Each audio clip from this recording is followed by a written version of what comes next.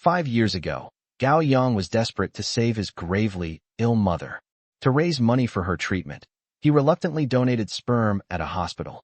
What he never imagined was that 5 years later, the children of 7 of the city's most powerful and beautiful women would all look exactly like him.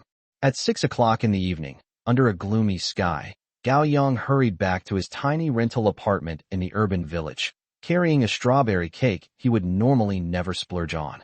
That day, he had fought hard to close a major deal, earning himself a commission of over 10,000 yuan. Filled with excitement, he wanted nothing more than to surprise his girlfriend of 2 years, Chen Jiao. But the moment he inserted the key into the lock, the intimate sounds and muffled noises coming from inside instantly made his mind go blank. His hands trembled so badly that he could barely turn the key. He shoved the door open. The scene before him shattered all his expectations. Chen Jiao, the woman he had loved for 2 years, was in bed with his direct supervisor, Chen Bing, the sales department manager. The chaotic sight made Gao Yang's eyes turn bloodshot with rage. Furious beyond words, he hurled the cake to the floor. Cream splattered everywhere. Startled, the pair on the couch sprang apart. Chen Jiao's makeup was smudged, yet after being caught red-handed, she showed not the slightest hint of guilt. Instead, she looked indifferent and emotionless as she slowly got up and reached for a cigarette. Chen Bing was even more arrogant. Calmly pulling on his pants, he sneered at Gao Yang, mocking him for leaving work early without permission. He even told Gao Yang to be sensible and go take a walk outside so he wouldn't ruin his good time. Gao Yang trembled with anger. His eyes red. He demanded to know why Chen Jiao had betrayed him. But instead of answering, Chen Jiao shamelessly turned the blame back on him. Chen Jiao lit a cigarette, took a drag, and slowly exhaled. Gao Yang, we're all adults here. Stop pretending to be some innocent romantic. She crossed her legs, a tear in her fishnet stockings exposing a patch of pale thigh. I wronged you. Then tell me, how have you ever been fair to me? I spent 2 years with you. What have you ever given me, huh? I worked overtime every day to make money. Money my ass. Chen Jiao snapped. What can your pathetic salary even do? It's not enough to buy a decent handbag. She stood up naked and jabbed a finger toward Gao Yang's face. Look at this dump you're renting. I can hear the neighbors arguing through the walls. All my friends are living in real apartments, and I'm still stuck in this doghouse with you. By then, Chen Bing had finished putting on his pants.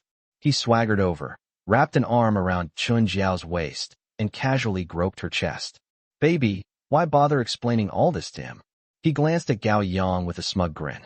Listen, kid, a man without money shouldn't hold a woman back. Next month, Jiao Jiao's transferring to the group headquarters. I just bought her a handbag worth 28,000 yuan. Ever seen one that expensive? Gao Yang's head buzzed. Blood rushed to his temples. He stepped forward, his fists clenched so tightly that his knuckles cracked. Chen Bing instinctively took a step back. What? You want to hit me? Go ahead. Touch me once, and I'll make sure you never work in this company again. Chen Jiao chimed in immediately. Gao Yang, are you insane? If you lay a finger on Chen Bing, I'll call the police. Gao Yang stood there trembling. He stared at Chen Jiao. The face he had loved for 2 years now looked completely unfamiliar. Why, his voice shook. You told me your mother was sick and used my ID to take out 200,000 yuan in online loans. The debt isn't even paid off yet, and you cheated on me? A flicker of awkwardness crossed Chen Jiao's face. Chen Bing laughed. It's only a little money. Consider it a breakup fee. She spent 2 years with you. You think you got that for free?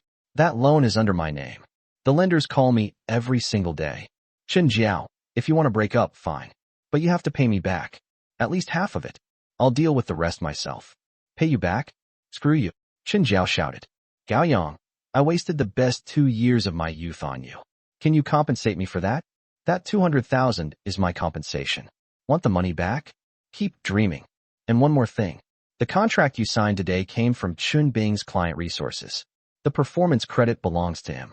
Don't bother showing up tomorrow. HR will send you your termination notice. Chen Bing added with a sneer. I've already spoken to security. If you dare make trouble at the office, they'll break your legs. To hell with you. Gao Yang finally snapped and threw a punch at Chen Bing's greasy face. But Chen Bing was even more ruthless. He dodged to the side, grabbed a folding chair nearby, and swung it hard at Gao Yang's head. Bang! Everything went black for a moment.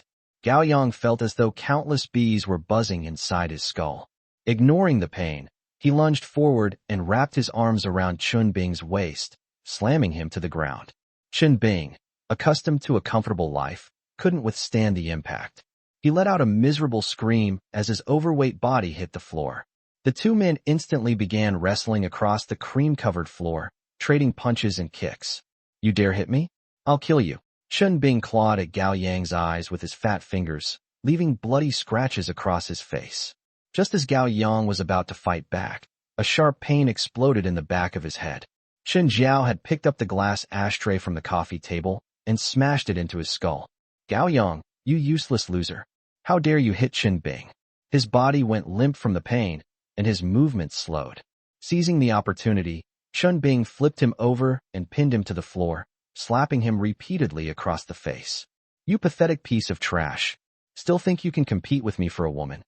Not satisfied, Chen Jiao grabbed a plastic clothes hanger and repeatedly struck Gao Yang. Each blow left red welts across his skin. Dizzy and disoriented, Gao Yang felt the pain in the back of his head growing worse. His vision blurred.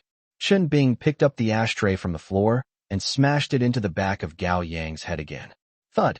Darkness swallowed his vision. His body went limp, and he lost consciousness completely. When Gao Yang woke up, it was fully dark outside.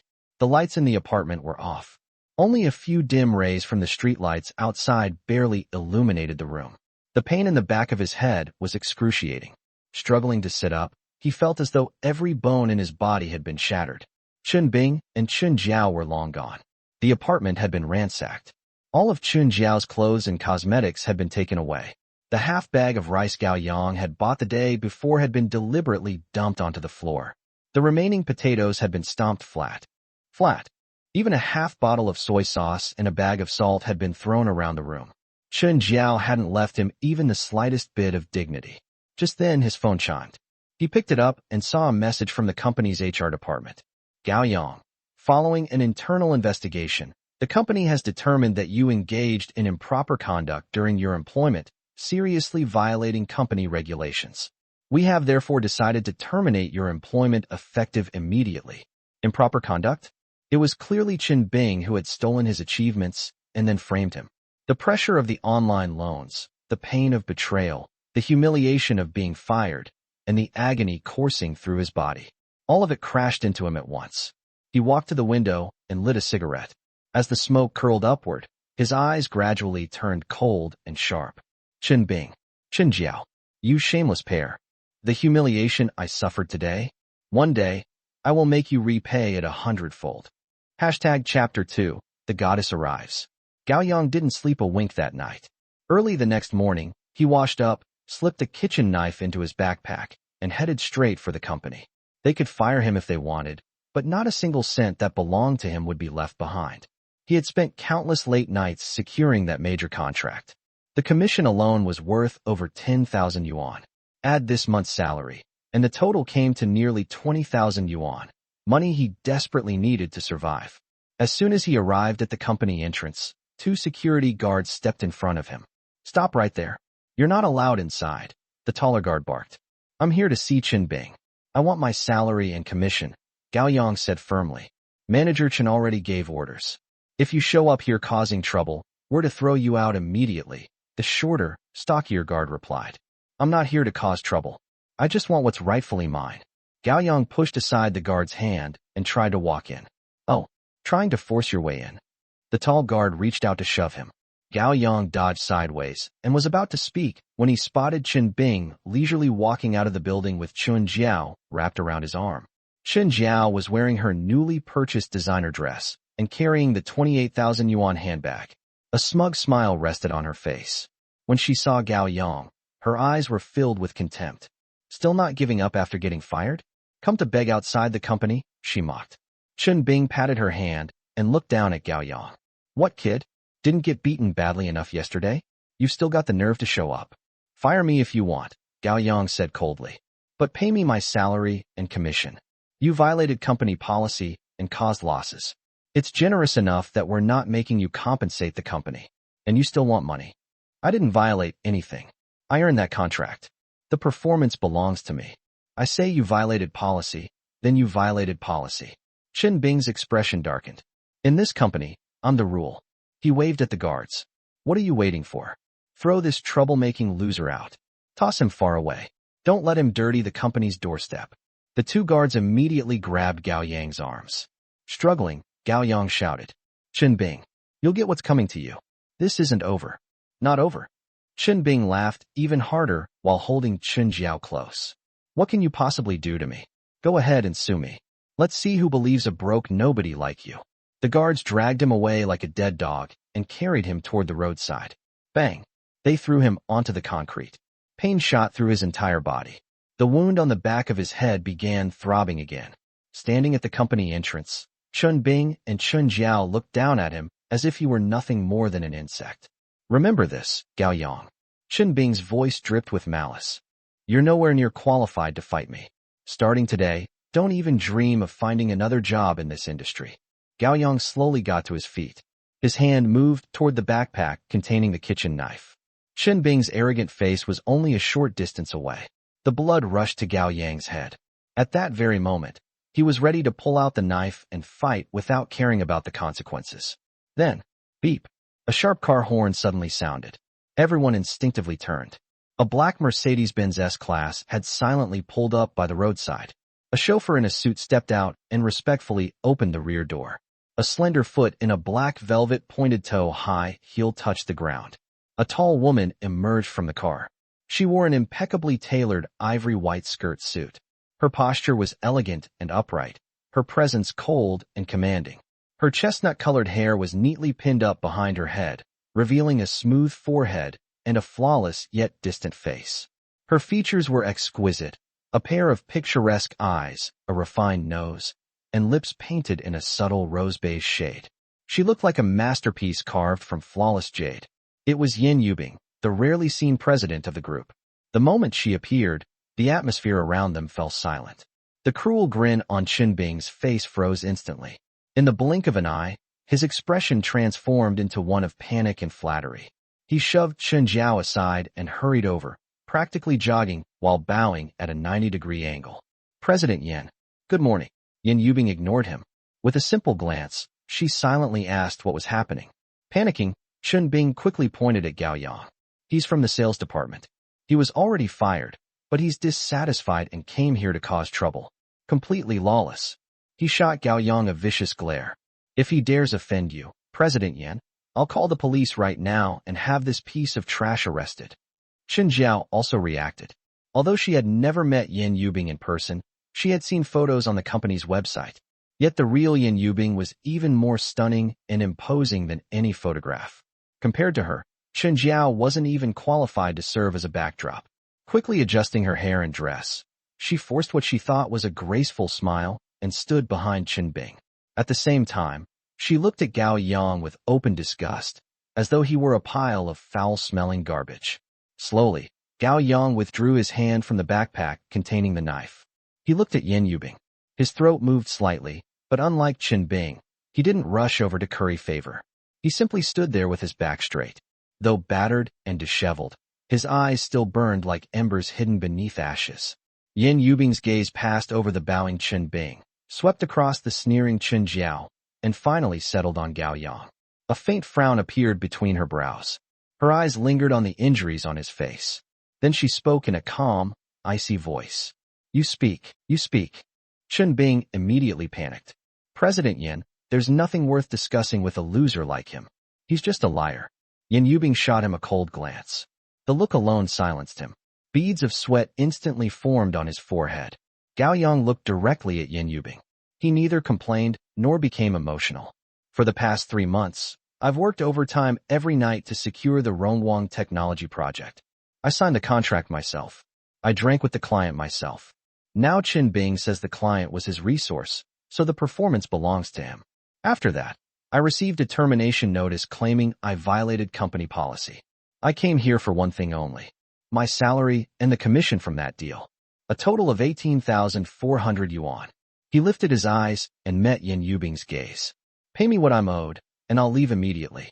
I'll never set foot here again for the rest of my life. If not, he didn't finish the sentence. But the hand hanging at his side slowly clenched into a fist. Chen Bing hurriedly interrupted. President Yin, Don't listen to his nonsense. He's full of lies. The company has clear regulations. That client was originally my resource. He's just a mad dog trying to extort money. Chen Jiao immediately echoed him. Exactly. Gao Yang is a poor loser who's gone crazy over money. President Yan, you can't believe a word from trash like him. Yan Yubing paid no attention to their shouting. She merely looked at Gao Yang quietly. Then her gaze shifted to the woman standing beside her, a female assistant wearing gold-rimmed glasses who had remained silent the entire time. Lin Chun. Yes, President Yan. The assistant immediately stepped forward. Go to the sales department. Retrieve every follow-up record, communication email, and signing document related to the Rongguang Technology Project. Verify who signed the contract. And determine who first established contact with the client. Hashtag Chapter 3, a favorable impression. Yes, President Yan. Assistant Lin nodded and immediately pulled out her tablet to take notes. Only then did Yan Yubing look back at Gao Yang. Her tone as cold and composed as ever. I'll have someone investigate the matter thoroughly. If the contract was truly signed by you, then regardless of your termination, the company will pay every cent of the salary and commission you are owed. Her gaze swept over Chun Bing's face, which had turned deathly pale. Violence won't solve anything. It will only land you in prison. Go home and wait for the results. With that, she gave the farce no further attention. Turning on her heels, she walked toward the elevators. Her posture was proud and elegant, her stride confident and commanding, carrying an aura that kept strangers at a distance. Assistant Lin quickly followed behind her. Chun Bing opened his mouth, wanting to say something more, but when he looked at Yan Yubing's retreating figure, not a single word came out. All he could do was glare viciously at Gao Yang. Gao Yang stood where he was, watching Yan Yubing disappear behind the company's glass doors. At that moment, the phone in his backpack suddenly rang. He took it out. The caller ID displayed a local number with no name attached. Hello, is this Mr. Gao Yang? A middle-aged woman's voice asked from the other end. Yes. Who is this? This is the hematology department of Onkong Hospital. We are currently searching for a suitable bone marrow donor. After an initial screening of our records, your profile shows a high probability of compatibility. We'd like to ask whether you would be willing to come to the hospital for further testing. Gao Yang frowned. Bone marrow? His first thought was that it was a scam. How did you get my number? And where did you get my information?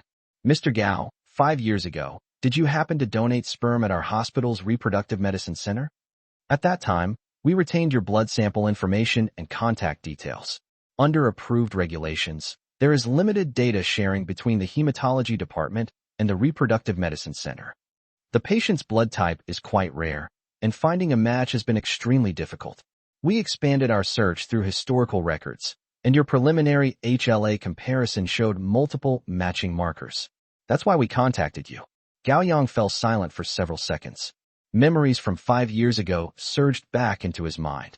It was the summer after he finished the college entrance examination. He had just received his university admission letter when his mother was issued a critical condition notice. End-stage kidney failure, dialysis, a kidney transplant, astronomical medical bills. His mother was his only family. When she fell ill, every burden landed squarely on his shoulders. Night after night, he couldn't sleep. He borrowed from every relative he could find. He sold everything worth selling. Yet the money disappeared into a bottomless pit without making a dent. He had truly reached the end of the road. Later, he overheard a caregiver in the hospital mentioning that the reproductive medicine center offered nutritional compensation for sperm donors. The requirements were strict, but qualified donors could earn far more than selling blood. So he secretly went to inquire. Paperwork, medical examinations, signatures. Then came that cold room filled with medical equipment and unfamiliar smells. He remembered the nurse wearing a mask, her eyes emotionless as she handed him a container and a magazine. Go inside. Leave it at the window when you're done. He had closed the door and leaned against the cold surface, his palms drenched in sweat. At that moment, dignity meant nothing.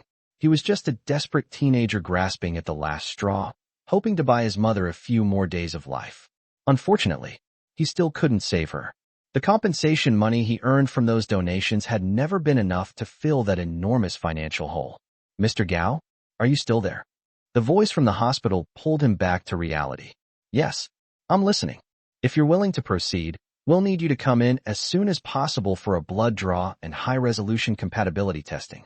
If you're ultimately a successful match and choose to donate voluntarily, the patient's family has expressed their willingness to provide substantial compensation as a gesture of gratitude. The specific amount can be discussed later. Of course, everything is entirely voluntary. Substantial compensation. Gao Yang let out a bitter smile. He desperately needed money right now. A 20,000 yuan installment payment on his online loan was due tomorrow. Chen Bing had cut off his livelihood and was clearly trying to push him into a corner. This phone call felt like a spider's thread dangling before him. He didn't know whether it was strong enough to hold his weight, but at the moment, it was the only thing he could grab onto. Mr. Gao, the patient, Gao Yang asked. Who are they? I'm sorry. Donor and recipient information is confidential under a double-blind process. Until compatibility is confirmed and you agree to donate, we cannot disclose any details. All we can tell you is that the patient's condition is critical and time is running out. Your decision may save a life. A life. Gao Yang raised his head and looked at the sky. He remembered his mother's final days. She had lain in the hospital bed, gazing out the window, and softly said, Yang, I've become a burden to you. He hadn't replied. He had simply held her hand tightly. If only someone had thrown her a lifeline back then. After several moments of silence, he finally spoke. Send me the address and tell me what I need to bring. I'll come. An hour later, Hong Kong Hospital. Gao Yang followed a nurse through a series of examination rooms. Blood tests. Laboratory work. High-resolution compatibility testing. Mr. Gao, you're in excellent health.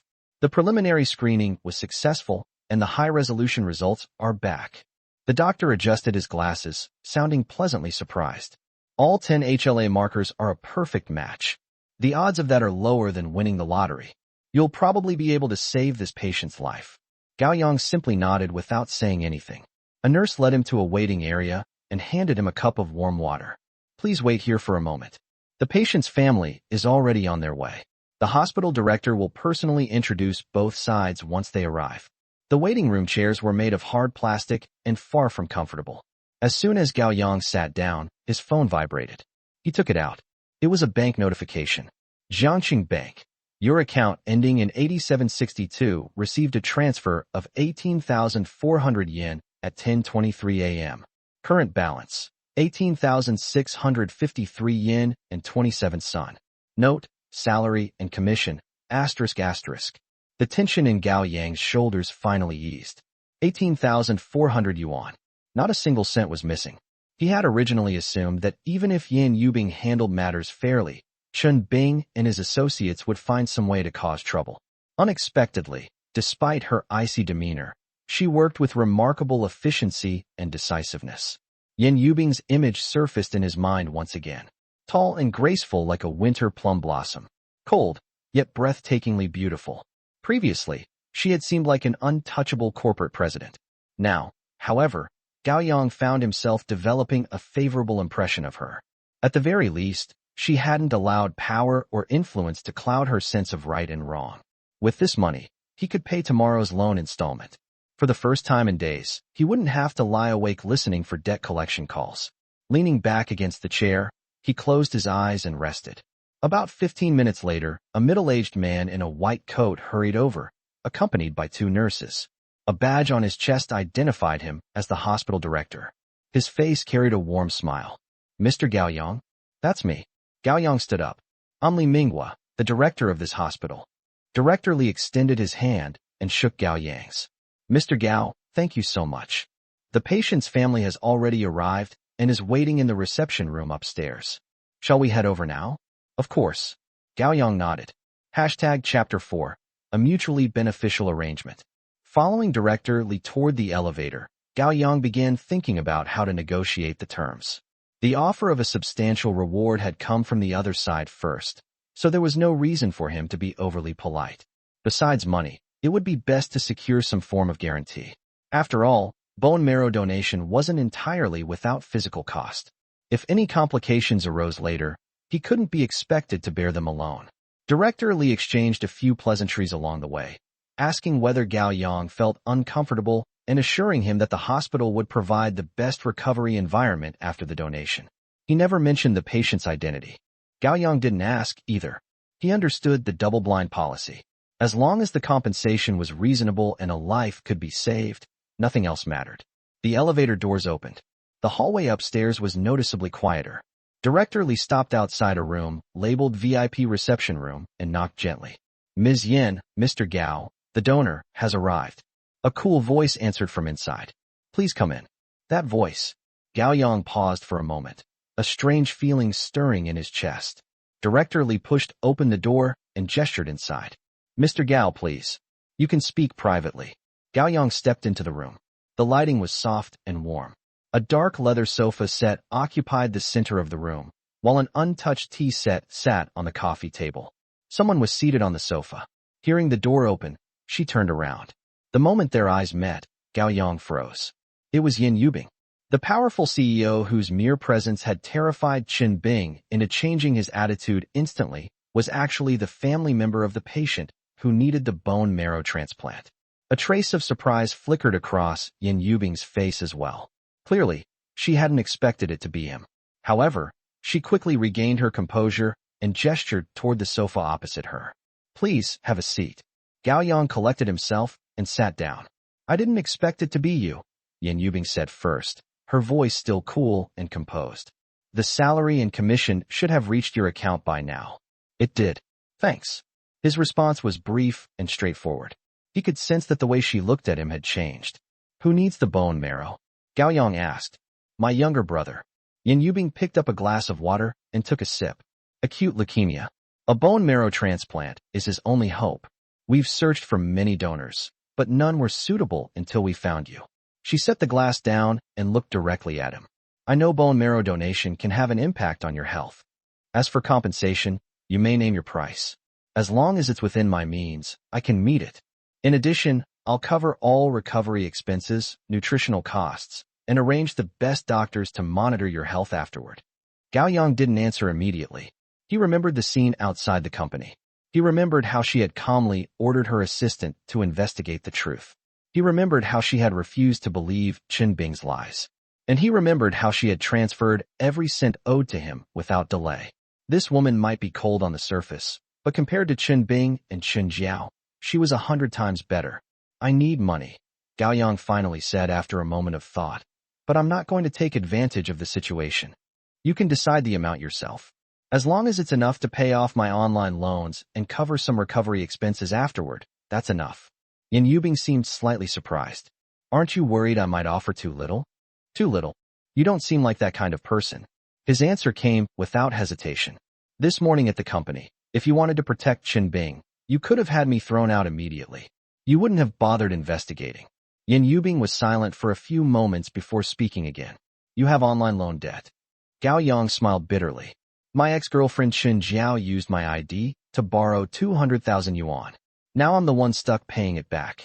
Yin Yubing didn't ask further questions. I'll clear the entire 200,000 yuan debt for you.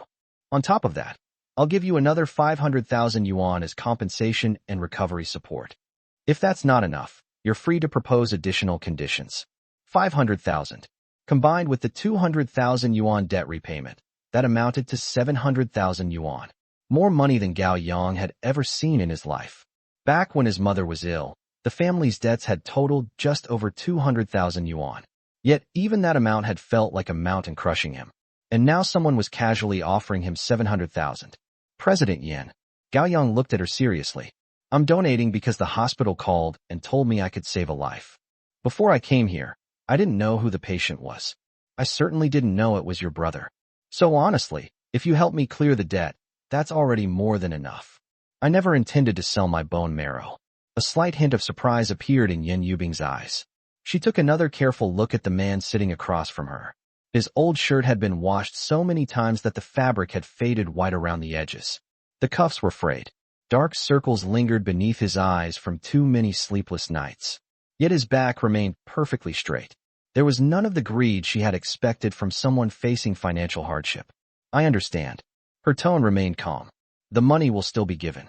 If you have any other requests, go ahead. Gao Yang thought for a moment. Once the debt is cleared, I'll finally be able to breathe. Besides that, I've been fired from the company. If possible, I'd like my job back. Yin Yubing looked genuinely surprised. You want to return to the company? Yes. Gao Yang nodded.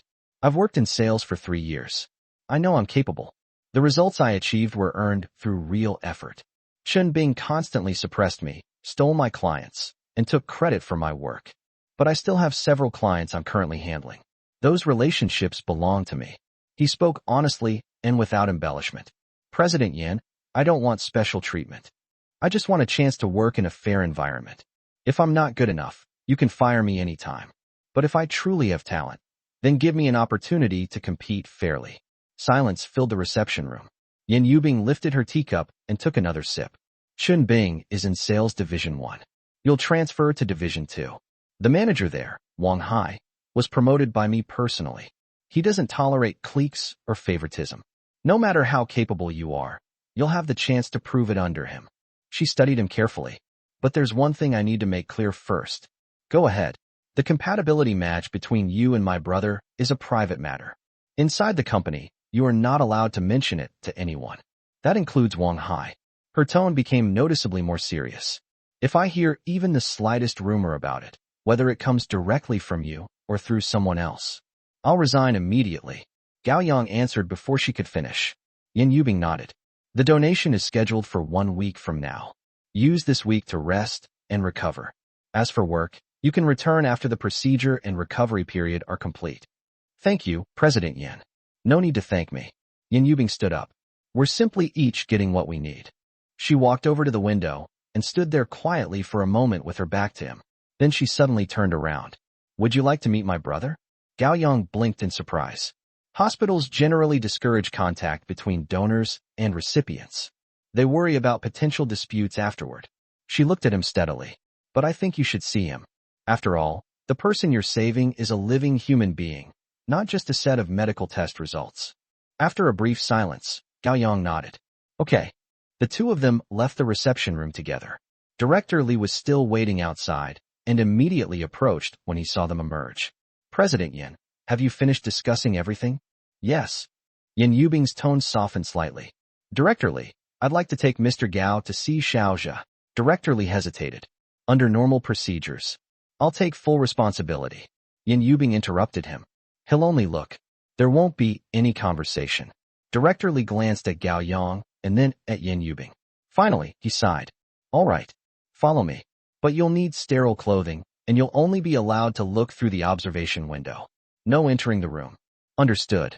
The hematology inpatient department was located on the 12th floor. When they arrived outside the VIP isolation room at the far end of the corridor, Director Li had 2 sets of blue sterile gowns brought over. Put these on properly. Make sure your masks are sealed. The patient's immune system is practically non-existent right now. Any infection could be extremely dangerous. Gao Yang awkwardly put on the protective clothing, mask, and cap. Yan Yubing was already fully dressed and standing beside the observation window. Gao Yang walked over and followed her gaze into the room. A little boy, about 4 or 5 years old, lay quietly in the hospital bed. The moment Gao Yang saw the child's face, he suddenly froze. Chapter 5. Money that burns your hands. That face. Why did it look so familiar? Gao Yang stepped closer, his face nearly pressed against the observation window. The eyes, the nose, the curve of the lips, especially that stubborn expression whenever the child pursed his mouth. Slowly, Gao Yang reached into his pocket and pulled out his phone. His fingertips felt cold. Taking half a step back to avoid Yan Yubing's notice, he quickly opened his photo gallery and scrolled downward. Further, all the way to the oldest photos, marked by dates from years ago. Then he found it. A photograph his mother had taken on his 5th birthday. The little boy in the picture wore a white shirt and stared into the camera with tightly pressed lips. His eyes carried a mixture of timidity and quiet defiance. Gao Yang lifted his head and looked at the child inside the hospital room. Then he looked back at the photo on his phone. His breathing gradually became heavier. They looked alike. Too alike. The eyebrows, the eyes, the shape of the face, even the slight furrow of the brows. It was as if they had been carved from the same mold. Same mold. The only difference was that the child in the hospital bed was pale with illness, while the boy in the photograph was darkened by years under the sun. A ridiculous thought suddenly crashed into Gao Yang's mind. Could it be his half-brother? But the moment the thought appeared, he dismissed it himself. Impossible. His mother had always told him that his father died before he was born. There wasn't even a single photograph left behind. She had raised him alone through countless hardships. As far as he knew, she would never have lied about something like that. Then who was this child? Suddenly, it felt as if lightning had struck his mind. 5 years ago, the same hospital. He had donated sperm here and received a nutritional compensation payment. Could this child somehow be connected to that donation? Back then, he remembered signing a stack of documents. Somewhere among them had been clauses about anonymity, double-blind procedures, and having no parental responsibilities or future contact obligations. At the time, he had been completely consumed by the burden of his mother's medical bills. He hadn't bothered reading the fine print carefully. Could it be that Yin Yubing's younger brother had been conceived using? Gao Yang swallowed hard. Staring at the child through the glass, he felt his heart pounding against his ribs. What's wrong?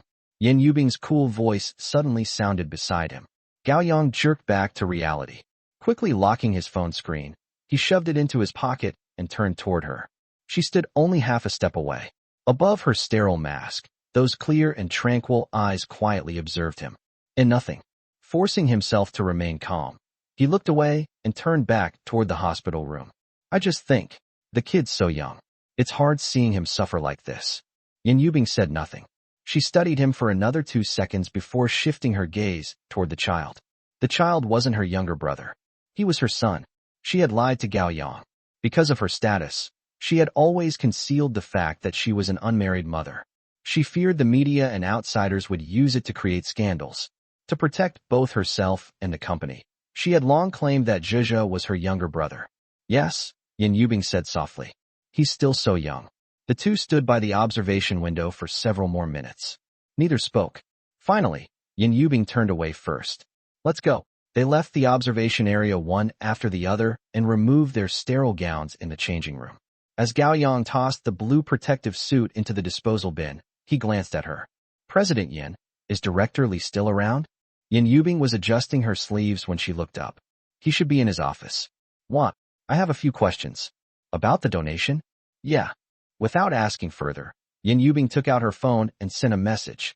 A moment later, it vibrated. He's waiting for us in his office on the 3rd floor. Director's office, 3rd floor. Director Li had prepared tea.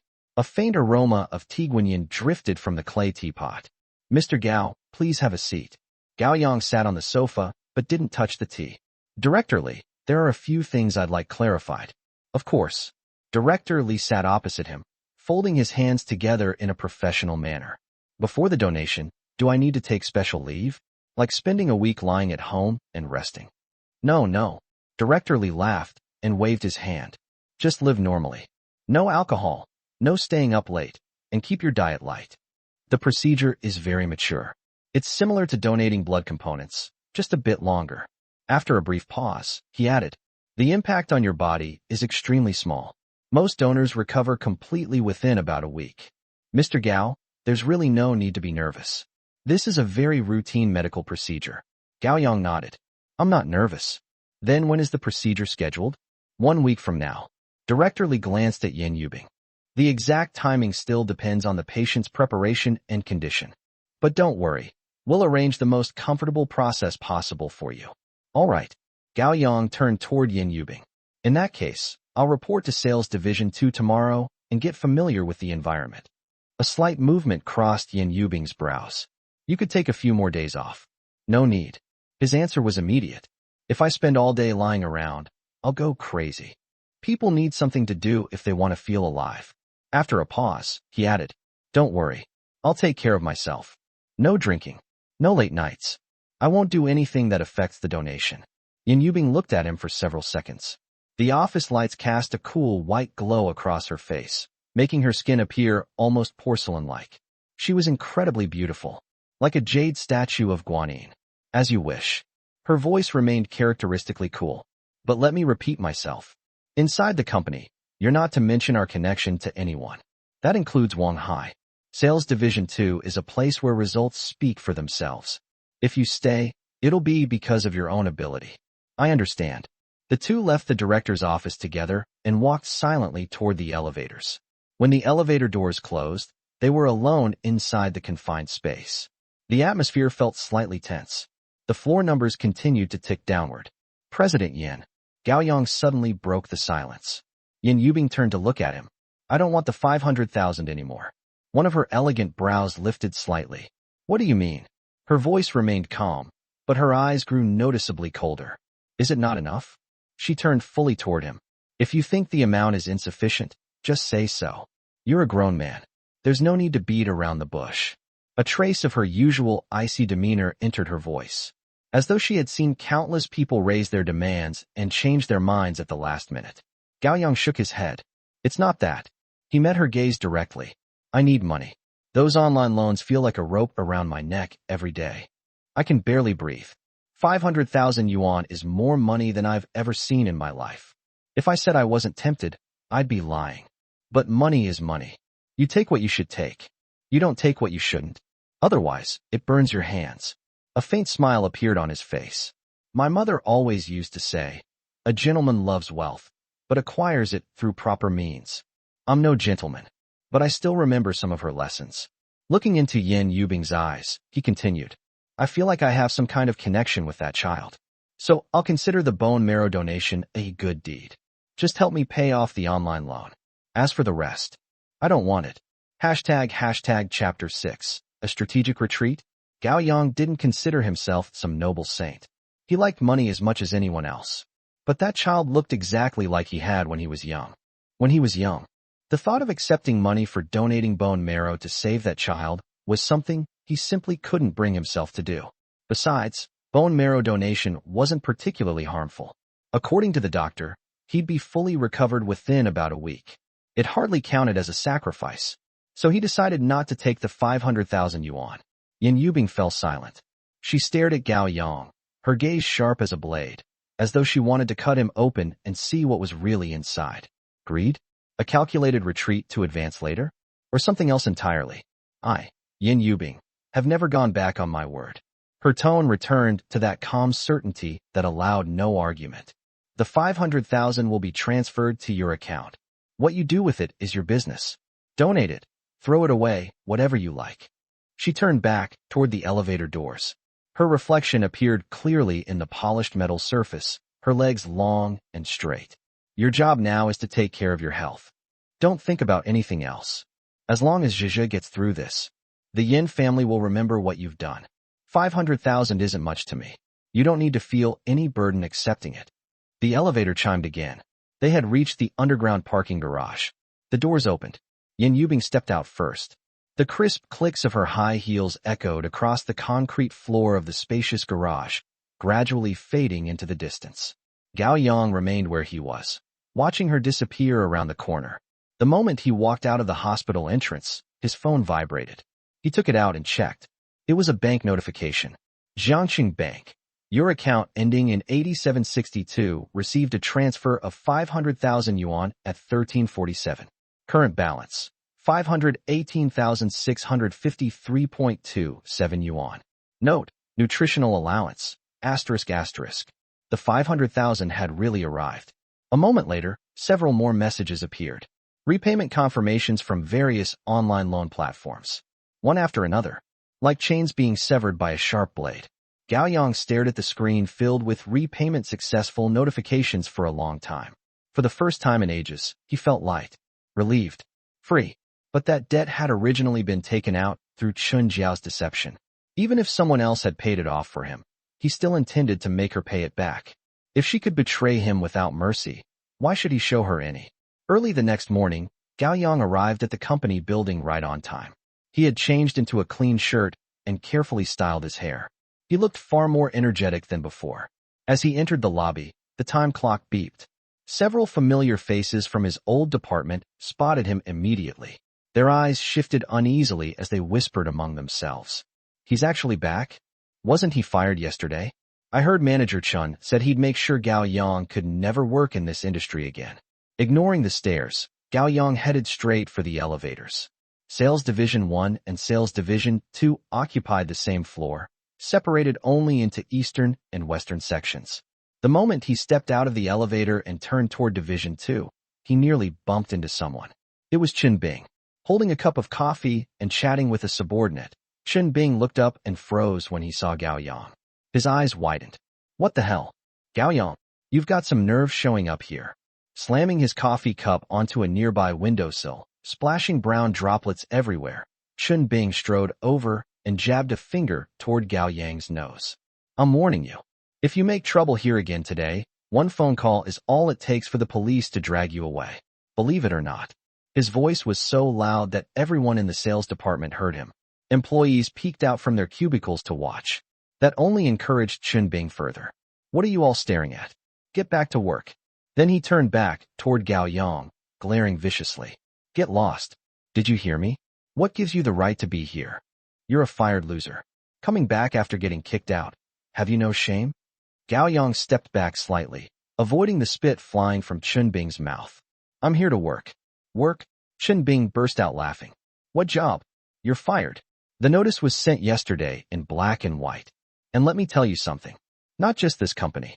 As long as I say the word, nobody in all of Jiangcheng will hire you. You'll starve to death, you worthless piece of trash. Looking at Chun Bing's smug, twisted face, Gao Yang suddenly found the whole situation amusing. I'm working here. He spoke calmly. In the sales department. Chun Bing paused before erupting into even louder laughter. Are you still asleep? He pointed at his own chest. I'm the sales department manager. I decide who works here. If I tell you to get out, you get out. You decide. Gao Yang raised an eyebrow. Who else? Chun Bing sneered. Are you expecting someone to save you? President Yin? She's busy running a corporation. She just happened to pass by yesterday. You really think she'd remember a nobody like you? Face reality, trash. In this world, if you don't have money or power, you stay on your knees. You think you can fight me? Do you even qualify? The crowd of spectators continued growing, but nobody dared intervene. Chun Bing was rumored to have powerful connections. He had bullied people in the department for years. No one wanted trouble. Gao Yang could feel all those eyes on him. Some sympathetic, some curious, most simply eager to watch the drama. Suddenly, he realized this scene wasn't much different from yesterday outside the company entrance. The only difference was that today, there wasn't a kitchen knife hidden in his bag, and he didn't need one anymore. Whether I can work here or not, Gao Yang said slowly, looking directly at Chun Bing, isn't something you get to decide. I don't get to decide. Chun Bing laughed loudly. Then who does? You? He pulled out his phone. At that moment, a man's voice sounded from behind him. I do. Everyone turned. Standing at the entrance was Wang Hai, manager of Sales Division 2. He looked to be in his early 40s. Not particularly tall, but solidly built. He wore an ordinary gray suit without a tie and carried a thermos cup in one hand. His gaze swept over Chun Bing before settling on Gao Yang. Then he nodded. Gao Yang, you're here? Welcome to Sales Division 2. Chun Bing froze. The muscles on his face twitched. Wang Hai, what the hell is this supposed to mean? He stormed over. I personally fired this trash yesterday. And you're taking him in? Trying to piss me off on purpose? We work for the same company. Accepting someone fired from Division 1 is a direct insult to me. I'll report you to the director for undermining departmental unity. Wang Hai unscrewed his thermos, blew gently on the steam, and took a leisurely sip. Go ahead. He looked at Chun Bing.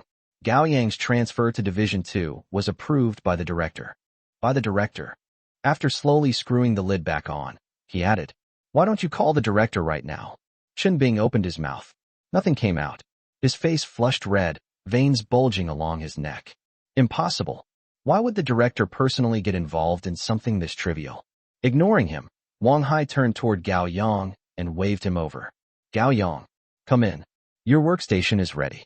Without sparing Chun Bing another glance, Gao Yang walked toward the Division 2 office. As he passed Chun Bing, he paused briefly. In a voice only the two of them could hear, he left behind a single sentence. Chun Bing. We'll settle our score. Slowly. Hashtag chapter 7. Use your head to break down the door? The muscles on Chun Bing's face twitched. You think you're safe just because you found shelter in Division 2? Let me tell you something. Division 1 has always crushed Division 2. In the first half of this year alone, Division 1's performance was 40% higher. What exactly do you think you can use to compete with me? Gao Yang sneered. And how much of that 40% came from deals you stole from me? You know the answer better than anyone. Without me carrying you, do you really think you could outperform Division 2? Everyone in the sales department knew that Chun Bing routinely stole credit from his salespeople. No one dared expose him. Stop talking nonsense. Chen Bing barked. A deal belongs to whoever the records say it belongs to. You're already fired, and now you're trying to turn around and accuse me? Pointing at Gao Yang's nose, he continued. I'm telling you, even if Wang Hai takes you in, so what? Sales Division 1 is the king of Yuhua Technology Group. Division 2 doesn't mean a damn thing. When I say you're out, you're out. Within a week, I'll make sure you can't even survive in Division 2. If you don't believe me, just wait and see. Gao Yang looked at him calmly. The one who should be leaving is you, Chen Bing. We'll see. With that, he turned and headed toward Division 2's office area. The layout of Division 2 wasn't much different from Division 1. Cubicles, computers, desks piled with paperwork. But the atmosphere was completely different. Employees in Division 1 always walked with swagger. Their voices were loud, and their phone calls sounded more like shouting matches. The entire department carried the aggressive energy of a Wolfpack sales team. Division 2 was much quieter. Some employees sat reviewing documents. Others typed silently at their keyboards. When they saw Wang Hai bring Gao Yang in, they looked up briefly before returning to their work. There wasn't much curiosity. No one greeted him. It felt like a department that had spent too long being suppressed by Division 1. Your desk is over there. Wang Hai pointed to an empty workstation near the window. The computer's already set up. I've had your system permissions activated. You'll find Division 2's product materials and customer database in your email. Spend today getting familiar with everything. Gao Yang nodded but didn't move toward the desk immediately. Manager Wang, I'd like to talk. Wang Hai glanced at him before turning toward the manager's office. Come in. The office wasn't large. A solid wooden desk, 2 filing cabinets, a small reception sofa, a sales performance chart hung on the wall, and Division 2's line sat noticeably lower than Division 1's. Wang Hai sat behind the desk and pointed to the chair across from him. Sit. After Gao Yang sat down, he got straight to the point. I didn't come to Division 2 to waste time. There's competition between the 2 divisions. I know that. I spent years being suppressed by Chen Bing. I handled plenty of deals, but the credit always ended up under his name. I'm here because I want to accomplish something real. Wang Hai unscrewed his thermos and blew across the steam. Wanting to accomplish something is a good thing. Taking a sip of tea, he looked up. But you've seen the situation here. Morale is low. Division 1 has been beating us consistently. And Chen Bing plays dirty. He's stolen a lot of Division 2's business as well. I don't rely on connections. Gao Yang's answer was immediate. I rely on ability. Wang Hai smiled. The smile was complicated. Part admiration, part amusement at youthful idealism. In sales, ability isn't always enough. Sometimes connections matter more, especially in industrial software. Our clients are universities, research institutes, and major state-owned enterprises. The decision-making process is long. Relationships often matter more than product specifications. I know. Gao Yang met his gaze. That's why I want to ask something. Does Division 2 have any especially difficult project that's been impossible to close? I'd like to try. Wang Hai studied him again. The young man wore a faded shirt washed almost white from years of use. His sleeves were rolled to his elbows. There wasn't even a watch on his wrist. But there was something in his eyes. A quiet strength beneath the calm surface. There is one. Wang Hai opened a drawer and pulled out a folder. He slid it across the desk. Jianyun University's School of Aeronautics. Laboratory Software Upgrade Project. Their simulation software has been running for nearly 10 years. It should have been replaced long ago. The faculty submitted funding requests for 3 years before finally getting approval this year. It's a major project. Software licenses plus long-term support. Estimated contract value, around 20 million yuan. Gao Yang opened the folder. Inside were introductions to the School of Aeronautics, laboratory profiles, software evaluation reports, and competitor analyses. We've been following this project for 6 months. Wang Hai continued. 3 finalists remain. Us, Voyage Technology, and Tiangong Software. Our product advantages aren't obvious. Our pricing is slightly higher. But the biggest problem is the person responsible for procurement decisions. The newly appointed Vice Dean of the School of Aeronautics, Chen Jingshu. He paused before looking at Gao Yang. Professor Chen is only 28 years old, the youngest professor in the school. She was promoted to Vice Dean just last month. Her academic credentials are exceptional. So is her personality. She follows rules strictly. Doesn't care about favors. Our people have visited 6 or 7 times. They couldn't even get her to accept a simple meal invitation. Gao Yang took out his phone and searched. School of Aeronautics, Qinjingshu. The first result wasn't an academic biography. It was a news photograph. In the picture, a woman stood at a podium wearing a simple white blouse and khaki trousers. Her slightly wavy hair was loosely tied behind her head. A pair of thin-framed glasses rested on her nose. She had turned slightly to listen to a student's question. Her appearance was elegant and refined, carrying a cool, intellectual beauty. Beauty. Gao Yang paused. Scrolling further, he found related headlines. The youngest vice dean and professor at Jiangyan University, Qinjingshu. The iceberg goddess of the School of Aeronautics. Students packed the hallways outside her lectures. The teacher everyone wishes they had. Classroom highlights from Beauty Professor Chen. Thousands of comments filled the page. Asterisk, she's really a professor? With looks like that, she could be a celebrity. Asterisk. Asterisk, I audited one of her classes. She's cold, but her lectures are amazing. Asterisk. Asterisk, beauty and intelligence in one package. Asterisk. Asterisk, her graduate students say she's brutally strict academically, but genuinely cares about them. Asterisk. Gao Yang scrolled through the comments, frowning slightly. Young, beautiful, talented, already a vice dean. No wonder Wang Hai called her difficult. A woman like that possessed beauty, intelligence, and status. Who would she even bother paying attention to? Seeing Gao Yang silent for so long, Wang Hai assumed he had been intimidated. You can choose another project. Gao Yang closed the folder. No, I still want to try for the aeronautics project. Wang Hai smiled again, this time with a trace of helplessness. Gao Yang, I know you're eager to prove yourself. But some things can't be solved through effort alone. Do you know what other identity Qinjingshu has? Gao Yang shook his head. Lowering his voice, Wang Hai leaned forward. She's Qin Bing's aunt. Qin Bing's father is her older brother. Do you think Qin Bing acts like a tyrant in Division 1 purely on his own strength? Gao Yang froze. That connection had never crossed his mind. Understand now. Wang Hai leaned back and rubbed his face. Qin Bing personally tried several times. Even his own aunt wouldn't give him special treatment. When people from Division 2 go there, they can barely get through the door. And you're just a regular salesperson. Recently transferred from Division 1. Now openly hostile with Qin Bing. What exactly are you planning to use to negotiate with her? Your head to smash through the door? Gao Yang sat quietly for a moment. Then he looked up at Wang Hai. Precisely because she's Qin Bing's aunt. That's why I need to try. The fact that Qin Bing couldn't win the project doesn't mean I can't. Chapter 8. Don't even think about dumping this on me. Wang Hai froze. He opened his mouth as if to say something, but the words never came. In the end, he simply waved his hand.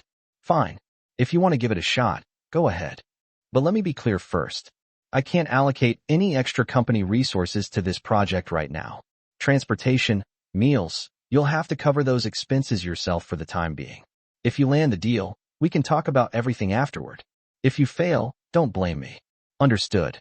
Gao Yang nodded. Just give me a complete client profile and all previous contact records. Wang Hai stared at him for a moment, then pulled a USB drive from his drawer and tossed it onto the desk. Everything's on there. Thanks, Manager Wang. Gao Yang picked up the USB drive and turned to leave. Gao Yang. Wang Hai called after him. Gao Yang turned back. Professor Chen isn't like ordinary clients. She hates every form of networking, flattery, and sales tactics. If you want to impress her, you'll probably need a different approach. Got it. Gao Yang nodded. Then he left the office and closed the door behind him. Back at his workstation, he plugged the USB drive into his computer. Besides the project materials, it contained records from previous visits made by sales department too. Reading through them was enough to give anyone a headache. First visit, assistant refused to relay the request, stating that the vice dean's schedule was full. Second visit, materials submitted and accepted by the dean's office secretary. No follow-up. Third visit, introduced through a mutual contact. Obtained a 5-minute phone conversation. Vice Dean Shin explicitly stated that all matters must follow the formal bidding process and that private meetings were unnecessary. Fourth visit. Gao Yang read through each report one by one. Basically, none of them had even managed to meet Qinjingshu in person. He closed the document, leaned back in his chair, and stared at the ceiling. Chen Bing's smug face flashed through his mind. Then came the image of Chun Jingshu from the news photos, cold, intelligent, and elegant. The difference between aunt and nephew really was enormous. Straightening up, he reopened his browser. This time, he didn't search for Chun Jingshu. Instead, he searched for Jianyun University Aerospace Institute recent academic developments. News article after article appeared on the screen. One headline caught his attention. Jianyun University Aerospace Institute and Changfeng Aerospace launch joint research project for the Qinghuan UAV flight control system. Several photos accompanied the article.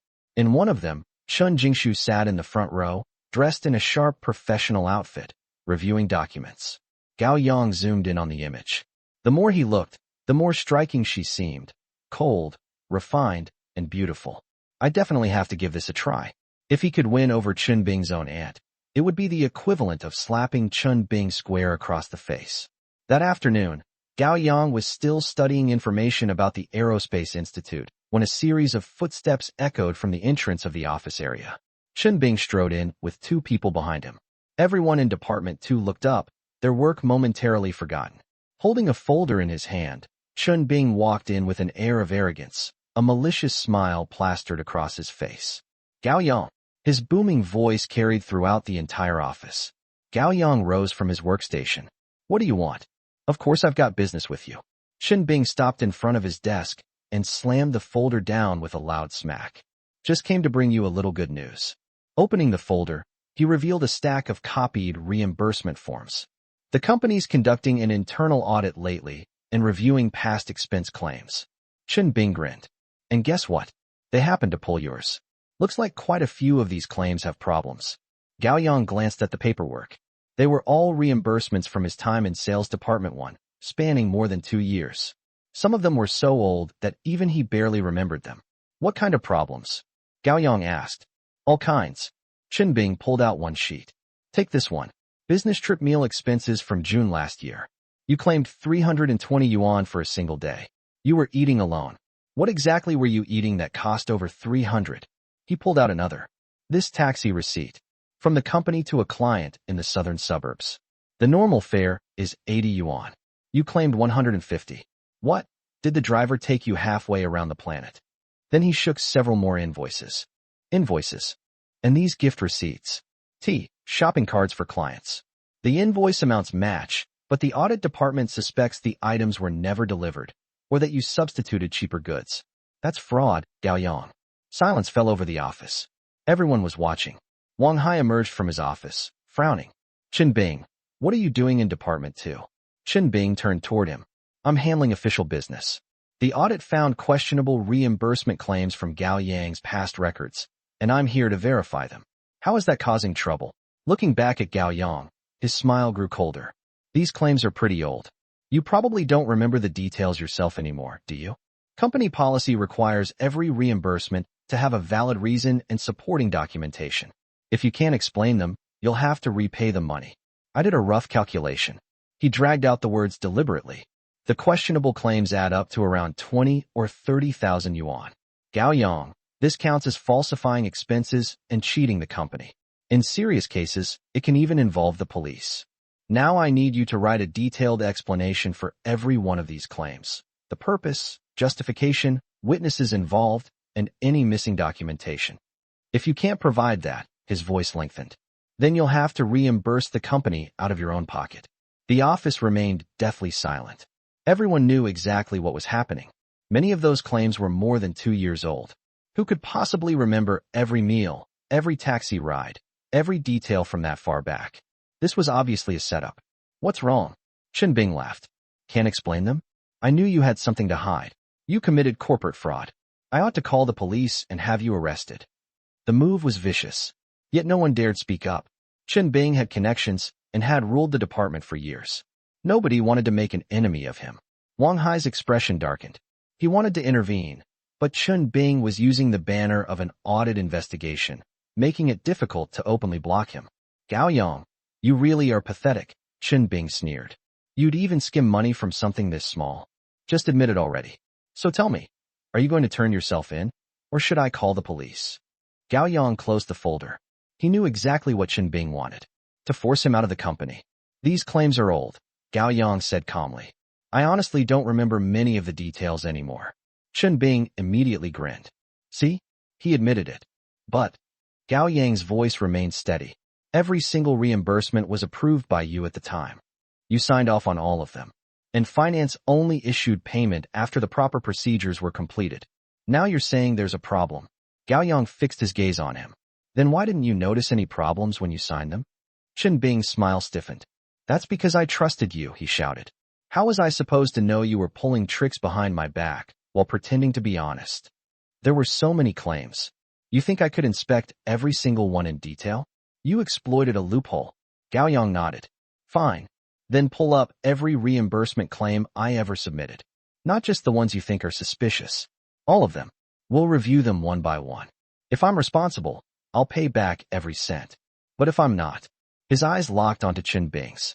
Don't even think about dumping this pile of crap on my head. Chen Bing's face darkened. Gao Yang, are you trying to play games with me? Me? Gao Yang laughed. Manager Chen, you dug up expense claims from 2 years ago and expect me to remember every detail of every transaction. And if I can't, you say I'm corrupt? So tell me, who's really playing games here? You. Chen Bing nearly choked on his anger. He jabbed a finger toward Gao Yang's face. Cut the crap. I'm asking you one last time. Are you writing that explanation or not? Are you paying the money back or not? No. Neither. Chen Bing's hand trembled with rage. Fine. I'm calling the police right now. Let's see how tough you are when they get involved. Chapter 9. I'm not trying to protect you. What's all the noise about? A man's voice suddenly rang out. Everyone turned to look. It was Wu Tianxiang, the sales director, standing at the entrance without anyone noticing when he had arrived. In his early 50s, his hair was neatly combed, and he wore a gray suit without a tie. His face was expressionless, but the moment his gaze swept across the room, the atmosphere in the entire office seemed to grow heavier. Director. Chen Bing quickly stubbed out his cigarette and forced a smile. What brings you here? Ignoring him, Wu Tianxiang walked inside. His eyes paused briefly on Gao Yang before turning toward Chen Bing. What's going on? Chen Bing immediately spoke first. Director, internal audit found problems with some of Gao Yang's past reimbursement claims. I'm just asking him to explain the situation. But this guy has a terrible attitude and refuses to cooperate. Wu Tianxiang raised a hand, cutting him off. An audit? Who ordered the audit? Chen Bing choked on his words. Well, the audit department conducts routine checks. Manager Wang from audit already reported to me, Wu Tianxiang said calmly. The sales department wasn't even on this month's audit list. He looked directly at Chen Bing. Where did you get this audit notice? A sheen of sweat appeared on Chen Bing's forehead. I just heard an audit colleague casually mention that Gao Yang's claims might have issues, so I thought I'd verify things first. It's for the good of the company. For the good of the company. Wu Tianxiang repeated the phrase and nodded. Walking to Gao Yang's desk, he picked up the stack of photocopies and flipped through them. Just these. Chen Bing hurriedly replied. Yes. The issues are serious. The amount involved is tens of thousands of yuan. Wu Tianxiang tossed the papers back onto the desk. This little bit of money. This is what you call a serious problem. Chen Bing opened his mouth but couldn't speak. Chen Bing, Wu Tianxiang said. You're unhappy that Gao Yang transferred to Department 2, so you pulled this stunt? The fake smile on Chen Bing's face completely vanished. Director, I'm not unhappy. Gao Yang misappropriated company assets. I'm just standing by principles. Enough. Wu Tianxiang cut him off. Digging up old matters from years ago is pointless. In sales, some accounts were never meant to be calculated down to the last cent. As long as the deals were closed, the company doesn't care about such small amounts. He glanced at the stack of documents. Drop this issue. You can't calculate it clearly, and he can't remember it clearly. There's no point. Then he turned to Gao Yang. Gao Yang, President Yan's office, just called. She wants you upstairs right now. She'd like to hear about conditions on the front lines of sales, and she specifically asked for you. Asked for you. The moment those words were spoken, even the sound of keyboards stopped. Everyone in Department 2 stared with wide eyes. President Yan? Yan Yubing? The group president herself? The big boss who rarely appeared in the company and whom most employees only ever saw in annual meeting videos? If she wanted to learn about frontline sales, shouldn't she be speaking with directors or managers? Why specifically request an ordinary salesperson who had only joined Department 2 today and had been thrown out of Department 1 like garbage yesterday? The veins on Chun Bing's neck bulged. Director, this isn't appropriate, is it? He's just a salesperson. How can he report directly to the president? Even managers don't have that privilege. Wu Tianxiang slowly turned to face him. This comes directly from President Yan. Do you have a problem with that? Then why don't you go knock on her office door and tell her yourself? Chen Bing looked like someone had grabbed him by the throat. His lips trembled, but not a single word came out. Question Yan Yubing directly? Even if he had 10 times the courage, he wouldn't dare. Everyone knew how ruthless Yan Yubing could be. 2 years ago, a vice president who had been secretly betraying the company was sent straight to prison by her, and nobody had heard a whisper of it beforehand. Ignoring Chen Bing completely, Wu Tianxiang patted Gao Yang on the shoulder. Don't just stand there. Go. It wouldn't be good to keep President Yin waiting. As Gao Yang stepped out of the elevator, a thick dark gray carpet muffled his footsteps.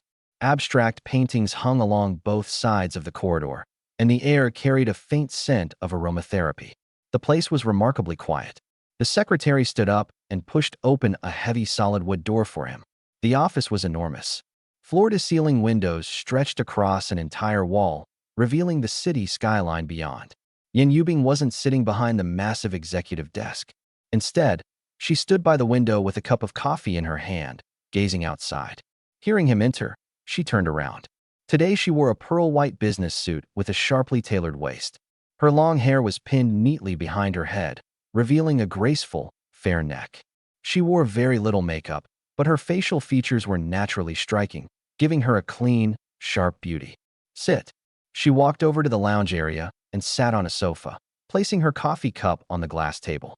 Gao Yang sat across from her, the transparent coffee table between them. Has Director Wu gone back downstairs? Yan Yubing asked. Yes. Chen Bing gave you trouble? Gao Yang paused. You sent Director Wu down there? I asked old Wu to take a look. Her tone was casual. You just transferred to Department 2. Chen Bing is narrow-minded. He wasn't going to let things go easily. She lifted her eyes to meet his. You didn't suffer any losses, did you? Nothing serious, Gao Yang replied. He just dug up some old issues. Director Wu stepped in and stopped it. Yan Yubing nodded without pressing further. President Yan, Gao Yang said. Yes. You really don't need to give me special treatment. He looked directly at her. At work, just treat me like any other employee. If I deserve criticism, I'll take it. If I need to endure hardship, I'll endure it. I'll grow on my own and become stronger. A trace of approval appeared in Yan Yubing's eyes. Most men, if they ever got close to someone like her, would immediately try to take advantage of the connection and demand special privileges. But Gao Yang didn't. He was explicitly refusing preferential treatment and insisting on relying on himself. That took backbone and confidence. A man like that could accomplish great things in the future. I'm not trying to protect you, Yan Yubing said.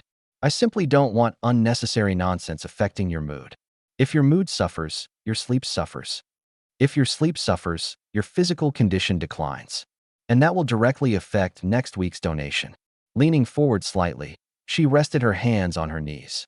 Her fingers were long and elegant, her nails neatly trimmed. Gao Yang, your most important task right now is to get your body into the best condition possible. Nothing else matters. I understand, Gao Yang replied. Don't worry. I won't let anything affect the donation. Good.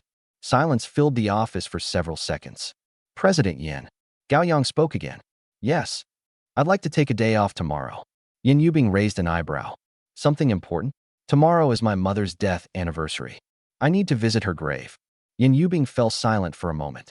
That's only right, she said softly. I was already planning to let you rest for a week anyway. Go ahead. There's no need to go through the formal leave process. I'll inform Human Resources. Thank you, President Yan. Gao Yang stood up. If there's nothing else, I'll head back downstairs. Yan Yubing didn't respond. Gao Yang turned and walked toward the door. His hand had just reached the handle when her voice came from behind him. Wait. He turned around. Yan Yubing was still seated on the sofa. Her gaze was lowered to the coffee cup on the table as one slender finger slowly traced the rim. I have a private gathering tonight, she said.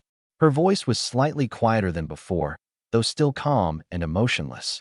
Would you like to come with me? Gao Yang blinked. Me? Yes. She looked up at him. It's just a few friends having dinner and chatting. Not many people. Gao Yang didn't answer immediately.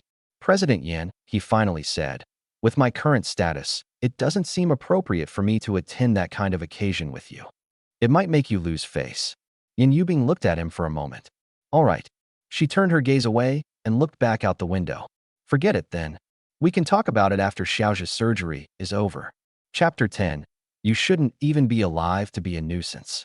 Downstairs, Chun Bing slammed the fire door in the stairwell shut. A loud bang echoed through the corridor. Chen Jiao was yanked forward by him and nearly twisted her ankle in her high heels. Slow down, she shouted sharply.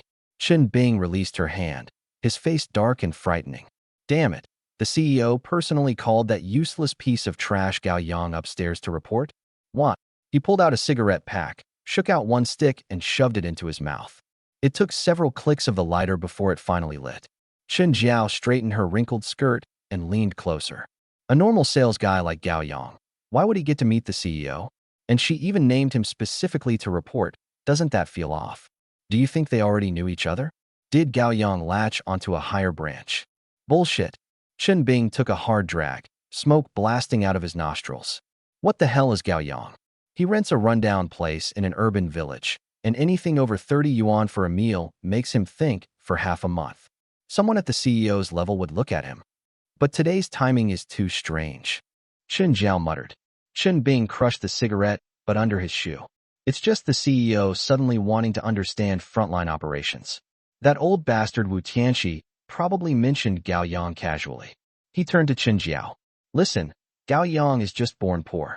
If the CEO hadn't happened to pass by yesterday, he wouldn't even have gotten that last 18,000 yuan. Higher branch. He deserves it.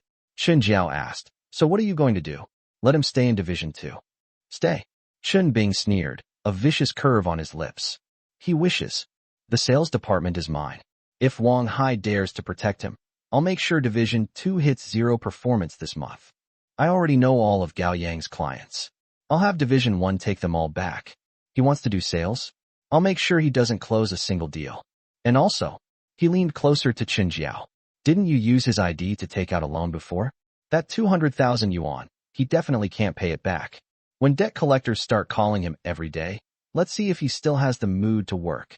Chen Jiao's eyes lit up. Right? Once the default hits his credit record, he won't even be able to get loans in the future. Chen Bing grinned.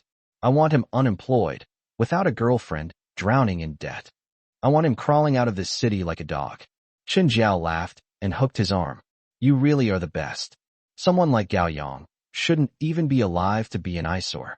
The next morning, Gao Yang took a 2-hour bus ride and walked another half-hour up a mountain road to the suburban cemetery. The sky was overcast, like it was about to rain. In his hand was a plastic bag containing his mother's favorite mung bean cakes and a bunch of white chrysanthemums bought by the roadside. When his mother passed away, he was a first-year college student from a poor family. He had to borrow money to buy the cheapest burial plot, so it was very remote. The cemetery was built halfway up the mountain and was usually deserted. But today was different. 7 or 8 black sedans were parked at the entrance. All Mercedes-Benz S-Class vehicles. Dark-tinted windows. The 3-pointed star emblem gleamed coldly under the gloomy sky. They lined up in a row like a silent herd of beasts. More than a dozen men in black suits stood beside them, all wearing sunglasses, hands behind their backs like stone pillars. Gao Yang frowned. This didn't look like an ordinary family visit. But this cemetery was the cheapest in Jiangyan City. People buried here were mostly poor, so why were there so many luxury cars?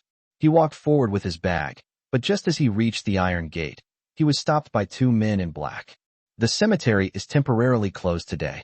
Please leave. The man speaking looked about 30, with a square face and a stiff voice. Gao Yang noticed the bulge under his suit. A gun? I'm here to visit my mother, Gao Yang said. She's buried here. The square-faced man didn't move. Sorry, it's closed to the public today. Please come another day. My mother's grave is inside, Gao Yang said firmly. Today is her death anniversary. I must go in today. I said no today. The man's tone turned cold. The other black-suited men turned their heads. Some quietly placed their hands near their waists. The atmosphere tightened instantly. Gao Yang didn't step back. He took out his phone, opened a photo of the gravestone, and showed it to the man. This is my mother's grave. Her name is Gao Xiaolan. I must pay my respects. The photo showed the inscription, Tomb of Beloved Mother Gao Xiaolan, with birth and death dates below. The square-faced man looked at the photo, then at Gao Yang. His expression shifted slightly. He pressed his earpiece and spoke quietly. After a moment, he stepped aside. Go in. Gao Yang put away his phone and walked inside with the bag. The deeper he went, the more people there were. All in black suits, one every 10 meters, sealing off the entire cemetery path tightly. A strange feeling grew stronger in Gao Yang's heart. He turned the last corner and reached his mother's burial area. The grave was covered in flower wreaths. Not paper ones, but real fresh flowers. White chrysanthemums, white roses, white lilies layered into a small mountain. The banners read Deepest Condolences and Forever Remembered, but no names were signed. Only your family. In front of the tombstone were offerings. A whole roasted suckling pig, golden and glistening. An exquisite pastry tower stacked with all kinds of desserts. Expensive imported fruits Gao Yang had only seen in supermarkets. And bundles of thick incense sticks like fingers, burning in a pure copper burner, smoke curling upward. Gao Yang stood frozen. The plastic bag nearly slipped from his hand. What is going on? Before he could react, footsteps approached from behind. An elderly man in a dark gray traditional robe walked in from another path. He looked about 60, hair white but neatly combed. He held a purple sandalwood cane. His steps were slow but steady. He stopped in front of the grave. Someone immediately handed him 3 incense sticks. He accepted them and bowed 3 times respectfully. Then he saw Gao Yang. His gaze locked onto Gao Yang's face for a full 10 seconds. You are? I came to pay respects to my mother, Gao Yang said, pointing at the grave. This is my mother's tomb. The old man's pupils trembled violently. What did you say? He stepped forward, staring at Gao Yang as if trying to see through every inch of him. You're saying, Gao Xiaolan is your mother? Yes. What's your name? Gao Yang. The old man's breathing suddenly became rapid. He turned around and gestured to the people behind him. Chapter 11 Hard-boned, self-reliant. The men in black immediately dispersed, retreating 20 meters away and forming a human wall with their backs to them. The old man then looked at Gao Yang again. Child, how old are you this year? Gao Yang did not answer directly, but said, I don't know you. The old man pressed on, asking, What year and month were you born? Gao Yang still didn't answer. Who are you people, and why have you come to pay respects to my mother?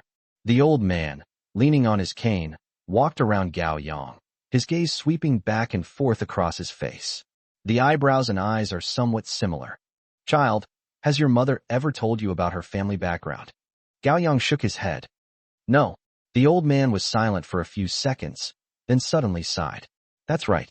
Since she chose to live in anonymity, how could she let you know about those past events?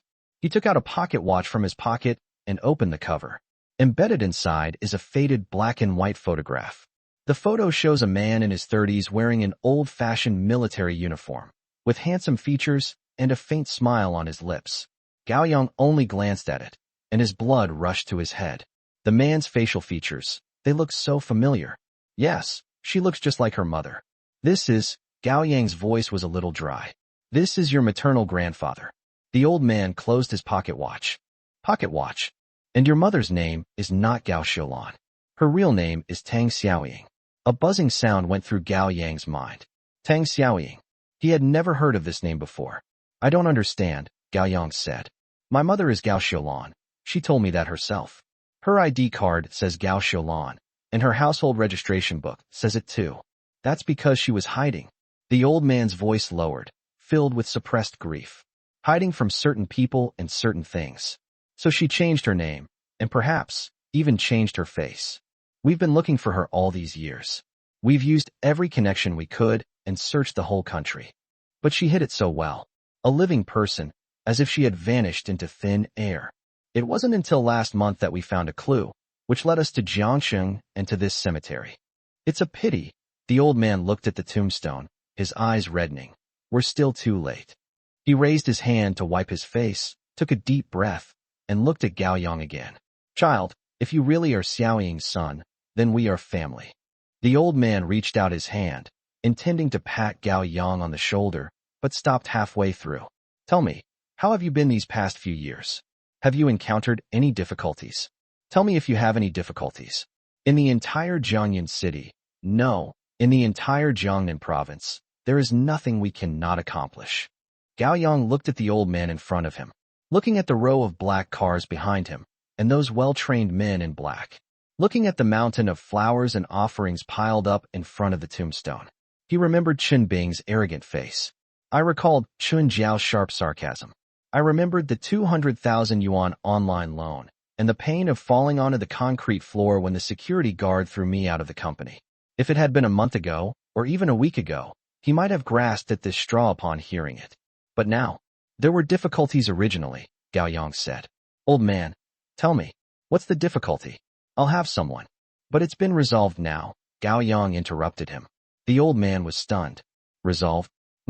Gao Yang bent down, took the bunch of white chrysanthemums out of the plastic bag, and gently placed them in front of the tombstone. Then she took out mung bean cakes, unwrapped them, and placed them next to the chrysanthemums. Someone helped me pay off my online loans. I also kept my job, so there are no difficulties. He straightened up and looked at the old man. Thank you for coming to pay your respects to my mother. She would be happy to know that so many people still remember her. The old man opened his mouth as if to say something, but then remained silent. He stared at Gao Yang for a long time, and finally let out a long sigh. This temperament is exactly the same as your grandfather's when he was young. He's tough and doesn't ask for help. He took 2 steps forward, leaning on his cane, and pulled a business card from his pocket. The card was plain black, with no title, no company, just a name and a phone number. His name is Tang Zhong. This is my phone number. You can contact me if you need anything. Gao Yang didn't answer. He felt it wasn't necessary. My mother has so many wealthy relatives, so where were they when she was sick and couldn't afford treatment? Is it really impossible for them to find them? They're rich and powerful. How could they not find them? Could it be that they're just pretending to mourn someone after they've died? Also, why has Mom never mentioned them? Why did she change her name to avoid them? They must have treated Mom badly. Otherwise, who would be willing to leave their family and not contact them for decades? Tang Zhong stuffed the business card into Gao Yang's hand. Kid, I don't care whether you need it now or not. Keep this business card safe. If you ever encounter an insurmountable obstacle in the future, make this call. What the Tang family owes your mother, we will repay to you. Gao Yang glanced down at the business card. The paper was thick, with dark gold patterns embossed along the edges, and had a cold feel to it. Thank you, but I don't need it. The old man forcefully stuffed half a business card into his pocket. Take it, you might need it someday. Life is long, there will always be difficulties. At that moment, a man in black walked quickly up behind him and whispered a few words in his ear. Tang Zhong frowned and nodded. Child, I have some things to take care of, so I have to go now. He paused, looking at Gao Yang. It's too desolate to bury your mother here. I've already had someone choose the best location in Nanshan Cemetery, and we'll move her there in a few days. It will be more convenient to pay respects to her in the future. No need, Gao Yang said. Tang Zhong was taken aback. My mom likes peace and quiet. This place is fine, no need to move. I also disagree with you trespassing on my mother's grave. Tang Zhong looked at Gao Yang, seemingly wanting to say something, but then stopping himself. Finally, he nodded. Okay, I'll do as you say. He turned around and, surrounded by men in black, walked out of the cemetery. He stopped at the corner and looked back. Gao Yang was already squatting in front of the tombstone, wiping away the dust on it little by little with his hands. Tang Zhong raised his hand, vigorously wiped his face, turned around, and disappeared at the end of the tomb passage. 10 minutes later, the black convoy drove away from the cemetery. In the back seat of the middle Mercedes, Tang Zhong was holding a satellite phone. Sir, the cemetery has been found. Xiao Ying's child has also been found. I heard the sound of something breaking on the other end of the phone. Then came an old, trembling voice. What did you say? Say it again. Xiao Ying didn't abort that child back then. She secretly gave birth to it. His name is Gao Yang. I met him, his eyebrows, his stubborn temperament. He looks a lot like you when you were young. It's a pity, Xiao Ying. She's been gone for several years. We're too late. There was a long silence on the other end of the phone. After a long while, the aged voice rang out again. Find out the child's specific situation. Whatever difficulties he faces, we will do everything in our power to help him overcome them, regardless of the cost. Yes, sir, Tang Zhong said. Also, don't disturb his life, and try not to affect him. Understood, sir. Chapter 12. They really want to die fast enough. After returning from the cemetery, Gao Yang sat in his rented room for a long time. The sky outside the window gradually darkened. Night falls early in urban villages. Just after 6 o'clock, the smell of cooking oil from the food stalls downstairs wafts up, mixed with the aroma of stir-fries and the cacophony of voices. Gao Yang got up and turned on the light. The dim light shone into the less than 20 square meter single room, illuminating its simple and unassuming state.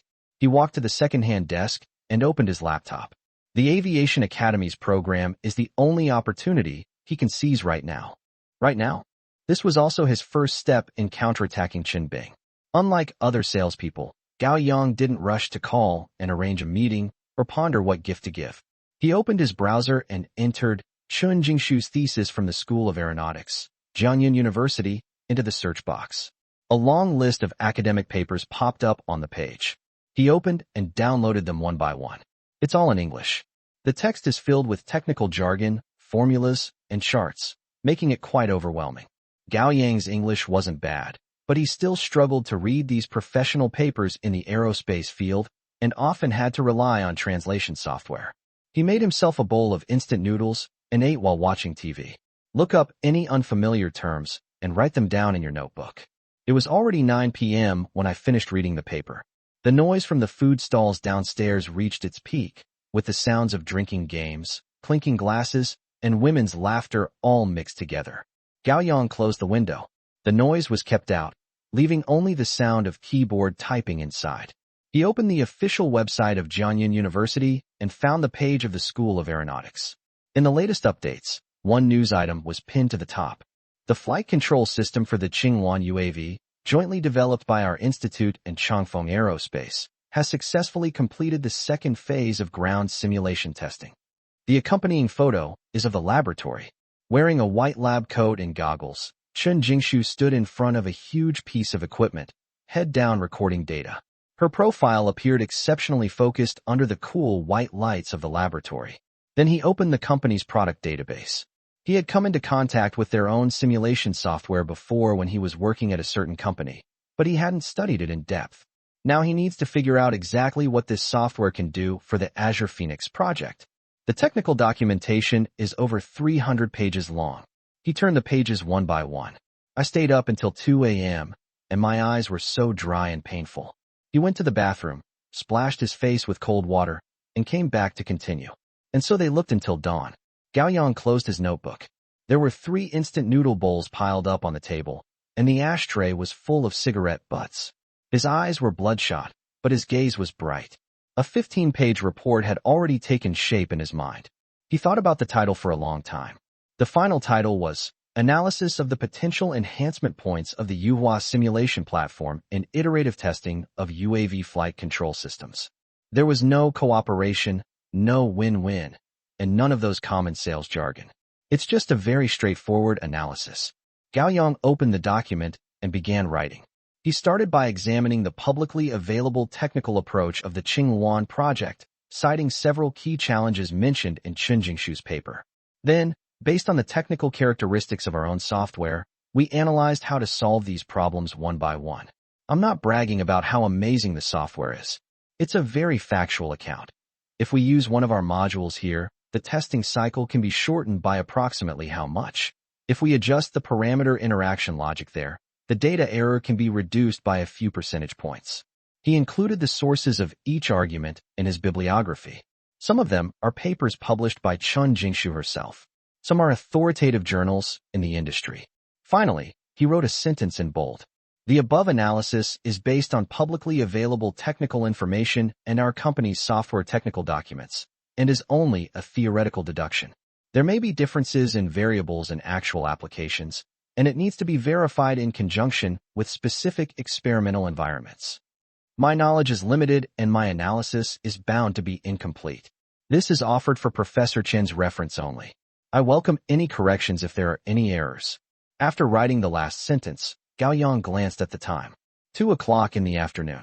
He clicked Save and converted the document to PDF. Then I opened my email. In the recipient field, he entered Chun Jingshu's academic email address, which he found on the faculty introduction page of the college's official website. He pondered the title for a long time. Finally, I typed this line. A feasibility study on iterative efficiency improvement in your article, Adaptive Control of UAVs Based on Multi-Source Information Fusion. A question from an industry practitioner. The main text is very simple. Hello, Professor Chun. I apologize for bothering you. I have read your series of papers on adaptive control of UAVs and have been greatly inspired. Under the multi-source information fusion framework you proposed, I have made some preliminary technical deductions on the iterative efficiency problem in the simulation and testing process, and have compiled a brief report, which is attached to this letter. The report is purely for technical discussion and does not involve any invitation to commercial cooperation. If you have the time, would you be willing to grant me 20 minutes to listen to your guidance in person? Whether you reply or not, thank you for your time. I wish you success in your research. Gao Yang checked it 3 times. I confirmed there were no typos, no excessive flattery, and no sales pressure that was off-putting. Then he clicked send. The email notification indicates that the email was sent successfully. Gao Yang leaned back in his chair and let out a long breath. Next, all we have to do is wait. Chen Bing learned about this the next morning. He has informants in the second department, who give him a little something every month, and they keep him informed of any developments there. When the call came in, Chen Bing was flirting with a new female intern in his office. The intern sat on his lap, 2 buttons of her shirt undone. Chen Bing's phone rang just as he reached in. He glanced at the screen. Speak. Manager Chun, there's been some activity from Gao Yang's side. What could he possibly do? Chen Bing scoffed. Did he get yelled at by a client and cry? No. He seems to be working on that project with the Aviation Academy. Chen Bing stopped. Which Aviation Academy? The one at your aunt's college, the one with the drone project. Chen Bing paused for 2 seconds, then burst out laughing. He laughed so hard he was shaking, and the female intern was nearly thrown off by his jostling. He went to see my aunt. Chen Bing laughed so hard tears almost came out. He really went. I think so. I heard they printed out a bunch of documents. Holy shit. Chen Bing laughed even harder. This idiot. He's a fucking genius. Do you know what kind of person my aunt is? A 28-year-old vice dean. Dean. The youngest female professor in the history of Jiangyun University. She doesn't even recognize her own father. Only her papers and experiments are in her eyes. I visited her home for the Chinese New Year and brought a case of Matai liquor, but she wouldn't even let me in. She stood at the door and said to me, Chen Bing, I don't see guests outside of academic occasions. Take your things back. I'm her fucking nephew. Chen Bing became more and more amused as he talked, then plopped back down in his boss's chair and crossed his legs. Who does Gao Yang think he is? A fired salesman, trying to negotiate a deal with my aunt. Does he think that the sales tactics of whining and dining and flattery will work on my aunt? Let me tell you, my aunt hates people like this the most. Last time, the CEO of Qihang Technology tried to get her to have dinner with him through connections, and she said directly on the phone, if you call again, I'll put your company on the procurement blacklist. Chen Bing laughed so hard he slapped his thigh. That piece of trash Gao Yang really doesn't want to die any faster. His smile slowly turned cold, and his eyes became sinister. Okay, you keep a close eye on things for me. Tell me the day Gao Yang is kicked out by my aunt. I'm going to wait for him at the entrance of the second department.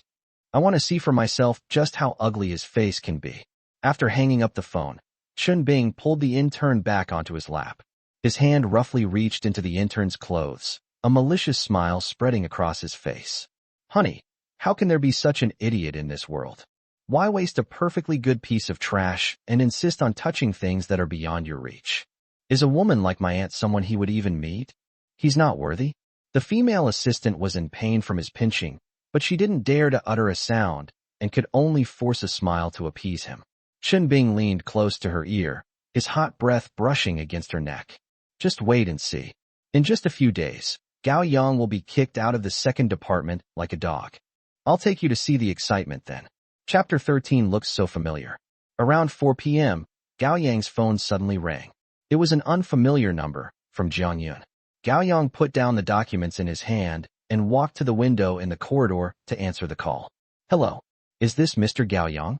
It was a young woman's voice, speaking quickly and efficiently. I am. This is the office of the Vice Dean of the School of Aeronautics at Jiangyun University. Professor Chen has read your email and would like to speak with you in person. Do you have time after 4 p.m. today? Gao Yang tightened his grip on his phone. He quickly replied, I have time. Please arrive at Professor Chen's office on the 7th floor of the college's main building at 4:30. Do you need me to send you your location? No need, I know the address. Okay, please be on time. The call ended. Gao Yang stood by the window for more than 10 seconds. Then he turned around, went back to his workstation, shut down his computer, put away his notebook and the printed report, and put them into his backpack. Manager Wang, I need to go out for a bit. Wang Hai poked his head out of the office. Where to? Aviation Academy. Wang Hai's thermos cup froze in midair. Professor Chen is willing to see you? I just got a call asking me to come over at 4 o'clock. Wang Hai walked out of the office, stared at Gao Yang for 2 seconds, and suddenly smiled. You're something else, kid. Don't be discouraged if it doesn't work out. It's okay. To be frank, I still don't believe he can handle such a difficult order. Gao Yang nodded, slung his bag over his shoulder, and walked out. In order to save time, Gao Yang did not take the bus as usual.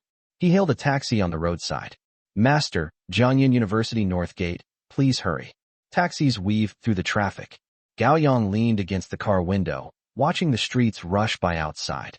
I went over the key points I had prepared yesterday in my mind.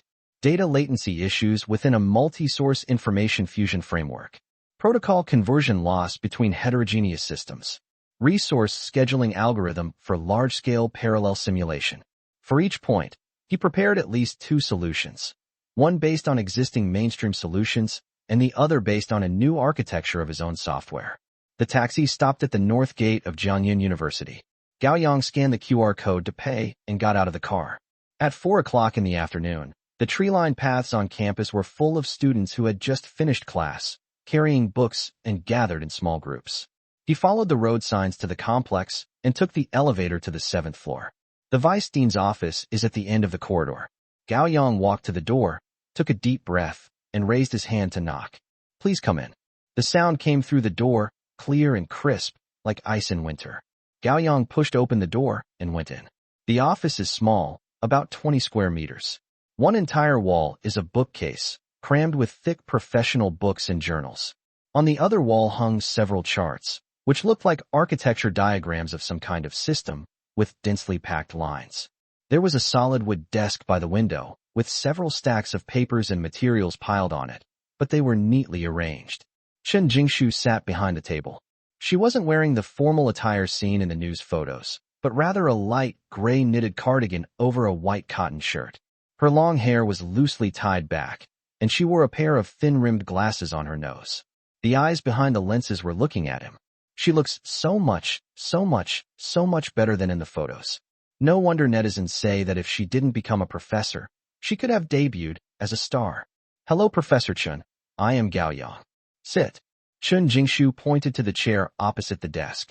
Gao Yang sat down, took out the printed report from his backpack, and handed it over with both hands. These are some initial thoughts I've compiled. Please feel free to offer your corrections. Chen Jingshu took the report, but didn't look at it immediately. Instead, she took off her glasses. She rubbed her temples, a hint of weariness on her face. I've read the email. She put her glasses back on and opened the report. You mentioned on page 3 that our existing simulation platform has an average data latency of 73 milliseconds when fusing multi-source information. Where did this data come from? It was calculated based on the test data in your paper published in the Journal of Aeronautics last year, Gao Yang said. Table 3 in the paper gives the processing time of each module. Based on the bus load rate you mentioned, I applied the queuing theory model and derived a latency range of 65 to 81 milliseconds. I took the average value. Chen Jingshu turned to the 3rd page of the report and glanced at the formulas on it. Then she looked up and glanced at Gao Yang. The look in his eyes was different from before. Less scrutiny, more interest. Continue. This 73 millisecond delay has little impact in a single simulation. However, in reinforcement learning training like Qingluan, which requires tens of thousands of iterations, the cumulative error will be significant. Our company's simulation platform uses a new distributed parallel computing architecture at its core. Simply put, it changes the traditional master-slave structure into a peer-to-peer network. Each computing node can directly exchange data without going through a central bus.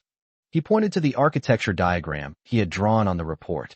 This modification can reduce the latency of multi-source information fusion to less than 20 milliseconds. Moreover, as the number of nodes increases, the latency will not increase linearly, but will decrease exponentially. Chen Jingshu did not speak. She picked up a pen and quickly wrote a few lines of formulas on the edge of the report. Then look up. What about the communication overhead between nodes? How do you solve the synchronization problem in peer-to-peer networks? We used an improved gossip protocol. Gao Yang pulled out a more detailed technical document from his backpack and opened to a page. We added timestamps and vector clocks, and the nodes only synchronized differential data. In actual tests, the communication overhead is only 40% of that of the traditional architecture. Chen Jingshu took the document and quickly browsed through it. The only sound in the office was the rustling of papers. About 5 minutes later, she put down the document, leaned back in her chair, and placed her hands on the table, crossed over each other. What did you study before? Automation. Which school? Jiangzhou University of Technology. You're so good at your major. Why don't you take the postgraduate entrance exam and instead become a salesperson? Chen Jingshu asked.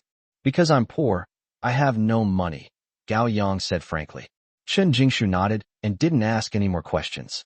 She flipped through a few more pages of the report, then suddenly asked, How long have you been preparing for this meeting? 2 days, Gao Yang said honestly. I stayed up all night reading your paper. Why? Because I want to win this project, Gao Yang said directly. But I know that when I talk to you about the project, we have to talk about the technology first. If the technology isn't up to par, nothing else matters. Chen Jingshu's lips twitched slightly. It was a very shallow curve, almost invisible, but the atmosphere in the entire office immediately relaxed. She reached for the teacup, her gaze inadvertently sweeping over the corner of the table. There was a picture frame there. Gao Yang's gaze followed. In the photo, Chen Jingshu is wearing a light yellow dress and standing on the lawn in the park.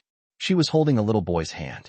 The boy, about 4 or 5 years old, was wearing overalls and looking up at her, showing off his little white teeth. His high-pitched breathing paused for a moment. The child's eyebrows and eyes. Why does it look so familiar? Chapter 14 must be an illusion. Suddenly, I thought of Yin Yubing's younger brother. These two kids look so alike. Especially when she smiles, there's a shallow dimple on her right cheek. Gao Yang stared at the photo, his heart beating a little fast.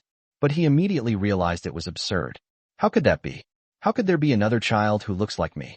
I'm probably overthinking it. Chen Jingshu is Chun Bing's aunt, so this child should be Chun Bing's cousin or something similar. I guess I've been too tired lately, and I'm suspicious of everything I see. He looked away, picked up the paper cup, and took a sip of water. Chen Jingshu didn't notice his absent-mindedness. She put down her teacup, about to ask more about the algorithm details. The phone on the table rang. The caller ID showed Chen Bing. Chen Jingshu frowned and rejected the call. But the phone rang again immediately. They refused to answer again. They hit him again. Chen Jingshu's brows furrowed even deeper. She picked up her phone, answered the call, and put it on speakerphone. I'm busy, I'll talk to you later. Auntie, are you meeting a salesman named Gao Yang? Chen Bing's voice burst from the loudspeaker, urgent and loud. Gao Yang sat opposite him, his expression calm. Chen Jingshu glanced at Gao Yang and said into the phone, Yes. What's wrong? Auntie, you absolutely mustn't believe him. That guy is trash. He was just fired from our company yesterday. He used to work for me. He was incompetent and always caused a lot of trouble. When I asked him to visit clients, he went and got into arguments with people. When I asked him to create proposals, he plagiarized others. He was just a slacker. And this guy has character issues. He's dishonest, cheats, and swindles money from the company. Our audit team found out it's tens of thousands of yuan. The company didn't call the police to arrest him only because they felt sorry for him. Auntie, you absolutely cannot trust this kind of person. He's definitely just putting on an act in front of you to get the project. Tell him to get out. Tell him to get out right now. Chen Jingshu did not speak. She looked at Gao Yang. Gao Yang was also looking at her. Chen Jingshu didn't answer Chen Bing. She simply hung up the phone. Gao Yang then spoke, his voice steady. Professor Chen, you can make your judgment about my technical skills and character based on the report I just submitted in our 20-minute exchange. As for Manager Chen's evaluation of me, there is indeed some personal grudge between us. This is an internal company matter and has nothing to do with the technical issues you are concerned about now or the needs of the Aviation Academy project. You're choosing a product. You're choosing who can truly help you solve your problems and who can advance the Azure Phoenix project. Personal grudges shouldn't affect your choice of the optimal solution. Chen Jingshu looked at him quietly. Let's continue. Another half hour passed. There are several points in your proposal that I find very interesting, but I need to see tangible results. Anyone can talk the talk, but not walk the walk. Gao Yang sat up straight. We can provide a beta license. Deploy it in your experimental environment to run a set of comparative data. Whether it works or not, the data will speak for itself. How long will it take to deploy? If it's convenient for you, I can bring an engineer over tomorrow. Chen Jingshu glanced at the calendar. The day after tomorrow, I guess. I have an academic conference tomorrow. She tore off a piece of sticky note, wrote down an email address and phone number, and pushed it over. This is my assistant's contact information. You can arrange a time with her. Also, please send me a copy of the references you just mentioned. Good. Gao Yang took the note, carefully folded it, and put it in his shirt pocket. Then Professor Chun, I won't bother you any longer. He got up and slung his bag over his shoulder. As he reached the door, Chen Jingshu suddenly called out to him. High-spirited. He turned back with a high voice. Having good technical skills doesn't guarantee you can win projects. But if your skills aren't good, you definitely won't win. Do you get me? Gao Yang nodded. I understand. Thank you, Professor Chun. He opened the door and went out. The door closed gently. Chen Jingshu sat in the chair, not moving. She looked at the report on the table, then at the algorithm document on the computer screen. Then she picked up her phone, opened her contacts, and found a number labeled Dean Wang. The call was made. The call was answered quickly. Dean Wang, this is Jingshu. Well, regarding the procurement of the simulation platform, I'd like to adjust the evaluation criteria. Yes, the weighting of technology has been increased to 70%. The weighting of price has been reduced accordingly. The reason? I see a more promising solution. Which one? Yuhua Technology. Yes, it's the one whose price you thought was too high before. I want to give them a chance to test it out in practice. Okay, we'll discuss the specific details at tomorrow's meeting. After hanging up the phone, Chen Jingshu picked up the group photo. The little boy in the photo has a bright, sunny smile. She reached out her fingertips and gently touched the child's face. Then she looked up and looked towards the doorway. Why do I feel like the salesperson's eyebrows and eyes look a bit like Xiaobao's? It must be an illusion. As dusk falls, the city lights begin to illuminate the night. In the hotel's presidential suite, Tang Zhong stood by the study window, his satellite phone already dialing an overseas number. The phone rang 7 or 8 times before being answered. Speak. Gentlemen. Tang Zhong unconsciously bent over slightly, even though the person on the other end of the phone couldn't see it at all. Have you found out? Came an aged voice from the phone. It's all been confirmed. The boy's name is indeed Gao Yang, and he's 22 years old. His mother, Gao Xiulan, also known as Miss Ng, passed away 6 years ago from uremia, in its late stages. There was a few seconds of silence on the other end of the phone. All that could be heard was slightly heavy breathing. How has the child been all these years? Tang Zhong opened the folder in his hand, and the pages rustled in the quiet study. It's very bitter. When Missing left, Gao Yang had just started college. His tuition was covered by student loans, and he relied on part-time jobs to make ends meet. He washed dishes in the school cafeteria, sorted packages at the courier station, and worked as a waiter in a bar at night. During the most difficult time, he would only eat 3 steamed buns a day. His grades were excellent. Tang Zhong paused. Throughout his 4 years of university, he never fell out of the top 3 in his major. In his senior year, when there were spots available for postgraduate admission without taking the entrance exam, his advisor personally spoke with him. He didn't go. Why? The old man asked urgently. Because he was poor. Tang Zhong's voice lowered. Although the tuition was waived for postgraduate studies, he had to earn his own living expenses. At that time, he still owed student loans, and he hadn't paid off the money he owed to relatives for his mother's medical treatment. He needed to start working and earn money immediately. Yesterday, Tang Zhong continued his report. He suddenly paid off all his debts. We checked his bank statements and found 2 large deposits. One was 18,000 yuan, which was a salary payment from Yuhua Technology Company. The other was 500,000 yuan, which came from Yin Yubing's personal account. Yin Yubing? The old man's voice was filled with doubt. The president of Yuhua Technology Group, a well-known businesswoman in Jiangxing, Tang Zhong explained. Gao Yang used to work in sales at her company and was just transferred to a new department yesterday. As for that 500,000, he turned to the next page. We retrieved Gao Yang's whereabouts yesterday. He went to Ankang Hospital in the morning and underwent a full set of blood tests and a high-resolution bone marrow matching test. Donate bone marrow? The old man's voice suddenly rose. Chapter 15. It's a good thing for a man to have strong bones. Yes. Tang Zhong closed the folder. The match was successful. All 10 loci are a perfect match. The patient is the brother that Yin Yubing claims to have, but he is actually her illegitimate son. He is 4 years old and has acute leukemia.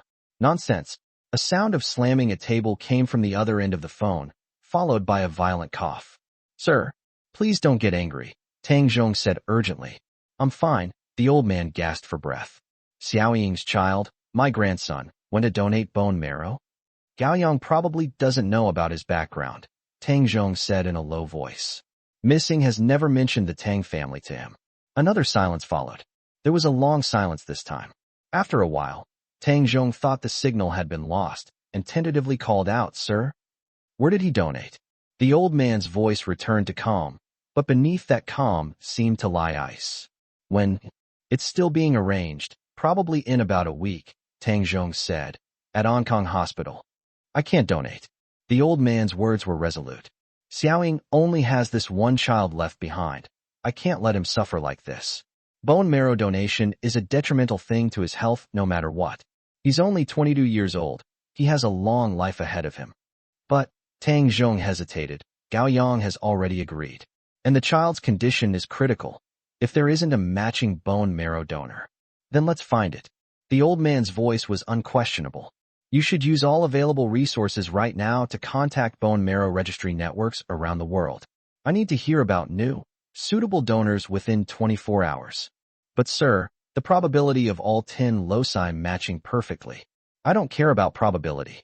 The old man's voice rose again, carrying an undeniable authority. Problems that can be solved with money aren't problems. If a reward of 10 million isn't enough, then 20 million. If 20 million isn't enough, then 50 million.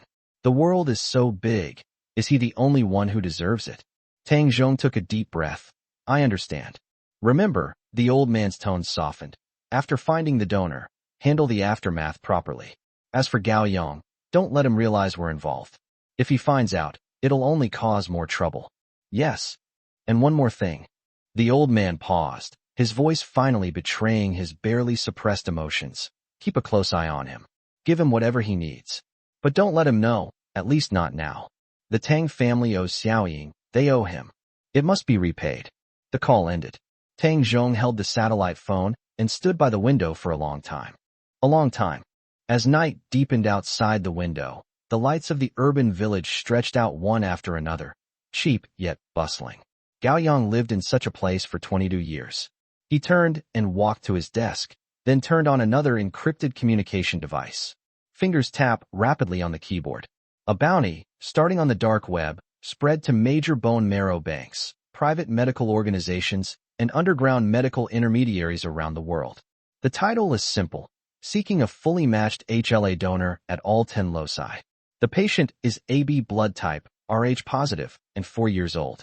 Reward, to be discussed after a successful match. Deadline, 24 hours. Click send. Tang Zhong leaned back in his chair and closed his eyes. No matter the cost, it's not a problem for the Tang family.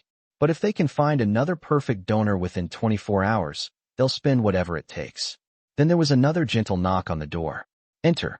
A subordinate in a black suit pushed open the door and came in, holding a tablet computer. Master Zhong, there's one more thing. Explain. When we were checking Gao Yang's information, we found that he was recently working on a project. It was the procurement of simulation software for the School of Aeronautics at Jiangyin University, with a budget of 20 million yuan. The vice dean in charge of this project is named Chen Jingshu. Tang Zhong opened his eyes, and then the subordinate handed over the tablet, which displayed a photograph. Chen Jingshu's ID photo is clean, aloof, and shows her wearing thin-rimmed glasses. She is Chun Bing's biological aunt. Tang Zhong raised his eyebrows. Chen Bing. He recalled the name in the file. Is that the sales manager at Gaoyang Company who always bullied him, stole his sales, and finally fired him? Yes. The subordinate nodded. Moreover, Chen Bing called Chun Jingshu this afternoon and said a lot of bad things about Gaoyang. However, the user flipped to the next screenshot. These are email records from the Aviation Academy's internal system. After hanging up on Chen Bing, Chun Jingshu sent an email to Dean Wang of the Procurement Committee, requesting that the weight of the technical evaluation be increased to 70%. She also specifically requested that Yuhua Technology, the company where Gao Yang is currently working, be given a practical testing opportunity. Tang Zhong took the tablet and carefully read the email. After a long while, a smile appeared on his lips. This kid is interesting. He put down the tablet and looked at his subordinates. Keep an eye on Chen Bing. That kind of scoundrel won't let things go after being wronged. Once Gao Yang actually wins the project, he'll definitely do something desperate. Should we intervene? No need. Tang Zhong waved his hand. Let Gao Yang handle it himself. This is his battlefield. We'll just watch. Unless. His eyes turned cold. Unless Chen Bing resorts to underhanded tactics and tries to use shady methods, you'll know what to do then. Clear. The subordinate left the study. Tang Zhong sat back down in his chair, opened a drawer, and sighed. Missing, your son is even more stubborn than you were back then. But it's a good thing that men are strong-willed. Don't worry, we will protect him. The next day, Yin Yubing received a call from the hospital. Mr. Yin, I am Director Zhang from the bone marrow transplant department. Great news. We found another matching donor, with a perfect match at all 10 loci and a perfect blood type match. Yin Yubing frowned. Hasn't Gao Yang already been chosen? That's right. We conducted a high-resolution verification of this new donor, and the results were even better than those of Mr. Gao Yang. The biocompatibility of several minor sites is higher, which can further reduce the risk of postoperative rejection by 2 percentage points. Moreover, the donor made it clear that he would bear all the expenses and would not accept any reward money. He also specifically explained that this fee was compensation for Mr. Gao Yang, because he owed Mr. Gao Yang a favor. Yin Yubing sensed that something was wrong with this matter. Director Zhang, my brother's illness has dragged on for almost a year. We've searched the bone marrow registry 3 or 4 times, but we haven't found a single perfect match. Now, within a week, 2 perfect donors have suddenly appeared. Do you think this is normal? There was silence for a few seconds on the other end of the phone. Mr. Yin, I understand your concerns. But we have verified the matching results 3 times, and they are absolutely true. I have also seen the donor's medical report. He is healthy, has no history of any infectious diseases, and poses no risk whatsoever. As for why it suddenly appeared, he smiled wryly. To be honest, I also find it strange. But they have all the necessary paperwork and signed the agreement voluntarily. Our hospital has no reason to refuse. Yin Yubing, does Gao Yang know? We haven't notified you yet. According to procedure, we need to communicate with you first. What is the donor's name? Well, Director Zhang hesitated for a moment. The other party requested confidentiality, only saying that it was to repay a favor on behalf of Mr. Gao Yang. Our hospital respects the privacy of the donor, and it is not appropriate to press for details. I see. Mr. Yin, what do you think of this? Let me talk to Gao Yang first. After hanging up the phone, Yin Yubing stood by the window for a long time. What a coincidence. It's too coincidental to be real. But Director Zhang is right. The hospital has no reason to refuse a better donor. The risk is lower, and it's free. She walked back to her desk and pressed the intercom. Have Gao Yang come up here. Chapter 16, There is Another Way to Live Life. When Gao Yang pushed open the door to the president's office, Yin Yubing was standing in front of the coffee machine. The machine hummed as dark brown liquid flowed into a white porcelain cup. Sit. Yin Yubing walked over with 2 cups of coffee and placed one of them in front of Gao Yang. Thank you, Mr. Yin. Yin Yubing sat down opposite him, crossed her legs, and rested her fingers on her knees. The hospital just called, she said, getting straight to the point. We found another match, a perfect match at the loci, even better than you. Gao Yang looked up at her. The other party said they came on your behalf. Yin Yubing stared into Gao Yang's eyes. He said he owes you a favor, so he's here to donate bone marrow for you. He'll cover all the expenses, and he'll also give you a thank you gift. Gao Yang was stunned. Do you owe me a favor? He quickly went through it in his mind. Relatives? No. Friends? Gao Yang has never made a friend in his life who could donate bone marrow to him. Colleague? Even less likely. I can't think of anyone, Gao Yang said honestly. President Yin, I've never done anyone such a big favor. It's not like someone would repay a debt by donating bone marrow. Yin Yubing picked up her coffee and took a sip. So what do you think is going on? Gao Yang shook his head. I have no idea. Gao Yang. Yin Yubing put down her cup. If you don't want to donate, you can just tell me. Keep the 500,000 yuan. Consider it compensation for your lost wages over the past 2 months. Yin Yubing, won't make things difficult for you. Sit up straight with your head held high. President Yin, I will not go back on my promise. If you need it, I'm ready to be a donor anytime. If not, I'll return the 500,000 to you. This money shouldn't have been mine in the first place. He spoke calmly. There was no declaration of loyalty, no pretense of greatness. It simply states the facts. Keep the money, she said. Regardless of who's behind it, this favor is owed to you. If the surgery is successful, I'll owe you a favor. If it fails, she didn't finish speaking. I'll have the hospital prepare according to the new donor's plan. Yin Yubing stood up, indicating that she was seeing him off.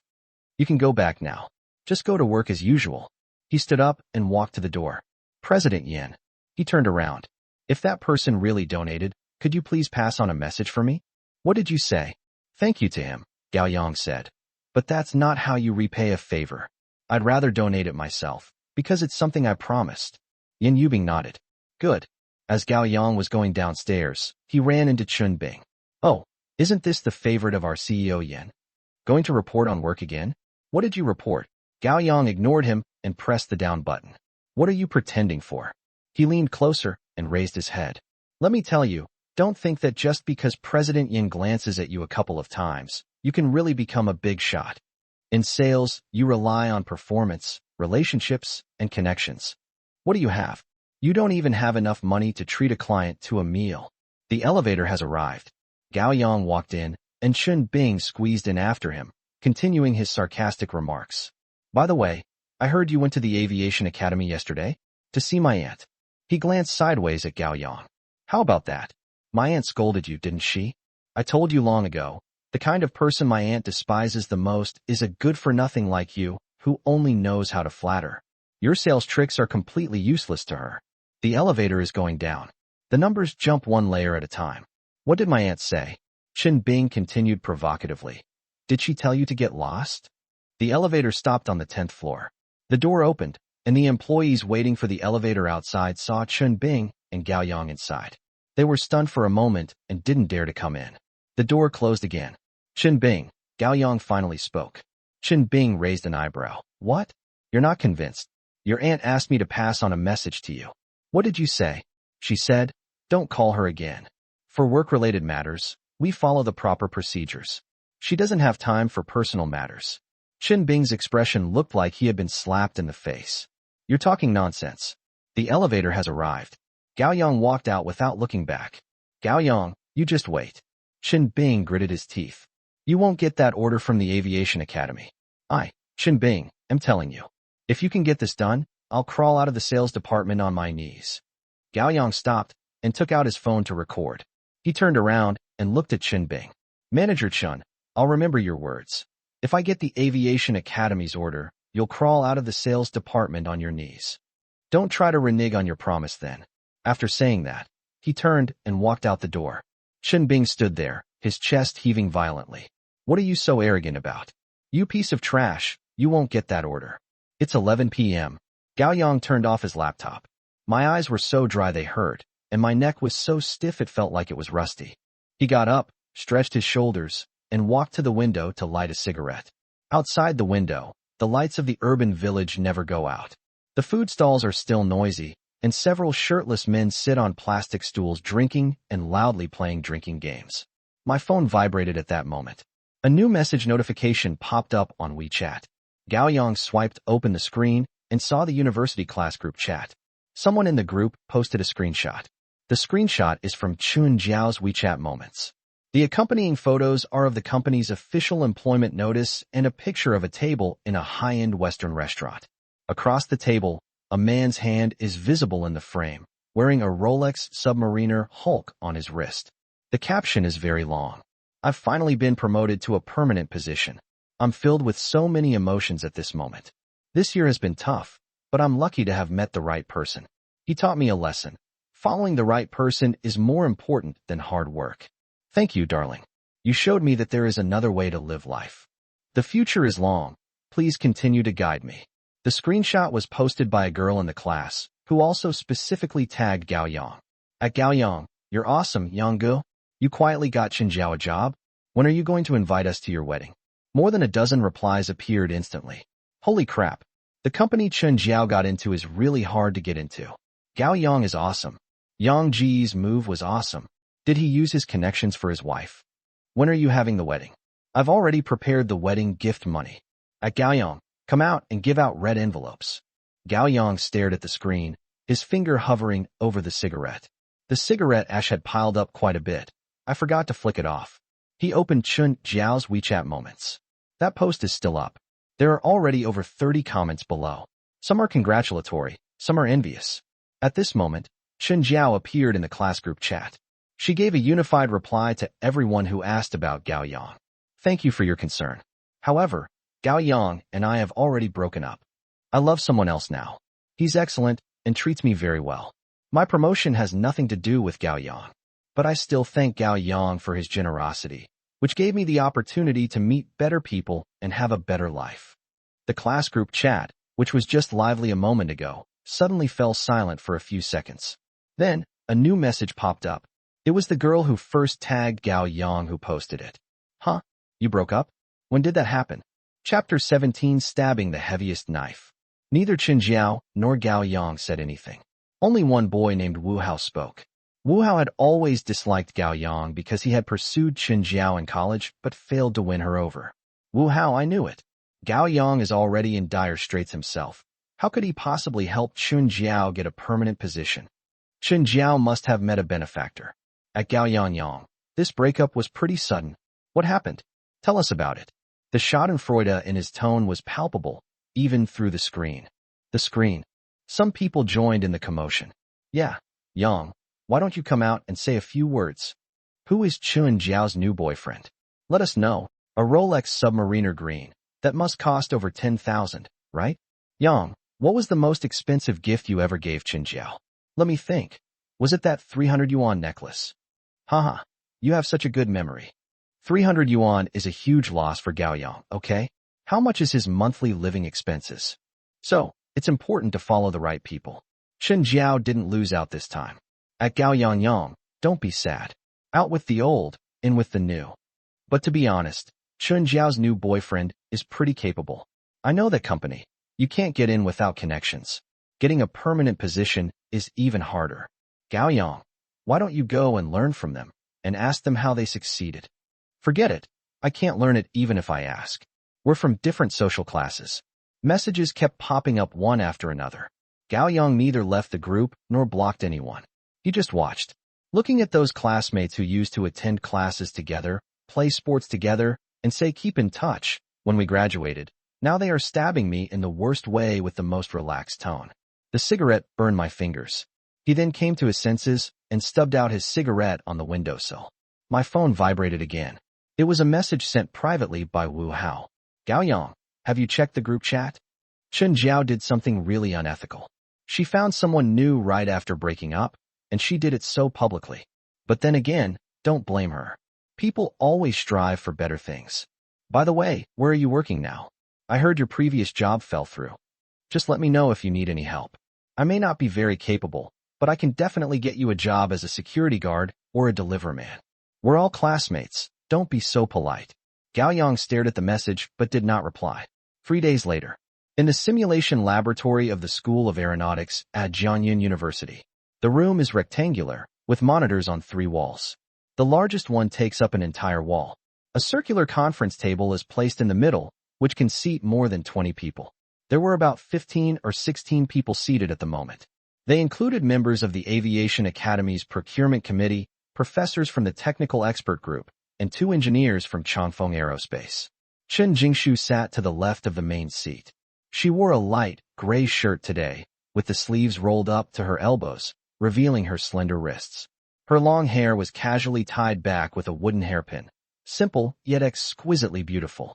She had a notebook open in front of her, a pen twirling in her hand, and didn't look up. Gao Yang and Wang Hai sat near the door. For people arrived at Department 2, Wang Hai, Gao Yang, and 2 technical engineers. One was Old Zhang, in his 40s, who had worked at the company for over 10 years. The other was young Liu, a master's graduate recruited last year. Old Zhang was adjusting the equipment, and sweat was already beading on his forehead.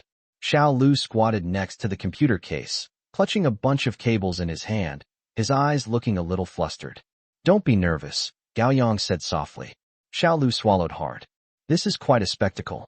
That old man in the gray suit is Academician Liu from the Aeronautical Academy, a leading figure in China's flight control systems. And that lady over there with glasses is the chief engineer of Changfeng Aerospace. We'll just demonstrate ours," Gao Yang said. "We'll answer their questions truthfully. If we can't answer, we'll say we need to go back and study it." Xiao Lu nodded, his hands still trembling.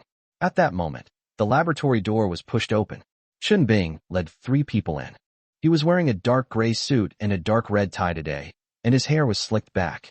Behind him were 2 key sales personnel from his department, and a middle-aged man wearing gold-rimmed glasses who was carrying a silver metal case. "Oh, everyone's here." Chen Bing smiled and glanced around the laboratory before finally settling on Gao Yang. His eyes were like needles. "Vice Dean Chen, experts, I'm sorry I'm late." Chen Bing walked to the conference table and nodded to Chen Jingshu. "Aunt." "Vice Dean Chen." Chen Jingshu didn't respond. She just raised her eyelids slightly. Chen Bing didn't mind and pulled out a chair for himself, sitting down in a reserved seat. The 3 men he brought stood behind him like bodyguards. The man with the gold-rimmed glasses placed the metal box on the table and opened it. Inside was a heavy laptop and a stack of beautifully bound proposals. Chen Bing pulled out a book and handed it to the director of the purchasing committee next to him. "Director Wang, this is a supplementary plan that our sales team worked on overnight. In response to the special needs of the Qinghuan project, we made 17 customized optimizations based on the standard version of Yuhua Technologies software." Director Wang took the proposal, flipped through 2 pages, and nodded. "Manager Chen, you're very kind." "Of course," Chen Bing said with a smile. "For such a large project, our department must go all out. We can't be like some other departments." He looked towards Gao Yang's direction. "Just grab any 2 people, give them a standard version, and you're good to go." The experts exchanged glances. Wang Hai's face was grim. He wanted to speak, but Gao Yang held his hand down. "Let's begin," Chen Jingshu suddenly said. Old Zhang wiped his sweat and walked to the control panel. "Distinguished leaders and experts, I am a technical engineer from Yuhua Technology. Next, I will demonstrate the practical application of our company's Tiangong simulation platform in the UAV flight control system." He clicked the mouse. The large screen on the front wall lit up. The blue startup screen displays the Yuhua logo rotating before entering the main software interface. Old Zhang took a deep breath and began to explain. The first half went smoothly. He's talked about software architecture, core modules, basic functions, hundreds of times. He could recite them with his eyes closed. Several experts nodded occasionally and took notes in their notebooks. Chen Bing crossed his legs, a half-smile playing on his lips. The demonstration has now moved to its third part, complex scenario simulation. Old Zhang brought up a preset flight control test scenario. "Next, we will simulate the autonomous landing process of a drone under conditions of strong electromagnetic interference and partial sensor failure. This scenario involves multi-source information fusion, fault diagnosis, and online reconstruction of the control law." He clicked Run.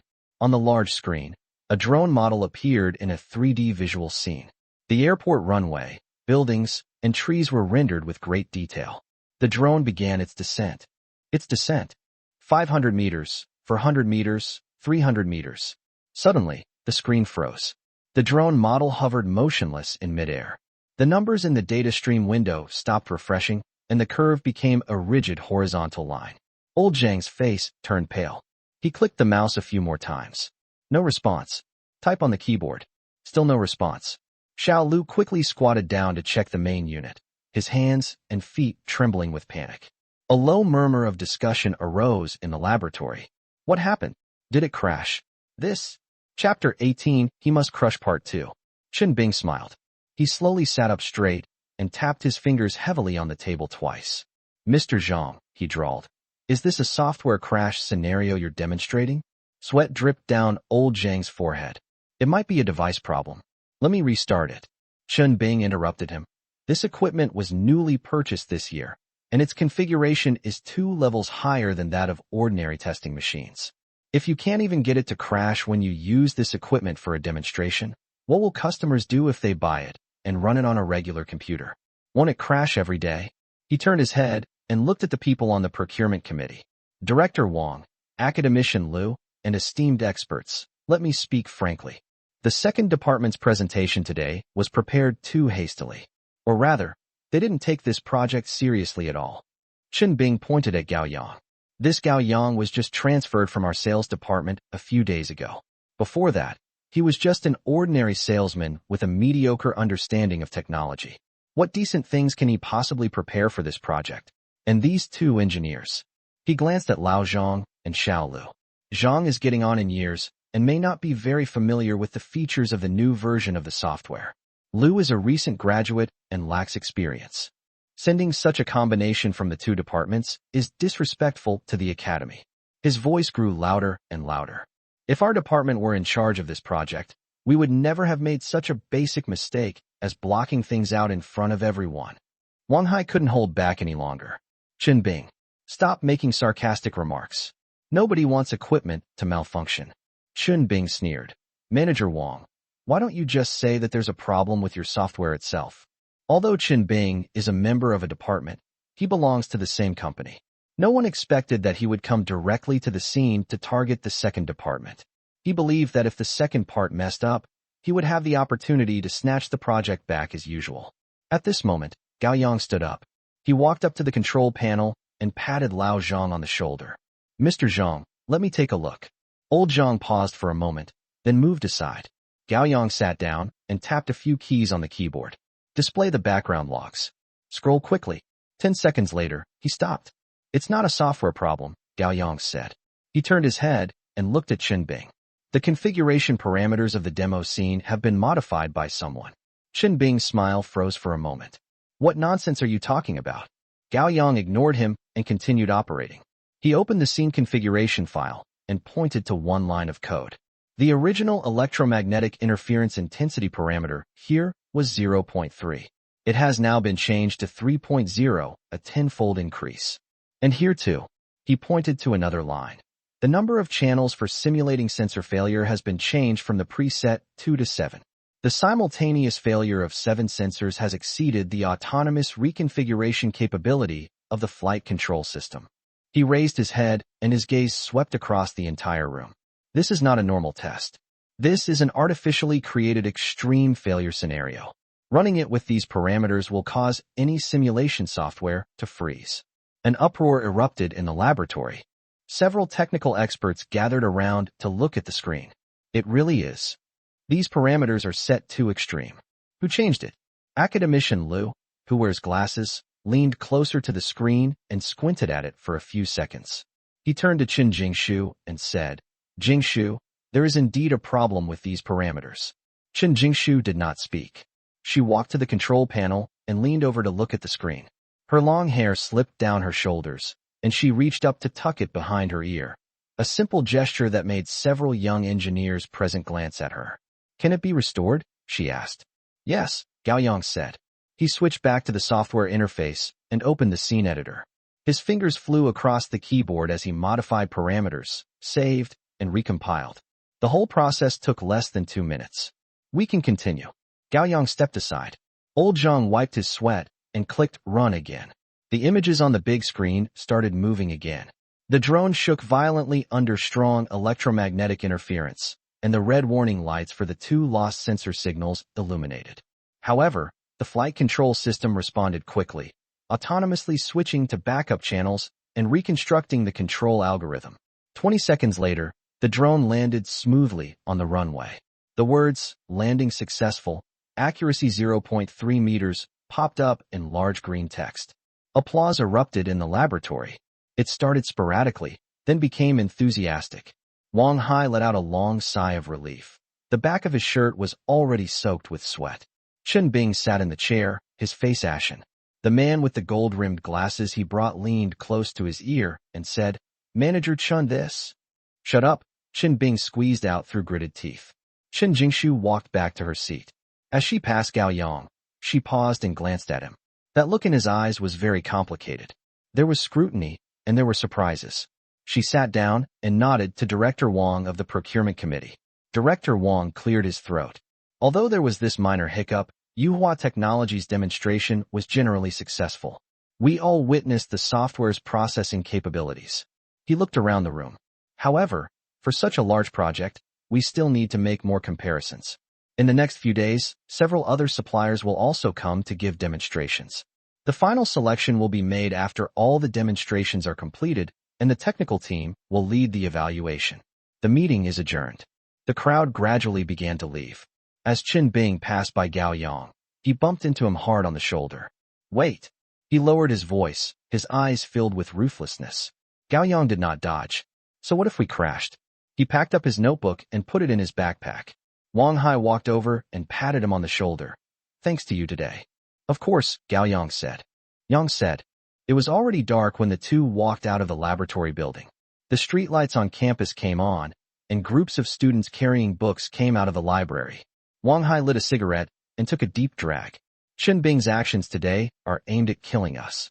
"I know," Gao Yang said. "Do you know why he's in such a hurry?" Gao Yang shook his head.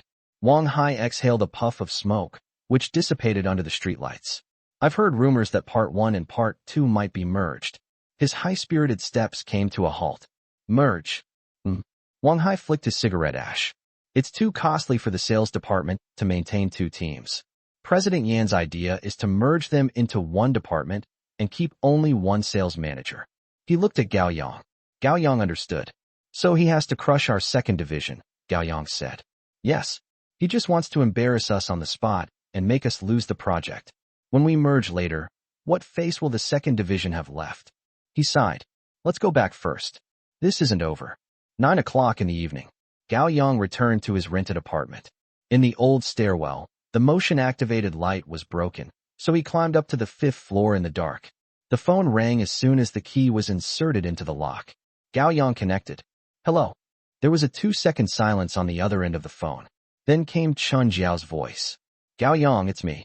Gao Yang's hand, which was turning the key, stopped. "What's up?" "I'm downstairs," Chun Jiao said. "Could you come down for a moment? I have something to tell you." "Gao Yang, if you have something to say, come upstairs. I don't want to come downstairs." He hung up the phone after saying that. Chapter 19. I value talent, not family ties. A few minutes later, Chun Jiao came up. She was wearing a new off-white dress that made her skin look very fair. She was carrying a small handbag with the logo of a certain accessible luxury brand. "Have you eaten dinner?" she asked. "Get straight to the point," Gao Yang said. Chun Jiao bit her lip. "Gao Yang, give that Aviation Academy project to Chen Bing." Gao Yang looked at her. He didn't say anything. Chun Jiao felt a little flustered by his gaze, but she still continued. "Chen Bing said that as long as you withdraw, he can give you a sum of money. 50,000. That should be enough for you to pay off your debts for a while." Gao Yang smiled. 50,000. Chun Jiao thought he was tempted, so her tone softened. "Gao Yang, I know you're short of money right now. 50,000 is a lot. It would take you a long time to earn that much working. Besides, you might not even be able to secure this project. Why go against Chen Bing? He has powerful backers. You can't beat him." "Then let him come and tell me himself," Gao Yang said. He doesn't want to see you." Chun Jiao lowered her head. "He's my boyfriend, and I hope things don't get too tense between you two." Gao Yang nodded. "Okay, then go back and tell him that I can quit." Chun Jiao's eyes lit up. "But 50,000 is too little." "Then, how many do you want?" 5 million, Gao Yang said. "Cash, all at once.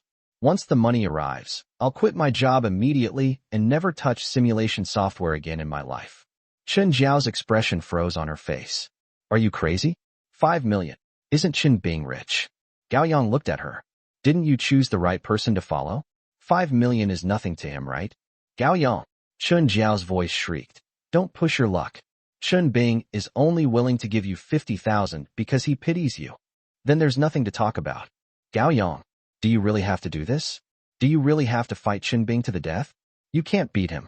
In the end, you won't get a single penny, and you'll lose your job. He gave a cold laugh. Chen Jiao, that day in the group chat, you said you'd chosen the right person to follow.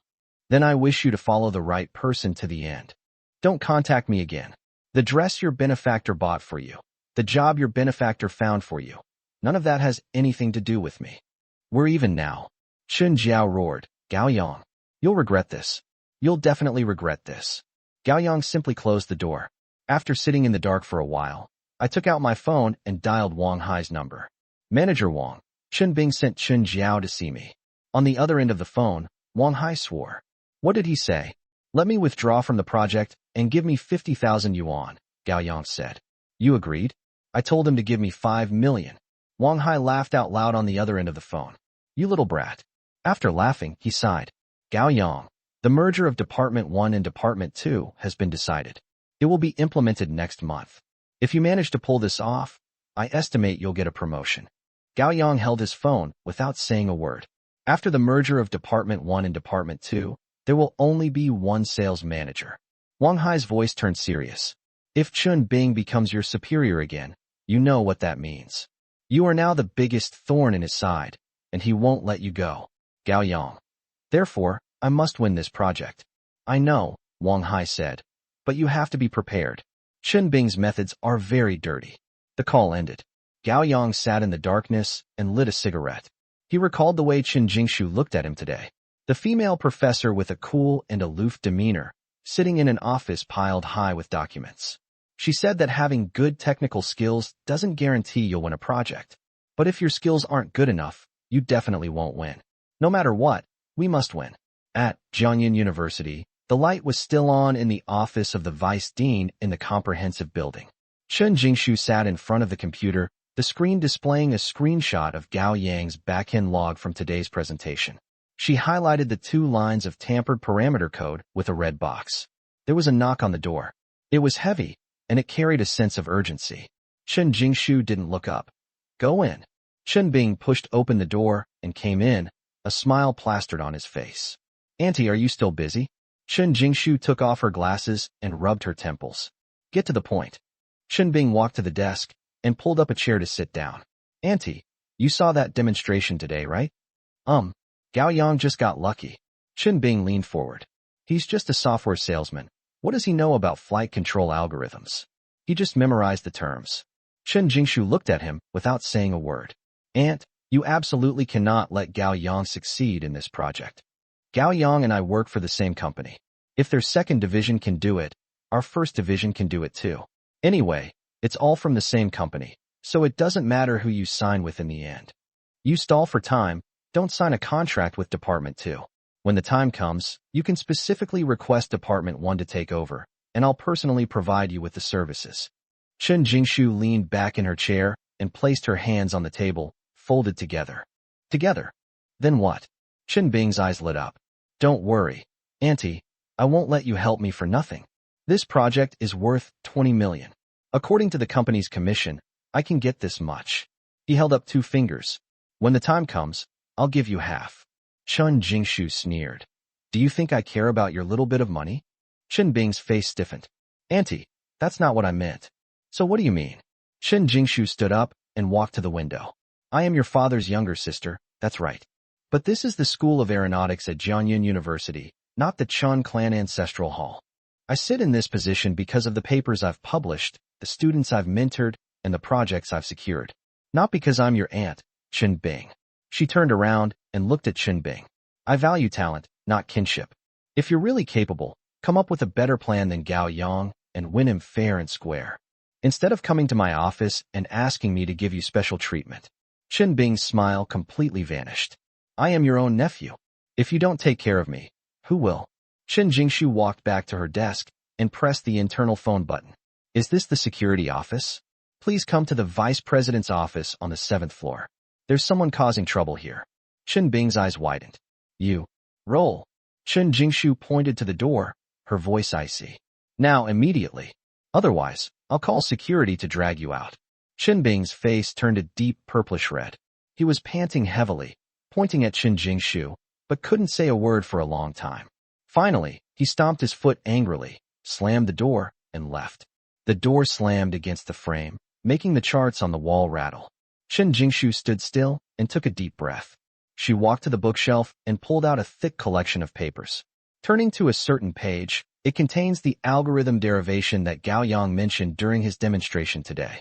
That kid is definitely skilled.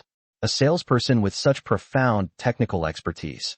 I thought it was a real shame that he didn't pursue a master's degree.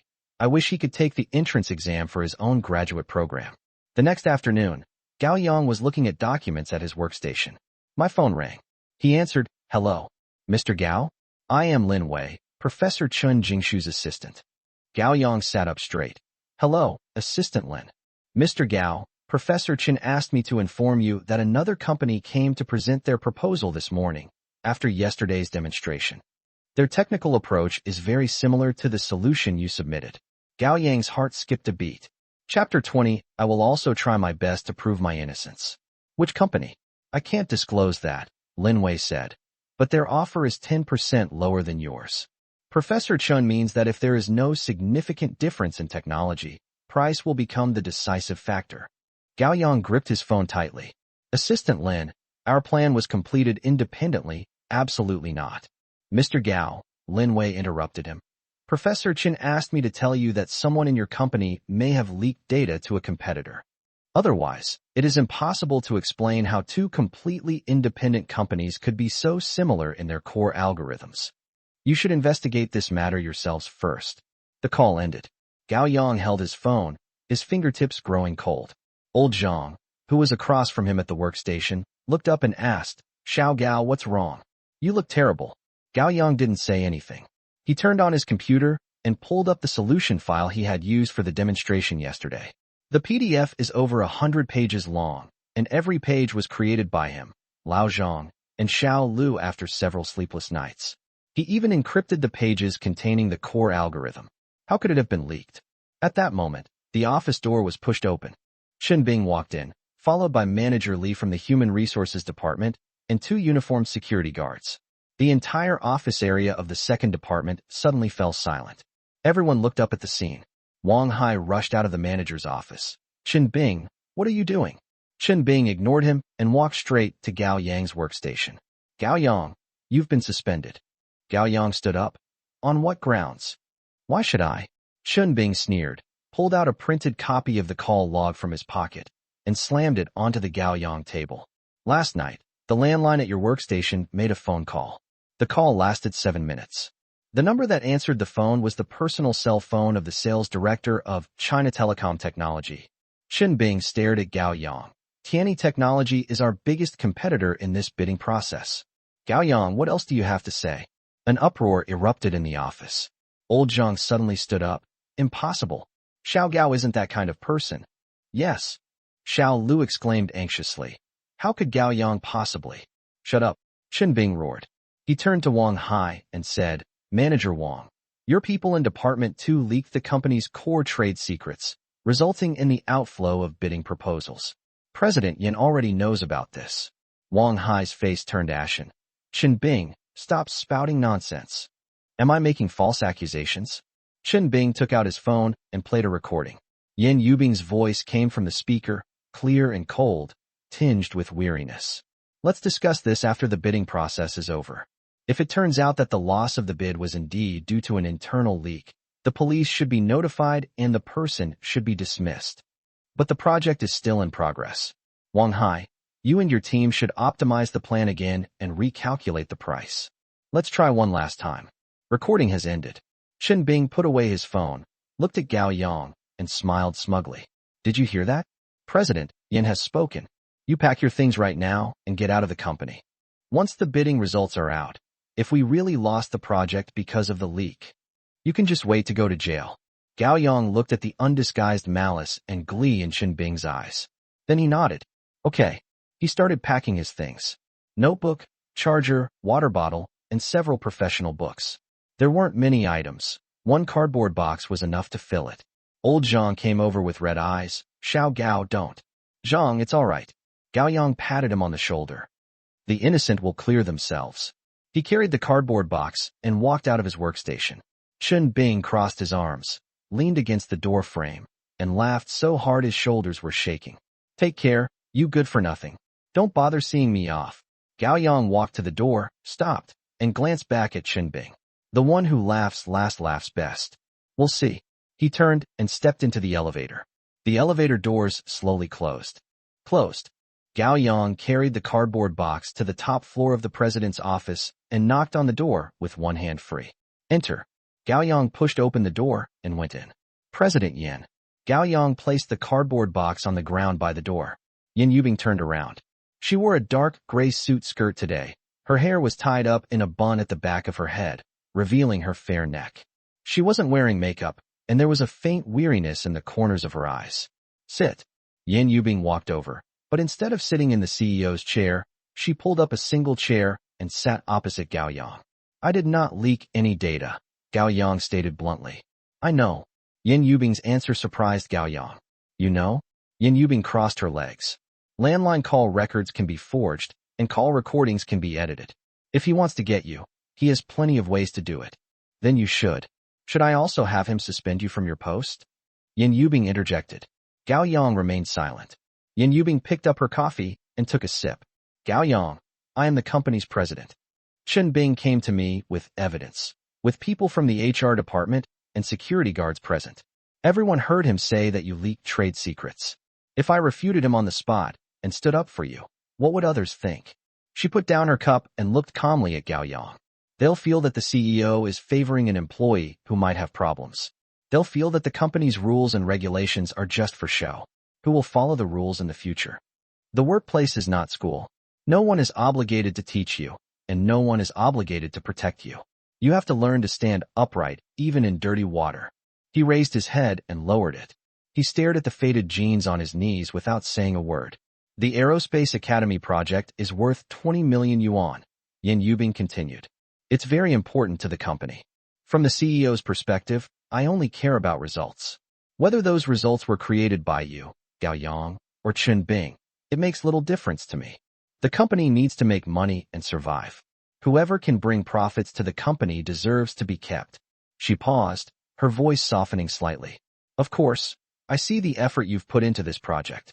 If Chun Bing does sign the contract in the end, I'll have him share a portion of your commission. You won't work for nothing. Gao Yang raised his head and looked at Yin Yubing. I see. Thank you, Mr. Yin. He stood up and walked towards the door. Reaching the cardboard box, he bent down and picked it up. Gao Yang, Yin Yubing called out to him. He turned back with a high voice. Consider these 2 days a holiday, Yin Yubing said. I will have HR pay your salary as usual. Once the bidding results are out, if it proves you are innocent, the company will give you an explanation. Gao Yang nodded. Okay. I will also try my best to prove my innocence. He opened the door and went out. The door closed gently behind me. Yin Yubing sat on the sofa, motionless. She looked at the door, then sighed. Chapter 21, Giving Mr. Gao Face. When Gao Yang returned to his rented room with the cardboard box, it was already evening. The motion-activated light in the hallway was still broken. He climbed up to the 5th floor in the dark, inserted the key into the lock, and turned it 3 times before it opened. It was stuffy and hot inside. He put down the cardboard box and opened the window. The smell of cooking oil from the food stalls downstairs, mixed with the aroma of cumin and chili powder, wafted up, making him cough twice. The original plan was to secure the big contract with the Aviation Academy and then move to a new house after receiving the commission. Unexpectedly, Chun Bing still managed to sabotage them. My phone vibrated in my pocket. It was a WeChat message from Wang Hai. Xiao Gao, don't be discouraged. That bastard Chun Bing is playing dirty tricks. We'll turn the tables sooner or later. Gao Yang didn't reply and didn't know how to reply. I lit a cigarette, and the smoke swirled in the dimly lit room. He remembered the call log that Chun Bing had slammed on his desk, the undisguised smugness in Chun Bing's eyes, and the way his colleagues in the office looked at him. There was sympathy, there was doubt, and there was also schadenfreude. Shake off the cigarette butt and stomp it out with your foot. I took out my laptop, turned it on, and logged into the company system. Access has been frozen. Project data, customer information, and even the internal address book are inaccessible. Only a cold, impersonal message popped up. Your account has been suspended. Please contact the administrator. Gao Yang stared at the screen for a full minute. Then he closed his laptop and lay back on the bed. At the same time, Chun Bing was sitting in a private room at a Japanese restaurant. Across from him was the sales director of Tianyi Technology, surnamed Zhao, in his early 40s, bald, and wearing gold-rimmed glasses.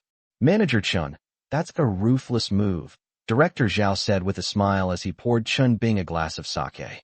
You've directly suspended one of your own people. Chun Bing picked up his glass and downed it in one gulp. Mr. Zhao, let's not beat around the bush. How much is the proposal I gave you worth? Director Zhao held up 3 fingers. 300,000. It's already been transferred to your distant cousin's account. Don't worry, it won't be traced back to you. Chun Bing grinned. Mr. Zhao is so straightforward. However, Director Zhao changed the subject. Having a plan is not enough. If Manhua Technology tries to lower the price, we will still be in a very passive position. Chun Bing poured himself another glass of wine. Don't worry about that. That kid surnamed Gao has been suspended, and that old bastard Wang Hai can't cause any trouble. As for President Yin only cares about results. Whoever signs the project is the hero. The process doesn't matter. Director Zhao pushed up his glasses, his eyes gleaming behind the lenses. I'm relieved to hear that, Manager Chun. Come on, let's have another drink and wish each other a happy cooperation. It's a pleasure doing business with you. The next day, at 10 a.m., Chun Bing walked into the company building whistling. He wore a new suit today, and his hair was so slicked back that even a fly would have to do the splits if it landed on him. The receptionist saw him and sweetly greeted him. Good morning, Manager Chun. Chun Bing smiled and nodded, then walked briskly into the elevator. His face was reflected in the elevator mirror. He straightened his tie in front of the mirror, and his smile widened. That good-for-nothing Gao Yang is probably still lying in his rented room getting moldy, right? Suspended from duty. Get lost. Once the project with the Aerospace Academy is signed and the sales department is merged, Chun Bing will be the manager. The 2 sales department managers are equivalent to deputy directors. If that old bastard Wang Hai knows what's good for him, he'll obediently become his deputy. His deputy. If he doesn't, then we'll both get out of here. There's also Yin Yubing. That woman always has that icy expression on her face. Who is she trying to impress? Once he becomes the pillar of the company, let's see if she still dares to look down on him like that. If you dare offend him, just take your clients away and switch jobs, cutting off her lifeline. The elevator has arrived. Chun Bing walked out, head held high, and headed towards Sales Department 1. He ran into several colleagues in the hallway, who all greeted him with smiles. Manager Chun, you look great. Absolutely. People are in high spirits when they have good news. I heard that the project from the School of Aeronautics and Astronautics is already in our hands. Chun Bing waved his hand, feigning modesty. Well, we haven't signed a contract yet, so it's hard to say. But Gao Yang from Department 2 has been suspended for leaking company secrets. Besides Department 1, who else can take on this project? Several colleagues exchanged glances and smiled knowingly. Manager Chun is truly amazing. That's right, those guys from the 2nd department are no match for them at all. Chun Bing felt as comfortable as if he had drunk an ice-cold beer on a sweltering summer day. He pushed open the door to Sales Department 1, walked to his workstation, and before he could even sit down, his phone rang. It was the spy he planted in the 2nd department. Chun Bing answered the phone, his tone light. What's wrong? Is that old bastard Wang Hai cursing in the office again? The voice on the other end of the phone sounded a little panicked. No. Manager Chun, something's happened. What's the rush? Speak slowly. I just received news that Tianyi Technology, Shihang Technology, and Xingtu Intelligent, the other 3 bidding companies, have just announced their withdrawal from the Aerospace Academy's project. What did you say? They've all withdrawn. Just 10 minutes ago, the 3 companies almost simultaneously sent formal letters to the Aviation Academy's procurement office, stating that they voluntarily withdrew from this tender due to strategic adjustments within their companies. Chun Bing still didn't believe it. Impossible. How could they possibly back out? This project cost 20 million, and the profit should be at least 5 or 6 million. Are they crazy? I don't know, but the procurement office has confirmed it. The news is absolutely true. Now, only Manhua Technology is left to participate in the bidding. What's the reason? They need a reason to withdraw, right? What they say to the outside world is all platitudes, like strategic adjustments and resource restructuring. But I made some inquiries, and I heard. What did you hear? Tell me, I heard that the three companies are privately saying they're giving Mr. Gao faced. Qin Bing was stunned. Mr. Gao? Which Mr. Gao? That's exactly what Gao Yang is all about. Gao Yang. Gao Yang. The one he trampled underfoot, the one he kicked out of the company, and who should now be lying in a rented room like a stray dog. Where does he get his face from?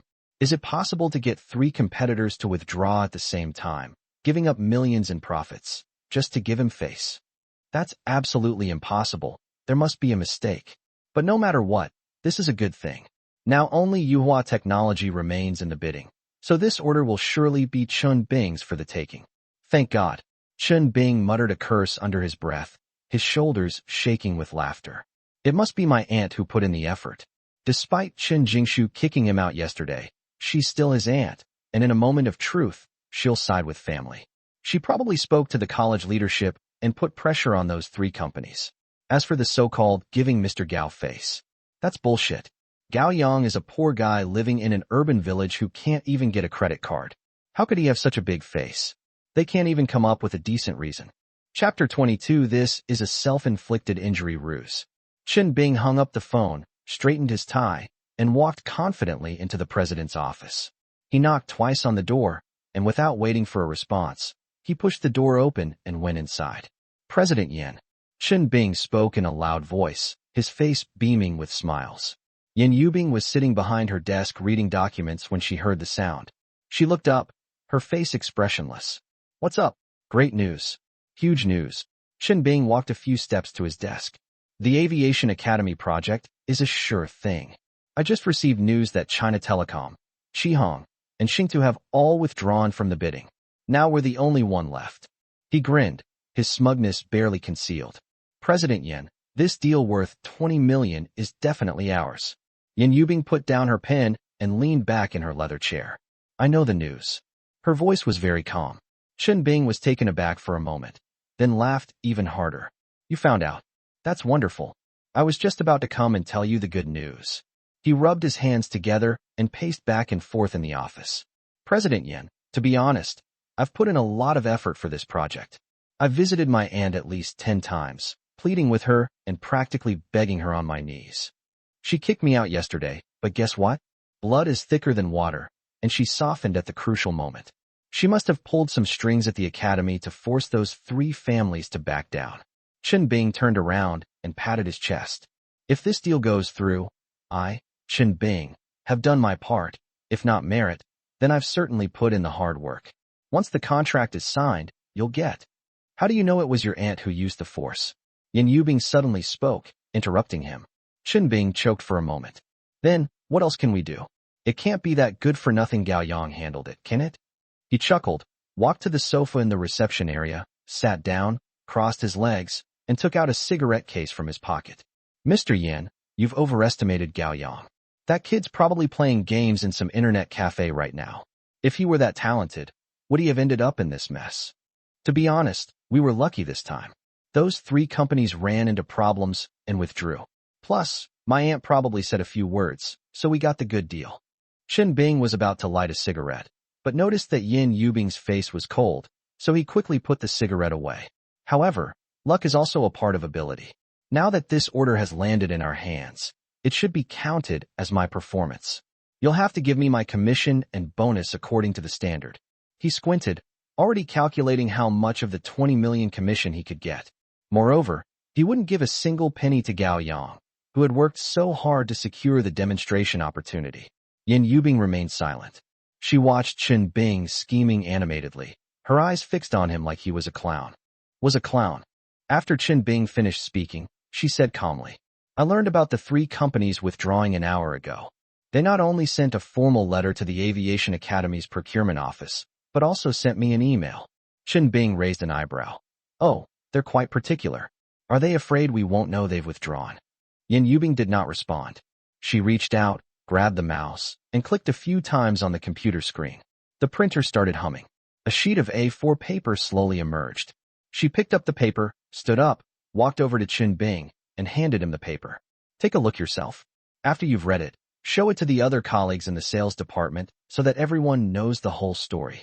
Qin Bing took it with a smile, saying, What are you looking at? It's just a withdrawal statement. The email was very formal and businesslike, but the core meaning is very simple. Out of respect for Mr. Gao Yang, our company has decided to withdraw from this bidding process. We understand that Mr. Gao Yang has temporarily suspended his leadership of the project for some reason, and we regret this. If Yuhua Technology can reappoint Mr. Gao Yang to be fully responsible for this project, our company will not reconsider participating in the bidding. Otherwise, our company reserves the right to intervene again. The email was jointly signed by the three companies. Chen Bing gripped the paper, his fingers beginning to tremble. What does this mean? He looked up and glared at Yan Yubing, his voice trembling. What do you mean? Don't you understand? Yan Yubing said calmly. Their withdrawal is to give Gao Yang face. If you still want to win this deal, Gao Yang must come back, and he must be in charge. Impossible. Chen Bing suddenly stood up and slammed the paper onto the coffee table. This is definitely fake. Forged. Who is Gao Yang? Does he have that kind of influence? To get three big companies to withdraw for him? President Yin, this email must have been done by that kid Gao Yang. The email address is an official one. The sender is verified, and the email has a digital signature. Yan Yubing interrupted him. If you don't believe me, you can call and ask yourself. Chen Bing opened his mouth, but couldn't say a word for a long time. His mind was buzzing, like a million flies were buzzing around. Gao Yang. That piece of trash he trampled underfoot, whose clients he stole, who he cheated on, and who he kicked out of the company. Could it cause three competitors to join forces and withdraw? No, that's not right. Chen Bing suddenly thought of something, and his eyes lit up. President Yin, this must be a scheme orchestrated by Gao Yang and those three companies. He deliberately made them withdraw, putting on a show of respect so you'd reinstate him. It's a ruse. Please don't fall for it. Yan Yubing looked at him, and finally a hint of impatience appeared in her eyes. Chen Bing, use your brain. If Gao Yang is so capable of colluding with three competitors, why doesn't he just collude with one to win the project? Why go through all this trouble just to go back to work at the company? Moreover, these three companies' withdrawal resulted in real financial losses. How can Gao Yang, an ordinary salesman, compensate them for their losses? With his rented room with a monthly rent of 500? Chen Bing was rendered speechless by the rebuttal. His face turned bright red, and the veins on his forehead bulged. Then, what do we do now? Do as the email says. Yan Yubing walked back to her desk and pressed the internal phone button. Notify the Human Resources Department to reinstate Gao Yang to his current position, effective immediately. Simultaneously, issue an appointment document promoting Gao Yang to Deputy Manager of Sales Department 2, with full responsibility for the Aviation Academy project. She looked up at Chen Bing. From this moment forward, you are not allowed to interfere in this project anymore. No one in the department is allowed to contact anyone from the Aviation Academy. If I find out anyone is engaging in any underhanded dealings, don't blame me for being ruthless. President Yin. Chen Bing panicked and rushed to his desk. You can't do this. I'm the one who secured this project. I'm the one who got things done for my aunt. Why should Gao Yang get the benefits without doing anything? This isn't fair. Get out. Yan Yubing pointed to the door and said coldly. Chen Bing stumbled back to Sales Department 1, almost tripping over the threshold as he entered. Several people were chatting and laughing in the office. When they saw him come in, they all gathered around. Manager Chen, I heard those three companies all withdrew? That's amazing. Our team has done a great job this time. How much bonus should President Yin give us? Manager Chen, you absolutely have to treat us to dinner tonight. Chen Bing suddenly looked up, his eyes bloodshot, and roared. Get the hell out of here. Everyone was stunned. Chen Bing pushed aside the person blocking his way, rushed into his office, and slammed the door shut behind him. It was deathly silent outside. A few seconds later, hushed whispers broke out. What's wrong? I don't know. I was quite happy just now. Did you take the wrong medicine? Chapter 23 was just to make way for him. In the rented room, Gao Yang's mobile phone was buzzing on the bedside table. Gao Yang was startled awake from a light sleep and reached over to glance at the screen. Wang Hai. He pressed the answer button, his voice still hoarse from just waking up. Manager Wang. Xiao Gao? Where are you? Wang Hai's voice was urgent and loud, as if he was holding back a lot of energy. At home. What's wrong? Get to the company right now. Immediately, Gao Yang sat up and rubbed his sore neck. What happened? He asked. This is huge news. Wang Hai said. his voice low but unable to contain his excitement. Tianyi, Qihong, and Xingtu, those three bidders have all withdrawn. Just now, they announced their withdrawal from the Aviation Academy project one after the other. Gao Yang was taken aback. Why? It is said that. Wang Hai's voice held an incredulous strangeness as he said. They said it was to give you face. Give me face, he repeated, as if to make sure he hadn't misheard. That's what they wrote in their email to Mr. Yan, Wang Hai said. The three companies sent a joint letter saying that out of respect for Mr. Gao Yang, they had decided to withdraw from the bidding.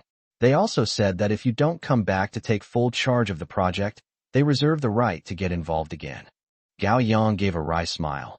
Manager Wang, please stop joking with me. I'm not joking. Xiao Gao, tell me the truth. Wang Hai's voice turned serious. Do you have some powerful connections outside? If I had those connections, Gao Yang said, would I really be letting Chun Bing ride roughshod over me? Wang Hai sighed. That's true. Then you'd better come over quickly. President Yin is looking for you. Looking for you. The whole company is in an uproar right now. Chun Bing's face. TSK. You didn't see it. It looked like he ate shit. I'll be right there. Gao Yang hung up the phone. He stood by the window and lit a cigarette. Give me face? He had lived for 22 years and had never felt that his pride was so valuable. Is it worth it for three companies to give up millions in profits just to make way for him? This is even more outrageous than winning the lottery. He finished his last puff and stubbed out the cigarette in a can on the windowsill. Change clothes, wash up, and go out. As he went downstairs, he ran into Aunt Lee from next door in the hallway. Aunt Lee was carrying a shopping basket. When she saw him, she grinned and said, Little Gao, aren't you at work today? Go, Gao Yang said. Why are you leaving at this hour? You'll get fined if you're late. It's okay, we'll make it. As I stepped out of the building, the sunlight blazed down on me. Gao Yang narrowed his eyes and hailed a taxi on the roadside. Yuhua Technology Building. In the office building lobby, several colleagues waiting for the elevator saw him, and their expressions changed. There was surprise, curiosity, envy, and an unconcealable jealousy. But no one greeted him. Everyone was doubting whether the shocking news was really true. He didn't intend to greet anyone, walked straight into the elevator, and pressed the button for the top floor. The door to the CEO's office was ajar. Gao Yang raised his hand and tapped twice. Enter. He pushed the door open and went in. Yan Yubing wore a navy blue suit skirt, the clean lines of which accentuated her slender waist. She wore no jewelry, only a simple silver watch on her left wrist. Sit down, she said. Gao Yang sat down on the sofa in the reception area. Yan Yubing didn't sit in the CEO's chair. Instead, she walked over and sat on the single sofa opposite him. Congratulations, Gao Yang. You can now take full control of the Aviation Academy project, Yan Yubing continued. From today onwards, you will be responsible for all matters related to this project, technical coordination, business negotiations, and contract signing. The people in Department 2 are at your disposal. If you need cooperation from other departments, just contact the director and say it was me. He raised his finger and tapped it lightly on his knee. President Yan, I'm afraid I won't do a good job and will disappoint you. Yan Yubing smiled. She doesn't smile often, but when she does, she's truly beautiful. I know you're angry, Yan Yubing said. Yesterday, Chun Bing came to me with those evidence, and I suspended you from your post in public. You must think I didn't distinguish right from wrong and that I was biased towards him. Gao Yang did not deny it. Gao Yang, if you were in my position, you would understand my difficulties. I am the president, but I am also responsible to the board of directors. When the company's performance declines, I am the first to feel the pressure. When employees cause trouble, I am the one who ends up cleaning up the mess. She paused, her gaze falling on Gao Yang's face. In yesterday's situation, Chun Bing had so-called evidence, and the HR department and security were present. If I had stood up for you on the spot, what would others have thought? They would have thought the company's rules were a joke, and that I, as the president, acted based on my whims. How could I manage people in the future? Gao Yang lowered his eyes and looked at the folder on the coffee table. The title page reads, Aeronautical Academy Simulation Platform Procurement Project, below, which is a densely packed schedule. So I've come to see you today for two things.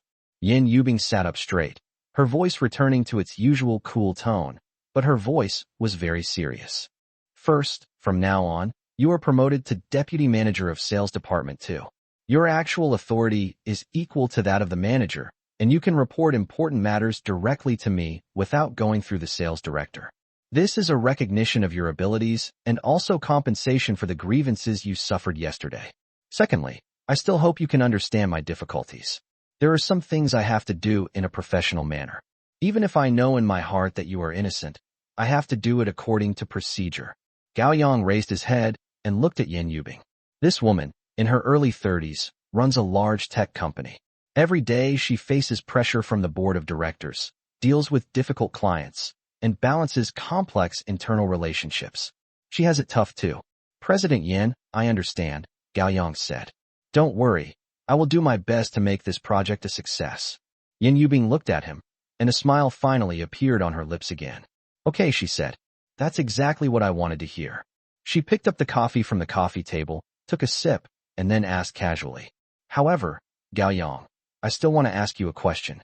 What connections do you have that allow all three companies to withdraw at the same time? Gao Yang smiled. His smile was tinged with a hint of helplessness. Mr. Yan, would you believe me if I said I didn't know either? Yan Yubing stared into his eyes for a full 5 or 6 seconds. Then she smiled too. Fine, if you don't want to talk about it, then forget it. This is the appointment letter for the deputy manager. It's already stamped. Just sign it, and it will take effect today. Gao Yang took it, opened it, and glanced at it. Position, Deputy Manager of Sales Department 2. Salary, base salary of 12,000. Commission is 3% of departmental performance. He picked up the pen and signed his name at the end. The handwriting is very neat, each stroke powerful and penetrating. Mr. Yan, if there's nothing else, I'll go back to work now. Gao Yang stood up. Wait a minute, Yan Yubing called out to him. Chapter 24, Did you bring your brother along? He turned back with a high voice. Although I was just doing my job in a formal way before, I still want to apologize to you privately for the harm I caused you. Once this project is signed, I will personally celebrate your success. She paused, then added, I also congratulate myself for not misjudging him. Gao Yang nodded, opened the door, and went out. The door closed gently behind me. Gao Yang returned to Sales Department 1. As soon as he appeared, the sound of typing stopped, the whispers ceased, and everyone's eyes were secretly observing him. He's experienced so much at the company these past 2 days. He was first dismissed, then came back, and was transferred from Department 1 to Department 2. Then he was suspended, but returned and is now the deputy manager of the second department. There are even rumors that he has powerful backers who can get 3 companies to withdraw and make way for him. Former colleagues were unwilling to believe it, yet had no choice but to. He ignored the complicated looks in their eyes and shouted, Qin Bing. That shout startled everyone. The door to Qin Bing's office was suddenly pushed open, and he leaned out, his face filled with barely suppressed anger. Anger. Gao Yang, what the hell are you yelling about? Gao Yang looked directly at him and said, Organize all the information about the Aviation Academy project and hand it to me within half an hour. Qin Bing walked out as if he had heard the biggest joke in the world, hands on his hips, and said, Who the hell do you think you are, ordering me around? The sales department's top priority now is to ensure the Aviation Academy project goes perfectly, Gao Yang said. President Yin said that all resources and everyone must cooperate. That includes you, Qin Bing, of course. If you think I'm impersonating your superior and you're not satisfied, you can go to the top floor right now, knock on President Yan's office door, and ask her face to face. Anyway, you're the best at snitching and backstabbing. You. He kept saying you for a long time, but didn't dare to utter a single word. Go confront President Yin? He wouldn't dare. Gao Yang's ability to return so openly must mean he has obtained a powerful imperial edict. His colleagues all had their heads down, but their ears were perked up. Qin Bing could feel the mockery in their eyes. He had never been so humiliated in his life. Good. Good. Gao Yang, you're awesome. Qin Bing squeezed out a few words through gritted teeth, glared fiercely at Gao Yang, and turned to a dumbfounded subordinate next to him, yelling, What are you all standing there for? Didn't you hear Deputy Manager Gao say something? Go and get the data sorted out for him. He called out, Deputy Manager Gao, with extreme resentment, yet he had no choice. Gao Yang said calmly, You were involved in this project the most, and you personally handled everything. I'm afraid someone else would make mistakes, and I don't trust them to do it. Qin Bing, you. Gao Yang interrupted him. I need to see the compiled data in 25 minutes. If the project is delayed because of you, you will be responsible for the consequences. Meanwhile, in that luxurious study on the other side of the city, Tang Zhong stood with his hands at his sides in front of the huge display screen. On the other end of the screen was an elderly man who exuded an imposing aura. Even through the screen, one could feel the oppressive presence of someone who had long held a high position. Sir, as you instructed, all three companies have withdrawn from the competition. Young Master Gao Yang has returned to the company and has been promoted to Deputy Sales Manager, in full charge of that project. The old man on the screen had no discernible expression on his face, only a faint hint of satisfaction flashing deep in his eyes. Make it clean. Don't let him realize we've interfered. Don't worry, everything's taken care of, Tang Zhong replied respectfully. Is there anything else we need to do? Should we give him a little push in business again? The old man slowly shook his head, his gaze distant. No need. A fledgling eagle must fly on its own. We'll just watch from the shadows, as long as he doesn't get bitten to death by rats in the gutter. As for the rest, let him make his own way. No pain, no gain. His mother back then, sigh? Now let's see how far this kid can go. 2 days later, in the office of the Vice Dean of Jiangyun University, Chen Jingshu pushed a preliminary draft of the contract towards Gao Yang. Manager Gao, this is the detailed agreement we drafted based on our last discussion. Please take a look. I'm curious, what methods did you use to get the other competitors to withdraw at the same time? I personally do not appreciate this kind of bid-rigging tactic. Gao Yang put down the contract, met her scrutinizing gaze, and spoke frankly. Professor Chen, I guarantee with my integrity that this matter was not orchestrated by me or Yuhua Technology. To be honest, if I had the power to make several companies give up millions in profits, I wouldn't just be a junior manager now. Chen Jingshu looked into his clear eyes, and the frankness in them seemed genuine. She nodded slightly, about to say something, when the phone screen on the table lit up with a video call request, labeled Xiao Bao. The cold lines on her face softened instantly. She made an apologetic gesture to Gao Yang and answered the video call. Mother, a little boy with a sweet, childlike voice appeared on the screen, his big eyes blinking. Xiao Bao, what's wrong? Do you miss your mom? Chen Jingshu's voice was so gentle it could melt your heart. Mom, when are you coming home? Huh. The little boy suddenly noticed the unfamiliar face on the other side of the screen. He leaned closer and stared at Gao Yang curiously. Mommy, who is this older brother? I feel like I've seen him somewhere before. The little boy's innocent words startled both Gao Yang and Chen Jingshu. As Gao Yang looked at the innocent little face on the screen, his heart skipped a beat, and an indescribable sense of familiarity quietly swept over him. Chen Jingshu also frowned slightly, subconsciously glancing at Gao Yang, then at her son on the screen, a hint of doubt flashing in her eyes. She had previously thought that Gao Yang's eyebrows and eyes looked a lot like Xiao Bao's. I always thought I was just imagining things, but now that I've compared them, they still look alike. In the video, Xiao Bao is still looking around curiously. Mom, who is this older brother? Tell me. Chen Jingshu coughed lightly, her expression somewhat unnatural. It's my mother's work partner, Brother Gao Yang. Hello, Brother Gao Yang. Xiao Bao called out crisply from the other side of the screen, his big eyes curving into crescents. Hello, little friend, Gao Yang replied with a smile. Mom, when are you going to bring Gao Yang over to play? Xiao Bao suddenly blurted out. I want him to see the new airplane model I just built. Chen Jingshu tightened her grip on her phone, a rare hint of unease flashing across her face. She has always been calm and composed when facing academic challenges and project pressures, but at this moment, she was at a loss for words when her son asked her a question. Xiao Bao, your brother is very busy. No rush, no rush. Xiao Bao shook his head. It's Friday today. Mom, you said you wouldn't work overtime on Friday nights and would spend time with Xiao Bao. Why don't you bring your brother along? Chapter 25, Unable to Defend. Children speak without restraint. This put both adults in a slightly awkward situation. Gao Yang touched his nose, his gaze falling on the draft contract on the table, pretending to be focused on reading the terms. Chen Jingshu took a deep breath, her tone gentle but with a hint of reluctance. Okay, Mom understands. You go play first. Mom will come home after get off work. Is my brother coming too? If you have time, come. Yay! Xiao Bao cheered on the other end of the video call, his little face beaming like a sunflower. Chen Jingshu said a few words in a hurry and then hung up the video call. The office returned to silence. There was something indescribable about that quietness. Don't take what the child says seriously. Chen Jingshu put her phone aside, her tone returning to its usual cool and aloof manner, but the barely noticeable redness on the tips of her ears hadn't completely faded. She pushed up her glasses, looked down at the contract, and moved faster than usual. Gao Yang raised his eyes. He looked at the young female professor in front of him, a 28-year-old vice dean, a rising star in academia, who was now showing a rare embarrassment because of her son's naive invitation. The contrast is quite interesting. I really like children, Gao Yang said.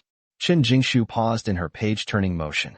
If you don't mind, I'd be happy to treat you and your child to a meal, he continued, as a way of celebrating our upcoming collaboration. Furthermore, I believe that adults should keep their promises to children. Children will remember them. That was said very naturally. There was no flattery, no ambiguity, just a very simple statement. Chen Jingshu looked up, her eyes behind her glasses staring at him. That gaze held scrutiny, inquiry, and a hint of annoyance at having their rhythm disrupted. A long time. We'll see. She looked away and drew a circle somewhere on the contract with her pen. Let's finish discussing the important matters first. Regarding Article 3, Section 4, the delivery schedule, I need you to provide more specific milestone commitments. At 6 p.m., at Chen Bing's home. Chen Bing kicked over a chair in the living room. Fuck your mother. His eyes were bloodshot, like a mad dog, as he paced around the living room. The ashtray was swept to the ground, and cigarette butts were scattered all over the floor. Shan Jiao huddled in the corner of the sofa. Didn't you say it was foolproof? Didn't you say this project was definitely yours? Well, now Gao Yang has become the deputy manager, and the signing ceremony is about to be held. The whole company is watching him shine. Shut the fuck up. Chen Bing suddenly turned around and pointed at her nose, cursing. If it weren't for you, you jinx, would I be so unlucky? Ever since I got involved with you, nothing has gone smoothly for me. Chen Jiao got angry too and stood up abruptly. Chen Bing, have you no shame? Who was it that shamelessly pursued me back then? Who said I'd have a good life with you? Now you're blaming me. Look at Gao Yang. He used to be poor, but look at him now. He's about to sign a 20 million yuan deal. Deputy manager. Hundreds of thousands in commission. From now on, you'll be able to do whatever you want in the company.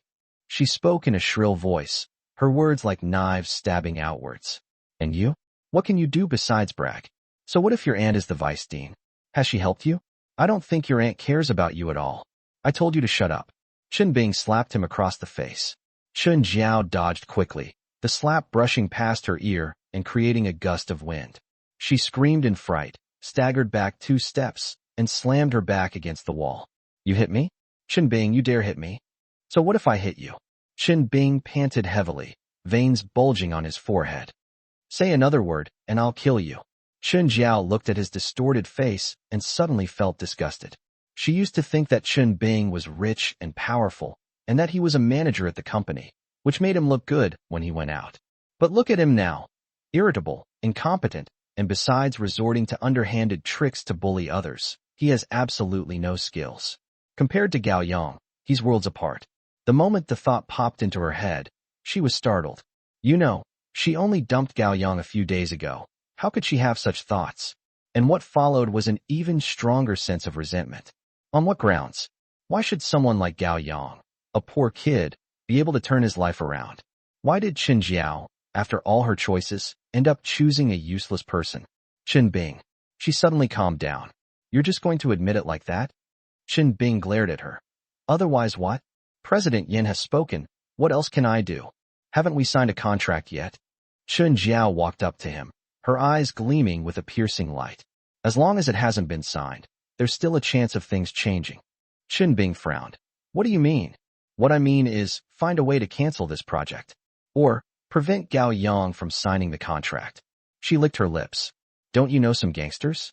Spend some money, find a few people, and tomorrow morning. She didn't finish her sentence, but her meaning was clear. Chen Bing's pupils contracted. Are you crazy? That's illegal. Illegal? Chen Jiao sneered. When you forged call records to frame Gao Yang, did you not think about whether it was illegal or not? When you secretly changed the demonstration parameters, did you not think about whether it was illegal or not?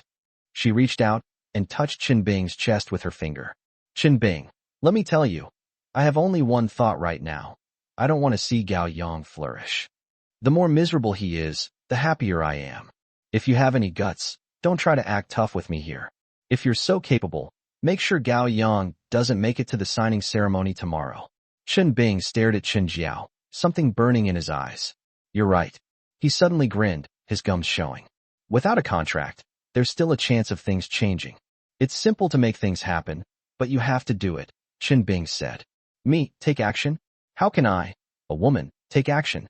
Chen Bing grinned maliciously. Didn't you say you didn't want to see him in the limelight? I have a way. Chen Jiao swallowed hard. What method?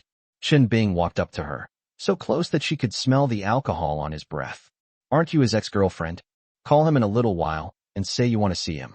Cry, play the victim, say whatever you want, just to trick him into coming out. Chen Jiao's expression changed. And then what? Let's get a room, Chen Bing said. You take the initiative, take off your clothes, and get close to him. That guy's been holding back for so long. If you flirt with him a little, he definitely won't be able to resist. Chen Jiao's hands began to tremble. You let me. Yes. Chen Bing interrupted her, his smile even more chilling. When things are halfway through, just yell rape. I'll bring people in, and they'll record it all clearly on their phones. Then we'll take them straight to the police station. He flicked his cigarette ash. Rape carries a minimum sentence of 3 years. If he goes to jail, he won't be able to attend the signing ceremony. The project will fall through, and his life will be over. Chen Jiao's legs went weak, and she leaned heavily against the wall. Chen Bing, you're insane. This is a frame-up. You'll go to jail. He's the one in jail. Chen Bing suddenly raised his voice, spitting onto her face. What are you afraid of? There are no security cameras in the room. The guys I brought in are all from the underworld. They keep their mouths shut. With the chain of evidence complete, he won't be able to deny it. Chapter 26. Neither of us will get away with this. With this. He grabbed Chen Jiao's shoulders, his fingers pinching her so hard they hurt. Don't you hate him? Hate him for being poor back then. Hate him for turning his life around. Hate him for living better than you. Then kill him. Once and for all.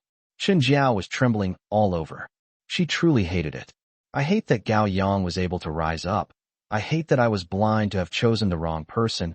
I hate that this world is unfair. But to make her use her body to set up such a trap.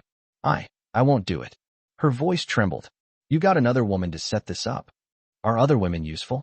Chen Bing shook her off, his eyes filled with disdain, as if he were looking at a pile of mud. Besides you, his ex-girlfriend, who else could lure him out in the middle of the night? He's only being soft-hearted because he still has feelings for you. Would he even bother with anyone else? He took the last drag and slammed the cigarette, but down hard on the coffee table. Chen Jiao, I'm telling you, this is your last chance. If this goes through, Gao Yang will go in, and the project will be mine. I'll get my commission, and you'll get 100,000. Didn't you have your eye on that bag? The 38,000 one, I'll buy it for you. If it doesn't work, Gao Yang has gotten back on his feet, and is now stepping on our heads. We'll never have an easy time again. You'll probably have to go back to your rented room, and keep eating steamed buns. Chen Jiao's mind was in a jumble. 100,000. A bag that costs 38,000. Gao Yang's appearance in prison. There's also the scene at the signing ceremony, where the spotlight shone on him and everyone applauded. She gritted her teeth and said, Fine, I'll do it. Chen Bing smiled and patted her face. That's right. Go start fighting now. Chen Jiao, holding her phone, walked to the balcony. In her contacts, the name, Gao Yang, was still at the top. She hadn't deleted it after the breakup, still feeling it was useful. It's really useful now. She gritted her teeth and dialed. It rang 7 or 8 times, and just when she thought it wouldn't be answered, it connected. Hello. A loud voice came through the receiver, devoid of emotion. Gao Yang, she began, her voice trembling with tears. Can I see you? There was a 2-second silence on the other end of the phone. Speak if you have something to say. Chen Bing hit me. She sobbed, her shoulders shaking. He kicked me out. I have nowhere to go. Gao Yang, I was wrong. I was really wrong. She cried with genuine emotion. Half of it was acting, and part of it was genuine regret. She regretted choosing Chen Bing and dumping Gao Yang. Where are you now? Gao Yang asked. Chen Jiao was secretly delighted. He's on the street. I'm afraid to go home. He might be waiting for me downstairs. Call the police, Gao Yang said. Chen Jiao was stunned. What? If he hits you, call the police. Gao Yang's tone remained flat. I'm not a policeman. Calling me won't help. No. Chen Jiao cried out anxiously. Gao Yang, I want to see you right now. I'm scared. Can you come and stay with me? Just for a little while, I beg you. A soft sigh came from the other end of the phone. Chen Jiao, we broke up. If your boyfriend hits you, you should call the police or your current friend. It's not appropriate for you to call me. Chen Jiao's tears really fell. Gao Yang, how can you be so heartless? We were together for 3 years. Don't you have any feelings for each other at all? Read it, Gao Yang said. That's why I advise you to call the police. It's for your own good. As for meeting, he paused. There's no need. Take care of yourself. Gao Yang, don't hang up. Beep.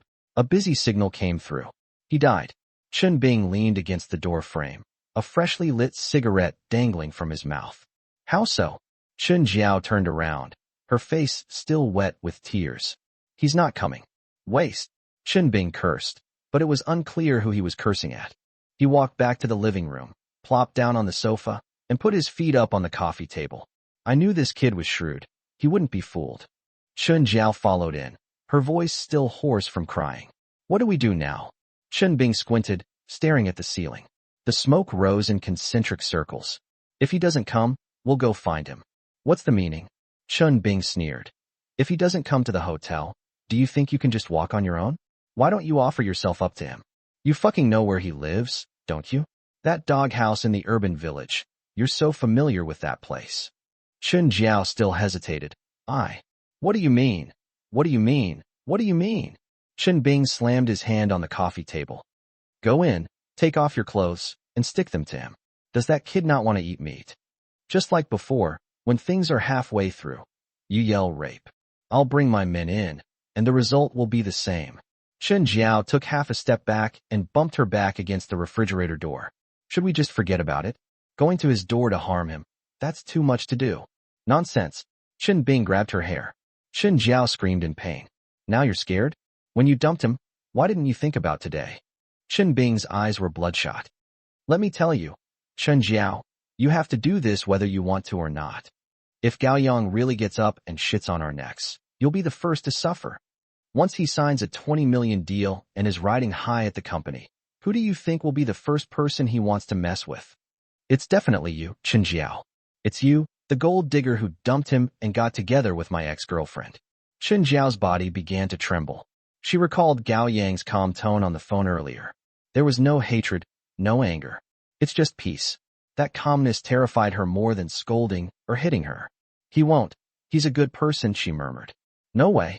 Chen Bing laughed. Do you think he's a saint? When you dumped him, he was squatting in his rented room eating steamed buns, while you were posting pictures of the bag I gave you on social media. Do you think he'd forget that? Let me tell you, Chen Jiao, men hold grudges the most. If you don't deal with him now, once he recovers, neither of us will have an easy time. He grabbed Chen Jiao's bag from the sofa and threw it into her arms. Walk. Let's go now. It's 9:30 p.m. The nightlife in the urban villages is just beginning. The fumes from the food stalls, mixed with the aroma of cumin, filled the entire street, and overturned beer bottles clattered loudly. After taking a shower, Gao Yang changed into an old t-shirt, his hair still wet. On the table lay a draft contract from the Aviation Academy, next to a half-eaten instant noodle container. We'll sign the contract tomorrow. He picked up a pen and underlined several key clauses. Just then, someone knocked on the door. Gao Yang put down his pen, walked to the door, and didn't open it immediately. Who? Then came Chen Jiao's voice, very low and trembling with sobs. Gao Yang, that's me. Gao Yang frowned. What's up? Please open the door and let me in to talk, okay? It'll only be a little while. I'll leave as soon as I'm done talking. I'm done talking. Gao Yang. I already said on the phone that we don't need to meet. Gao Yang. Chen Jiao suddenly raised her voice, then immediately lowered it again. I beg you. Chen Bing will really beat me to death. I have nowhere to go. Chapter 27, Don't Let It Be Suffocating. She started to cry. The sound of crying came through the door, a muffled sob. Gao Yang stood behind the door, his hand on the doorknob. Go back, he said. I'm not leaving. Chen Jiao started banging on the door, one bang after another. Gao Yang, are you really that heartless? Do you want me to die at your doorstep? Gao Yang turned the door lock. But he didn't open it fully. He only opened it a crack. The dim light from the stairwell shone through, illuminating Chun Jiao's tear-streaked face. She was wearing a white dress today, with a low neckline, and she was carrying a plastic bag containing 2 bottles of beer. Gao Yang, when she saw him, her tears fell even harder. Go back. Gao Yang propped himself up against the door, not letting her in. Chun Jiao bit her lip. Let me in to talk, okay? Just 5 minutes. She held up the plastic bag in her hand. I bought some wine. Let's have a drink, just as a farewell. No need. We've already said goodbye. You hit me with a coat hanger and smashed my head with an ashtray. That was a farewell ceremony I'll never forget, Gao Yang said. Chun Jiao suddenly pushed forward. Caught off guard, Gao Yang was forced to open the door a crack by her. She squeezed in sideways. Chun Jiao, Gao Yang's voice turned deep. I'll just sit for a little while, just a little while. Chun Jiao had already gone into the house and placed the plastic bag on the broken coffee table. The beer bottles collided with a loud bang. She turned around, her back to Gao Yang, and raised her hand to wipe her face. Then I started to untie the ties on the skirt. Gao Yang's pupils contracted. What are you doing? Chun Jiao didn't turn around. Her shoulders were trembling slightly. Gao Yang, her voice was faint. I know I've wronged you. I just want to make it up to you one last time. The ties came undone, and the skirt slipped down halfway, revealing her fair shoulders. Gao Yang stepped forward and grabbed her wrist. Put your clothes on properly. His voice was as cold as ice. Don't do this kind of thing. Chun Jiao looked up at him, tears still falling, but a smile tugged at the corner of her mouth. What are you afraid of? It's not like we haven't seen it before. I told you to get dressed. Gao Yang shook off her hand, grabbed the slipping fabric of her skirt, and wrapped it tightly around her body. Chun Jiao was pulled and stumbled, bumping into the edge of the coffee table. The beer bottle tipped over, rolled on the ground, didn't break, and spun around twice. Gao Yang, what are you pretending to be, this gentleman? Chun Jiao suddenly laughed. Didn't you used to really want to? You always suffered in silence. Did you think I didn't know? Gao Yang stared at her. He stared at the face he had liked for 3 years. I just feel disgusted. Get out, he said. Chun Jiao remained motionless. Instead, she sat down on the sofa, crossed her legs, and exposed half of her thighs. I'm not leaving. You either sleep with me tonight, or... She paused, glancing towards the doorway. So I shouted it out. Gao Yang understood. He took a step back to the door, his hands behind his back, and touched the doorknob. Chun Bing sent you, he said. It's not a question. Chun Jiao's expression changed. What did you say? I don't understand. His acting is terrible. Gao Yang smirked. His crying looks so fake. Chun Jiao stood up abruptly, her skirt slipping down to her chest, but she didn't bother to pull it back up. Gao Yang, I'm asking you one last time. Are you going to sleep or not? Gao Yang looked at her. I stared at it for a full 5 seconds. Then he opened the door. Roll. Chun Jiao stared at Gao Yang. The feigned tears in his eyes were gone, leaving only a fierce look. Fine, Gao Yang. You're just pretending to be high and mighty, aren't you? Grabbing the hem of her skirt, she pulled it down. The white dress slid down to her feet, like a molted egg. She stood there in the middle of the room, wearing only her underwear. The old incandescent light shone down from above, casting a dazzling shadow on her. If I shout rape now, who do you think the police will believe? Gao Yang just stared at her like that, as if watching a terrible play whose ending he already knew. Put it back on, he said. Chun Jiao took 2 steps forward, her chest rubbing against him. I'm not going to wear it. You have to touch it today, whether you want to or not. She reached out to grab Gao Yang's arm. Gao Yang stepped aside to make way. At the same time, he took out his phone, turned on the video recording, and pointed the camera at her. What are you doing? Chun Jiao was taken aback. Gao Yang held his phone steady. The screen showed Chun Jiao half naked, with a fierce look on her face that she hadn't had time to hide. When the police came, I handed over the video. It showed you taking off your clothes yourself, you actively pressing yourself against me. It was just the 2 of us in the house. You accuse me of rape. Where's the evidence? Chun Jiao's face turned pale instantly. You recorded me? Otherwise what? Gao Yang chuckled. Once you yell, and Chun Bing brings his men in, taking pictures of me with his phone, then I'll have to spend a few years in jail, right? He took a step closer. Chun Jiao stepped back, her calf bumping into the coffee table. Your approach is too outdated. Gao Yang brought the phone camera closer. Come on, continue. Tell me where Chun Bing is waiting, how many men he brought, and what he plans to do to me. I don't know what you're talking about. Chen Jiao's voice began to tremble. Have no idea?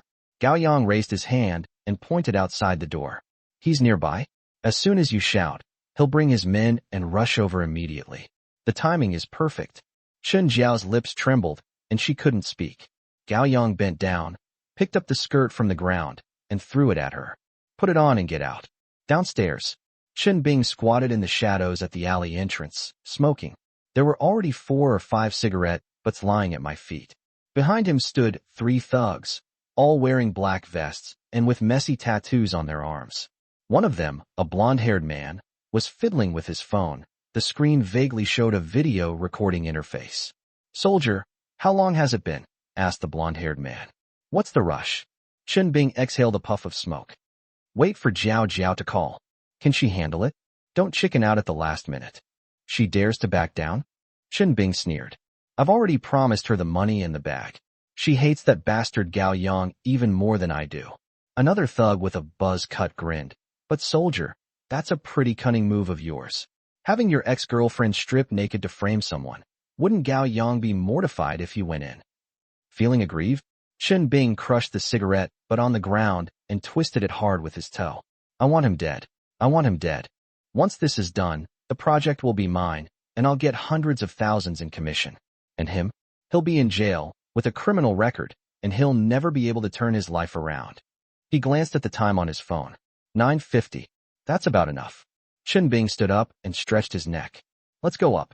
Charge as soon as we hear the shouts. The 4 people walked into the building. Chen Bing took the lead, pulling out his phone to provide light. I just reached the corner on the first floor. Suddenly, a hand reached out from the darkness and placed it on his shoulder. It was very powerful. Chen Bing froze and turned around. In the light from the phone, there stood a man in a black suit. He was very tall, had a buzz cut, and a blank expression on his face. Looking for Gao Yang, the man in black asked, his voice low, as if muffled in his chest. Chapter 28. Worse than a dog. Chen Bing's heart skipped a beat. None of your business. He tried to shake off that hand, but couldn't. I asked, are you looking for trouble with Gao Yang? The man in black asked again. Who the hell are you? Chen Bing snapped. Get out of my way. He reached out and pushed the man in black in the chest. The moment my hand touched the suit fabric, the next second, the world spun around. Chen Bing didn't even see how the other person moved before he was slammed to the ground. His back hit the concrete steps, and the pain made his vision go black. He groaned. The 3 thugs behind him were stunned for a moment, then rushed up cursing. Court death. The blonde-haired man was the first to pounce, punching the man in black in the face. The man in black sidestepped the fist, raised his hand, grabbed the blonde man's wrist, and twisted it. Click. The crisp sound was particularly clear in the hallway. The blonde-haired man screamed in agony. His arm was broken. The man with the buzz cut kicked from the side. The force of his leg was very strong. The man in black didn't dodge. Instead, he went forward and swept his leg across, hitting the outside of the man with the buzz cut's knee. Another click sound. The man with the buzz cut knelt on the ground, hugging his legs and howling. The remaining tattooed man was terrified and turned to run away. The man in black caught up with him in 2 steps, grabbed him by the back of his collar, lifted him back like a chick, and slammed him against the wall. Bang! The tattooed man slid down softly and remained motionless. In less than a minute, all 3 of them were lying down. Chen Bing had just gotten up from the ground when he saw this scene, and his calves started to cramp. Brother, which gang are you from? Is there some misunderstanding? I'm just going upstairs to find someone. The man in black walked over. Gao Yang, you can't move. Why? Chen Bing stammered. The man in black did not answer. He reached out, grabbed Chen Bing by the collar, lifted him up, and dragged him to the corner of the stairs. Next to it is a garbage dump filled with trash. What are you going to do? Chen Bing panicked. The man in black didn't speak, but flicked his arm. Then came the dull thud of heavy objects falling into the garbage heap, accompanied by the crackling sound of plastic bottles and cans being crushed. The man in black turned around and repeated the same action. One by one, the blonde-haired, buzz-cut, and tattooed man were picked up and thrown into the trash heap. That's the most suitable place for them to go. In the garbage dump, For people struggled among rotting vegetable leaves and waste paper, their bodies covered in filth. The man in black glanced upstairs and then disappeared into the darkness. Upstairs, Chen Jiao had put her dress back on, but the ties weren't fastened properly, and it hung loosely on her body. She kept looking at the door, but there was no sound outside. There were no footsteps, no knocking, and no commotion from Chun Bing and his gang. What's going on? She murmured to herself. Gao Yang sat on the old sofa, reopened the draft contract, and twirled the pen between his fingers. Don't wait anymore. They probably won't come, he said. What did you do to him? What could I do to him? Gao Yang said without looking up. I've been here the whole time. You saw me. Then why isn't anyone coming? Chen Jiao's voice shrilly. Chen Bing clearly said he'd come as soon as I called. She covered her mouth halfway through her sentence. I forgot to mention it. Gao Yang looked up at her, his gaze as if he were looking at a fool. Chen Jiao, you haven't improved at all. They still resort to such despicable tactics. He put down his pen and stood up. I'll give you two choices. First, open the door yourself and get out. I'll pretend this never happened. Second, I'm calling the police. I'm accusing you of illegal intrusion into a residence with the intent to frame me. I have the video footage. Every word you said and every action you took was recorded clearly. He turned his phone screen towards her. You choose. She suddenly remembered that once when she had a fever in college, Gao Yang carried her to the hospital, registered her in the middle of the night, and stayed with her all night. At that moment, his eyes were full of heartache. What about now? Now he looks at her like she's a piece of garbage. Gao Yang. Her tears were real, this time not feigned. I was wrong. Please forgive me this time. I will never do it again. You did nothing wrong. Gao Yang interrupted her. People strive for higher positions, just as water flows downhill. Your choice of Qinbing is your business. I, Gao Yang Qiong, am not good enough for you, and I accept that. But you shouldn't have helped others to harm me. I'll ask you one last time, are you coming or not? Chun Jiao's legs went weak, and she had to hold onto the door to steady herself. She glanced at Gao Yang, her eyes filled with hatred, fear, and an inexplicable regret. Then she opened the door and rushed out. The hallway was pitch black. She stumbled down the steps, her high heels clicking loudly on the concrete. She ran up to the third floor, missed a step, twisted her ankle, and gasped in pain. But she dared not stop. I ran all the way down to the first floor and rushed out of the building entrance. A gust of night wind blew, and she shivered. Her skirt wasn't tied properly, and the neckline was open, letting in the night wind. She frantically tried to gather her clothes, her fingers trembling. Just then, she heard a groan. It was very light, very pitiful, like a wounded wild dog whimpering. The sound was coming from the garbage heap at the entrance of the alley. The garbage dumps in the urban village consisted of several large green plastic bins, long full, overflowing with all sorts of trash, piling up into small mountains. Stale water flowed down the ground, and the air reeked of a sour stench. That pile of garbage is moving. Chen Jiao's heart pounded as she moved forward step by step. The streetlights were dim, barely enough to see clearly. Then she saw. Chen Bing was half buried in rotten vegetable leaves, his face smeared with some kind of sticky substance, and one eye was swollen shut. Shut. He was trying to crawl out of the garbage heap, but his left leg was in an odd position, as if it were broken. Beside them, the blonde-haired man clutched his arm and screamed in pain. The man with the buzz cut curled up in a ball, hugging his legs. The tattooed man lay face down in the swill, motionless. Qinbing. Upon hearing the sound, Qinbing struggled to look up. Upon seeing Chen Jiao, his eyes instantly flashed with venomous resentment. You bitch, you ruined my life. Chen Jiao took a step back. It wasn't me. I don't know. Fuck you. Qinbing tried to stand up, but his arms went weak and he fell back into the garbage heap, crushing several empty bottles. That bastard Gao Yang. He has connections. He has backers. Chen Jiao was stunned. Who is it? How the hell should I know? Qinbing roared, then coughed up bloody saliva. A guy in a black suit. He took down all four of us by himself. He spoke haltingly, taking a deep breath with each sentence. That skill level is definitely not that of an ordinary person. It's like a professional bodyguard. How could that poor bastard Gao Yang possibly know someone like that? Chen Jiao stood by the garbage heap, the night wind making her feel cold all over. She looked at Qinbing struggling in the garbage heap, at his face covered in filth, at his twisted leg. Then she laughed. At first, she laughed softly. Then her laughter grew louder and louder until tears streamed down her face. Hurrah! Look at you now. You're like a dog. No, worse than a dog. Chapter 29. I laugh at my blindness. Chen Bing glared at her fiercely. What the hell are you laughing at? It's all your fault, you bitch. I should never have messed with you. I laugh at myself for being stupid. Chen Jiao wiped her face. I laugh at myself for being blind. I thought you'd found the right person to follow, but it turns out you're not even as good as raising a single finger. She pushed herself up and staggered back. Where are you going? Chen Bing shouted from behind. Chen Jiao did not turn around. I need to think about how I'm going to live from now on. She walked away step by step, her figure growing smaller and smaller in the dim alley. In the garbage heap, Chen Bing was still cursing Gao Yang, cursing Chen Jiao, cursing the man in black, cursing this damn world. But the sound grew weaker and weaker until only groans remained. The next morning, a crowd gathered in front of the sales department's bulletin board. The list of people who went to the Aviation Academy to sign contracts today was posted on the table, and Chen Jiao's name was surprisingly on the list. But her role is that of a logistics support staff member. Why should I serve tea and water? She clenched her fists, her anger rising. Two support staff members were chatting nearby. This signing ceremony was of a high standard. Many experts from the Aviation Academy and media reporters came. I heard that the main character is Gao Yang from the second sales department.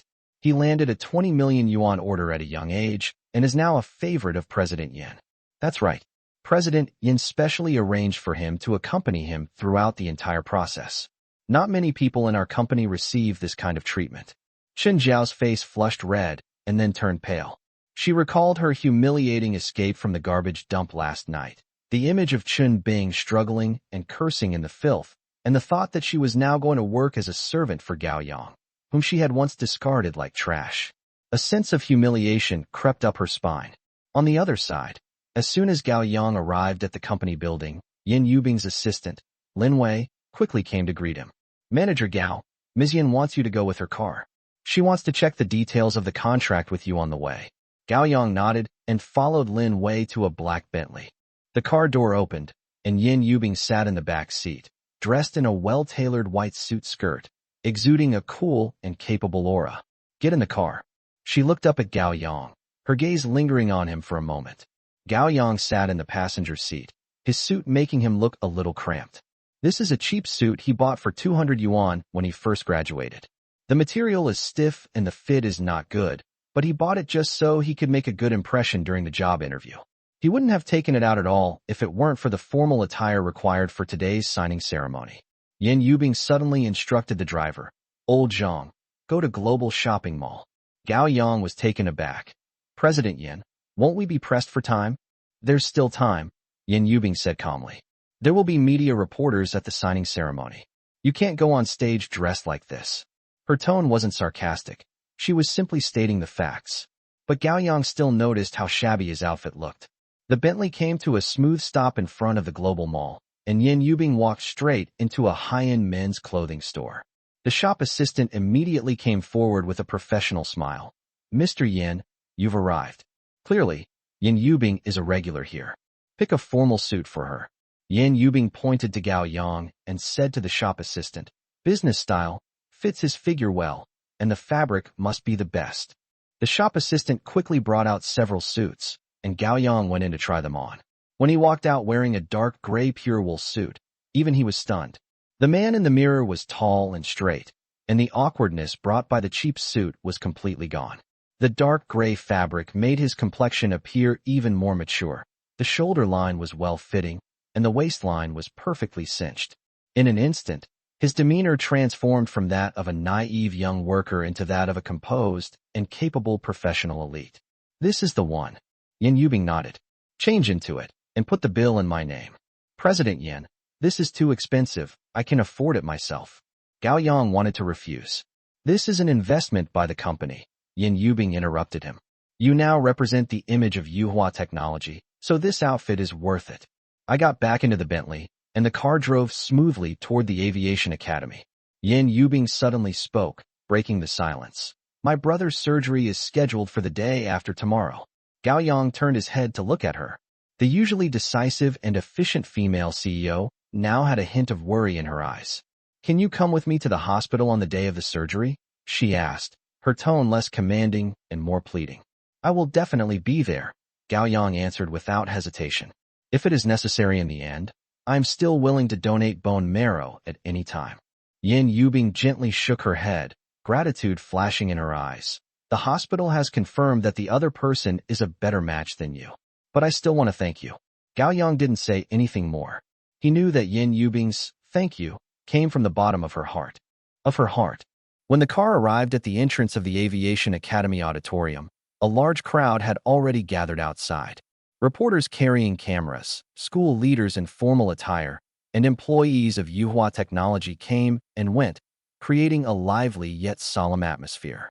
As soon as Yin Yubing got out of the car, a group of reporters swarmed around her, shoving microphones and cameras in front of her. Mr. Yin, what is the strategic significance of this collaboration with the Aviation Academy for Yuhua Technology? Mr. Yin, I heard that the competition for this project was fierce. How did you lead your team to stand out? Yin Yubing did not rush to answer, but instead turned to the side and pulled Gao Yang, who had just gotten out of the car, to her side. Dear media friends, I would like to introduce you first. This is Gao Yang, the deputy manager of the second sales department of Yuhua Technology, and also the main person in charge of this project. All the cameras instantly turned to Gao Yang. Flashes of light illuminated his young, yet composed face. The person we should thank most for the successful completion of this cooperation is him. Yin Yubing's gaze fell on Gao Yang with affirmation. It was his professional ability and perseverance that impressed the school and earned the company's trust. On the periphery of the crowd, Chun Jiao stood frozen in place, holding a tray of bottled water. She watched from afar as Gao Yang was surrounded by reporters and leaders, and her heart felt as if it were being tightly gripped by an invisible hand. Under the sunlight, he wore a sharp suit, stood tall and composed, and answered the reporters' questions with ease. Every glance and every word exuded confidence. Is this still the same poor boy who used to cook instant noodles for her in his rented apartment and save up for a month to buy her a 300 yuan necklace? No, it's not. He is now the deputy manager of the second sales department of Yuhua Technology. He is the hero who signed a 20 million yuan deal and is an elite who stands next to the president and is admired by everyone. She could only wear a cheap logistics uniform, hold a water cup, and watch all of this from afar. Regret, jealousy, resentment, humiliation, countless emotions surged in her heart, a mixture of feelings. What are you standing there for? Hurry up and bring the water in. The logistics supervisor walked over, glared at her, and said impatiently. Chun Jiao snapped back to reality, lowered her head to hide the complex emotions in her eyes, and carried the tray, walking step by step into the auditorium. Chapter 30, A Wise Person Knows When to Yield. As they passed each other, she heard Gao Yang's calm and steady voice answering the reporter's question. The basis of cooperation is win-win. We will use the most professional technology to support the Qingwan project of the School of Aeronautics. That voice, which had whispered gently in her ear countless times, now carried a sense of unreachable distance. She paused for a moment, then quickened her pace and rushed into the auditorium as if fleeing. Inside the auditorium of the Aviation Academy, behind the signing table covered with red velvet, representatives from both sides stood in neat rows. The sound of camera shutters clicking incessantly captured the solemnity and enthusiasm of the scene. Yin Yubing stepped forward first, her white suit skirt highlighting her capable figure, the hem of the skirt swaying gently with her movements. Chun Jingshu came forward, wearing a light gray shirt and black wide-leg pants, her long hair tied up with a wooden hairpin, which made her eyebrows and eyes look clear and cool. As their hands clasped and their fingertips touched, Yin Yubing said with a sincere smile, Professor Chin remains as elegant and dignified as ever. Chun Jingshu gripped her hand just right. President Yin is truly amazing. She is capable yet gentle. With such temperament, it's no wonder she can lead a company like Yuhua Technology. During the pleasantries, Chun Jingshu's gaze passed over Yin Yubing and landed on Gao Yang behind her. Your company's Xiao Gao is very good. He has solid professional skills, a calm temperament, and is a promising talent. He should be given important responsibilities. Yan Yubing turned to look at the tall and upright Gao Yang, then nodded to Chun Jingshu. Thank you for your praise and recognition, Professor Chun. I will certainly not let talent go to waste, and I will definitely nurture him well so that this piece of gold can shine completely. After they finished speaking, both of them took their seats. The pens were already prepared. Yan Yubing and Chun Jingshu each picked up a pen and signed their names on the cooperation agreement. Their handwriting was different, one firm and the other gentle, yet both were full of strength. The moment he put pen to paper, thunderous applause erupted in the auditorium. After the signing was completed, the host went on stage and warmly invited representatives from both sides to give speeches. Chun Jingshu stood up first and briefly explained the significance of the Qingyuan project. She repeatedly mentioned the professional dedication of the Gaoyang team, and the audience applauded again. When it was Yuhua Technology's turn, the host turned his attention to Yan Yubing. Yan Yubing did not stand up, but turned to the side and gestured for Gao Yang to step forward. The key driving force behind this cooperation is our project leader, Gao Yang. Next, he will share with everyone. All eyes immediately focused on Gao Yang. Gao Yang walked steadily onto the stage. His dark gray suit fit his figure perfectly, and his steps were steady. The naivety of the past had faded, leaving only composure and confidence. Taking the microphone, he nodded slightly. It is an honor to facilitate this cooperation. I am grateful to Yuhua Technology for providing the platform, and I am grateful to Mr. Yan for his trust and support. I am especially grateful to those who helped me along the way. It was your help that saved me from taking many detours.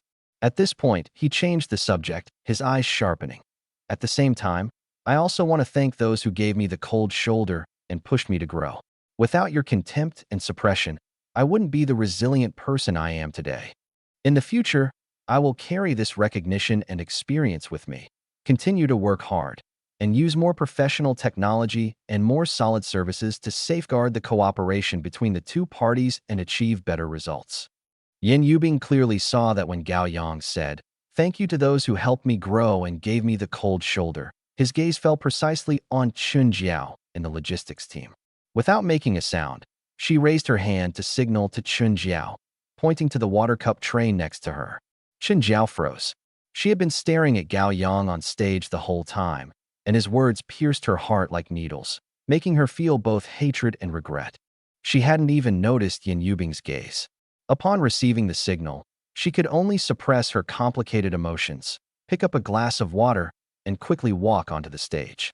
She walked up to Gao Yang, lowered her head, and dared not look him in the eye.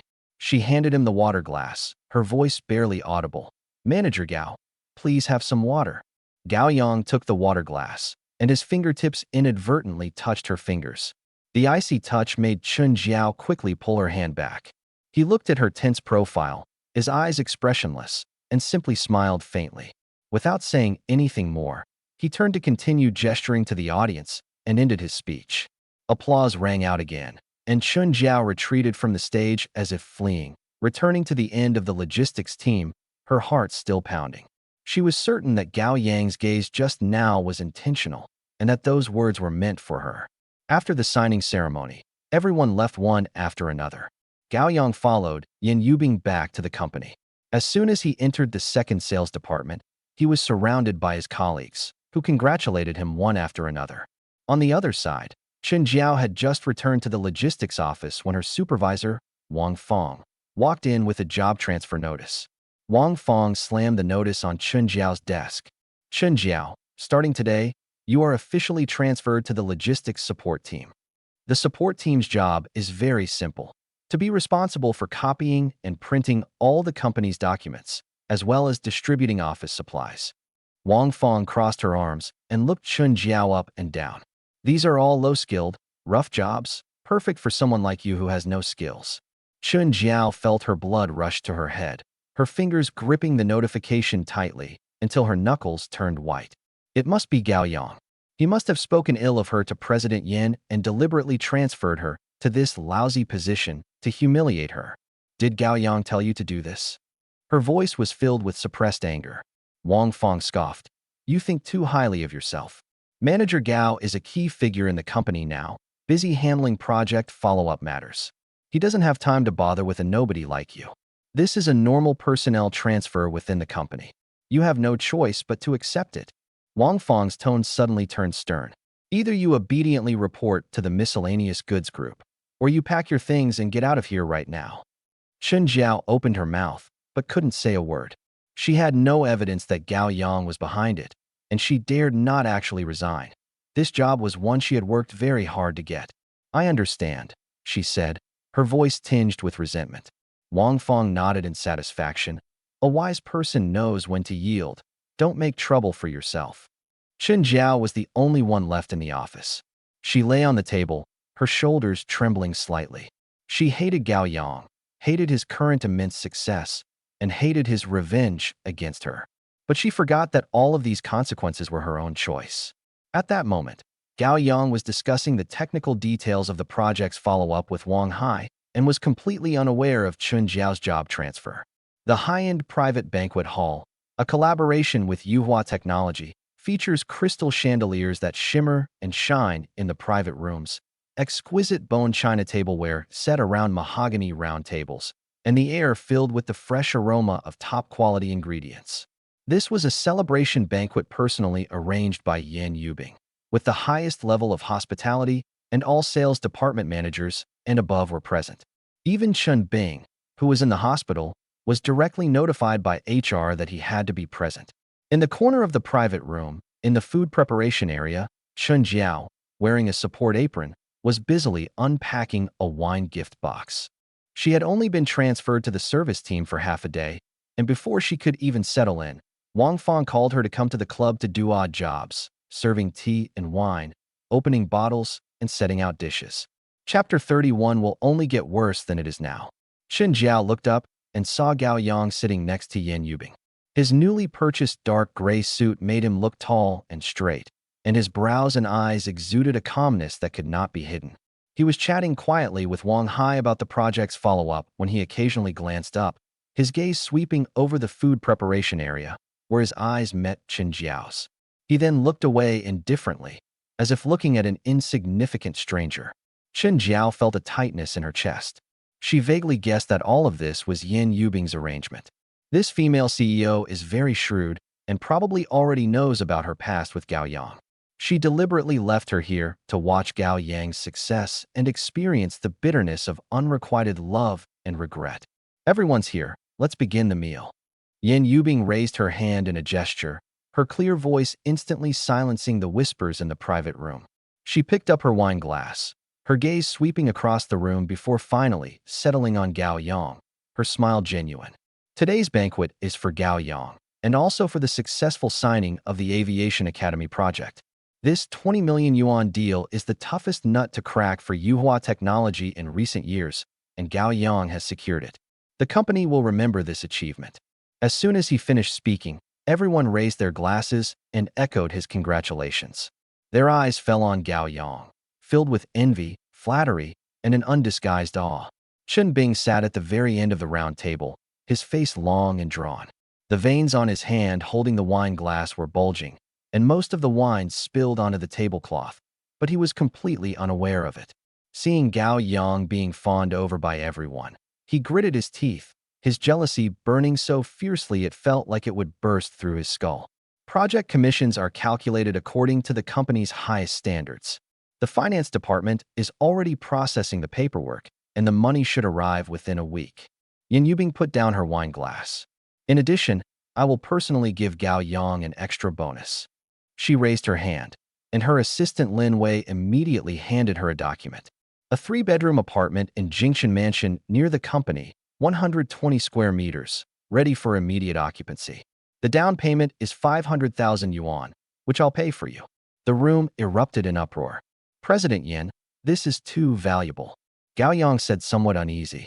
It's not a free gift. Yan Yubing chuckled. I'll only pay the down payment. You'll have to pay the mortgage yourself. Jingchen Community is a 10-minute walk from the company. What I want is for you to save commuting time so you can focus more on the company's projects. This is an investment, not a reward. And you'll have to work hard in the future, otherwise you won't be able to pay the mortgage, the bank will foreclose on the property, and I won't help you. A hint of warmth flashed in Gao Yang's eyes. He stopped refusing and took the gift, saying, Thank you, President Yin. I will definitely not let you down. Chen Jiao, who was in the food preparation area, slammed the wine bottle in her hand against the sideboard with a loud thud. Jingshan Mansion, three-bedroom apartment. She and Gao Yang once lay in a rented room in an urban village, dreaming countless times of having their own house. It didn't have to be too big or too nice. It just needed to provide shelter from the wind and rain and belong to them. At that time, Gao Yang said that once he had saved enough money, he would make a down payment on a small apartment. She laughed and said that he was unambitious and didn't even dare to dream of a large apartment. But now, Gao Yang has not only moved out of that stuffy and damp urban village, but has also directly bought a three-bedroom apartment in Jingshan Mansion, with Yin Yubing personally paying the down payment. This was the life she had always dreamed of, now held in Gao Yang's grasp, while she could only watch from the sidelines, wearing an apron, without even the right to sit at the table. Regret overwhelmed Chen Jiao like a tidal wave. She bit her lower lip and tasted a faint metallic flavor of blood. Her eyes instantly reddened, but she dared not cry. She could only keep her head down and pretend to tidy up the wine glasses. Chen Jiao, what are you daydreaming about? Yin Yubing's voice suddenly came, and her clear gaze fell on the food preparation area, instantly making Chen Jiao freeze. Clutching her apron, she quickly walked to the table, head bowed. Mr. Yin, what are your instructions? I heard you and Gao Yang were classmates in college. Yin Yubing asked calmly, holding her wine glass. Such a great achievement from an old classmate. Shouldn't you toast him and congratulate him? All eyes instantly focused on Chen Jiao, some with curiosity, some with mockery, and some with Chen Bing's malicious gaze. Chen Jiao's face flushed red and then turned pale, her fingers twisting her apron, wishing she could disappear into the ground. She knew that Yin Yubing was doing this on purpose, deliberately making her bow down to her ex-boyfriend, whom she had once discarded like trash in front of everyone. But she didn't dare refuse. She picked up an empty wine glass from the table, and Wang Fong tactfully filled it with red wine for her. The wine sloshed around, reflecting her disheveled face. Chen Jiao, holding a wine glass, walked step by step to Gao Yang. Gao Yang, congratulations. I'd like to toast you.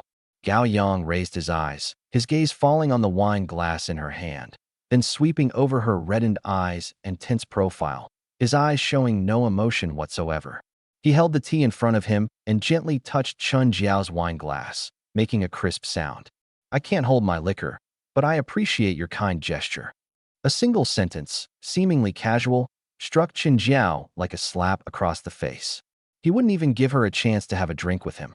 After Gao Yang finished speaking, he turned to look at Wang Hai beside him, but instead raised his wine glass. Manager Wang, this project owes a lot to your cooperation and that of your team. I'd like to toast you.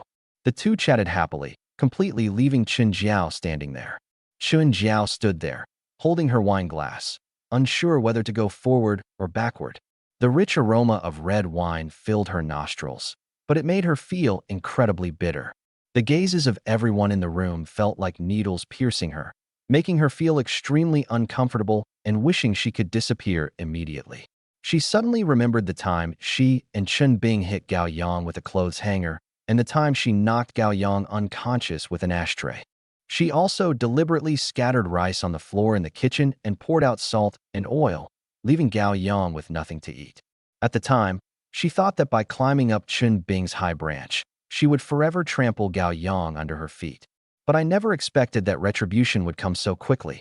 She gritted her teeth and downed the glass of red wine in one gulp. The spicy liquid burned her throat and made her tears finally spill over. As she turned away, the tears slid down her cheeks, which she quickly wiped away. Don't be discouraged. As soon as Chen Jiao returned to the food preparation area, Chen Bing's voice came like a persistent ghost. He had somehow appeared behind her, his body reeking of alcohol and filled with hostility. Who does Gao Yang think he is? He just got lucky and landed a worthless deal. The sales department merger is a done deal. I'll definitely be the sales manager then. Gao Yang is just a newly promoted deputy manager. I can still crush him. He stared at Gao Yang's retreating figure, his eyes burning with jealousy.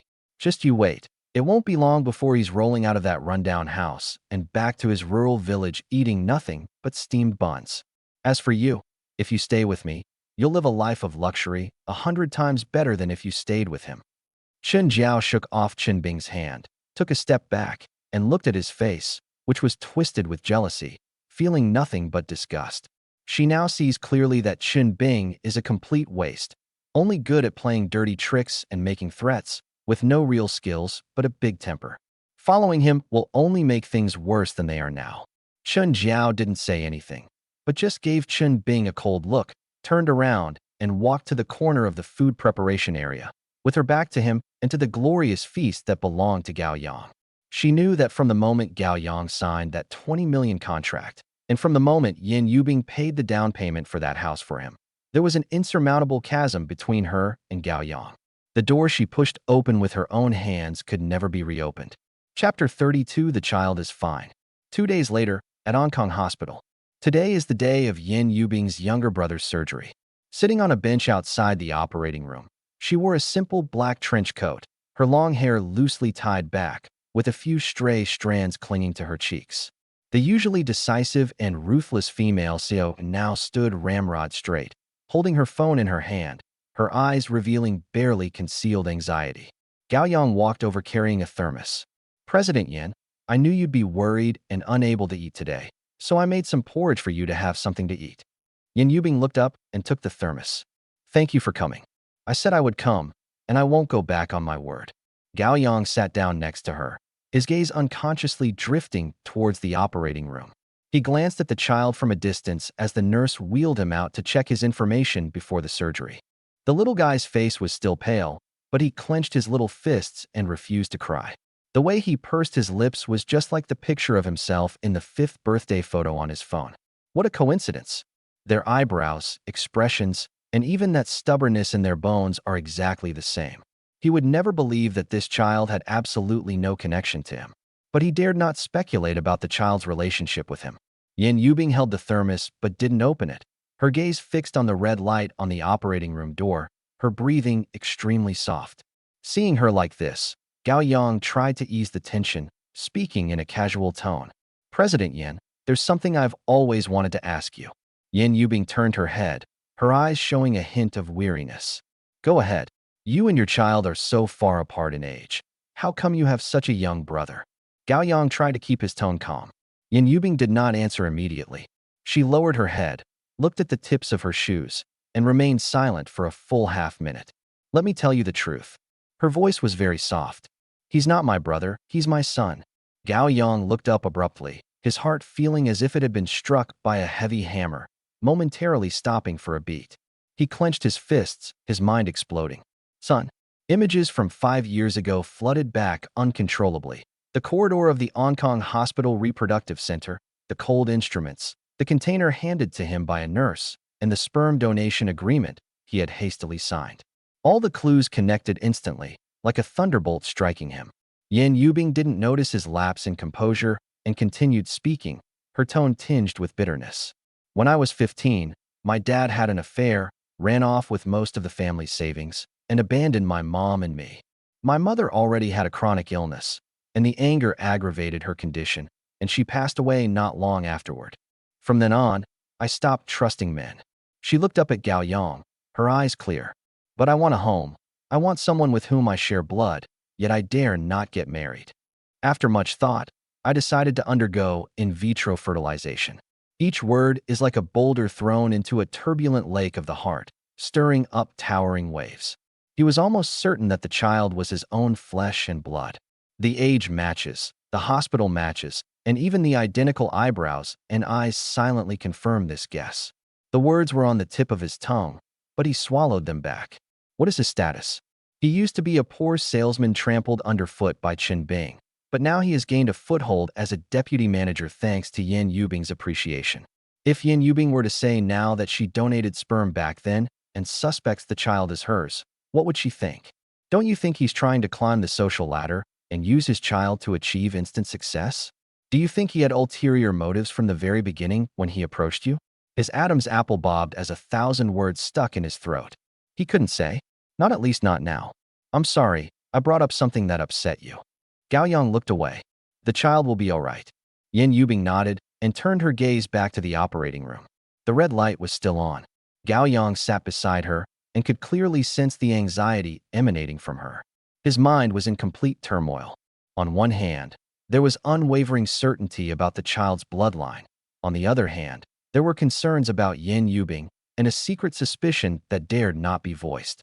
If this child is truly his own, how can he face Yin Yubing? How can he face this son he has never met? The red light above the operating room finally went out after a long wait. With a soft beep, the heavy alloy door slowly opened. The attending physician removed his mask, which was damp with sweat, and smiled broadly. He nodded to the two men who had stood up and said, "The surgery was a success, and the child is safe. If there is no rejection reaction after a few days of observation, then everything will be fine." Yin Yubing's tense back instantly slumped, and she staggered forward, hugging Gao Yang tightly before he could react. Her shoulders trembled slightly, and warm tears soaked the shoulders of his shirt. Gao Yang's body stiffened. His hand, which was raised in midair, paused, and in the end he didn't dare to hug back. He gently raised his hand and lightly placed it on her back, patting her with restrained fingertips, his voice low and gentle. "It's all right. It's all in the past. The child is fine." Yin Yubing leaned back for a few seconds before realizing her lapse in composure. She abruptly released her grip and took a half-step back. She raised her hand to wipe away the tears from the corners of her eyes. Her ear tips flushed red, and her cool temperament was softened by a touch of dishevelment. She said softly, "I'm sorry I was rude." Gao Yang shook his head, his gaze falling on the hospital bed that the nurse had pushed out. The little guy's face was still pale, but he was peacefully closing his eyes, his little brows still slightly furrowed, just like his own stubborn appearance when he was a child. Just then, Gao Yang's cell phone rang in his pocket. He took out his phone, and the words "unknown number" appeared on the screen. He pressed the answer button, and a soft, childlike voice came from the receiver. "Brother Gao Yang, do you still remember me? I'm Xiao Bao. He is Chun Jingshu's son." A faint smile instantly appeared in Gao Yang's eyes, and his tone softened. "Of course I remember, Xiao Bao. You promised to come to my house and play with my model airplanes. Have you forgotten?" The little guy's voice was a bit aggrieved, with the last syllable drawn out. "I haven't forgotten." Gao Yang glanced at Yin Yubing, who was discussing follow-up matters with the doctor beside him, and said softly, "My brother has something to do at the hospital today and doesn't have time to go over. How about I treat you and your mother to dinner tomorrow?" There was a 2-second silence on the other end of the line, followed by Chun Jingshu's cool voice, which carried a hint of detachment. "The child is just being silly," and said it casually. "You don't need to take it seriously." "Professor Chun, I'm serious." Gao Yang's tone was sincere, but not humble. "This project was made possible thanks to your support. I received hundreds of thousands in commission, so I should treat you to a simple meal. Besides, I promised Xiaobao that I can't go back on my word." There was a moment of silence on the other end of the phone before Chun Jingshu's voice came through again, this time with less of a distance. "All right then. But I don't like eating out. It's too oily and salty." She paused, then asked, "Can you cook? Would it be convenient to eat at your place?" Gao Yang hesitated for a moment before truthfully replying, "I'm sorry, I'm currently still living in an urban village and haven't had time to move yet. Your home is not well off, so you'll probably have to wait until next time to eat at my place." He changed the subject. "But I can cook, and my skills aren't bad. How about I buy some seafood and cook it at your place? Would that be convenient?" Chun Jingshu clearly hesitated. Chapter 33 suddenly had a touch of everyday life. There was silence for a few seconds on the other end of the phone. Then he said, "That works too. But I should mention in advance that other friends might be coming over that day. You don't mind, do you? This is still to prevent gossip from spreading among a lone man and woman." Gao Yang smiled and said, "Professor Chun, it's your home. I'm just a cook. It's no big deal." "Okay then." Chun Jingshu's tone relaxed a bit. "Tomorrow night at 6 o'clock, I'll send you the address via WeChat. You don't need to buy too many groceries. Just cook a few simple ones." "Clear." The call ended. The next day, at 5:40 p.m., Gao Yang stood downstairs at a high-rise apartment building, carrying a bag of seafood. The bag contained what he had just picked out at the seafood market that afternoon: lively prawns, palm-sized abalone, and a fresh grouper. He then went to the vegetable market and bought some soft tofu, bok choy, and a bunch of cilantro. The address Chun Jingshu posted was in an upscale residential area in the west of the city, not far from the aviation academy. The building's exterior was made of light gray stone, The lobby was paved with gleaming marble, and even the air was filled with a faint fragrance. It's a completely different world from urban villages. Gao Yang rang the doorbell. Chen Jingshu's voice came through the walkie-talkie. Wait a moment. The electronic lock clicked open. He took the elevator to the 12th floor, and as soon as he got off, he saw that the door to room 1202 was already ajar.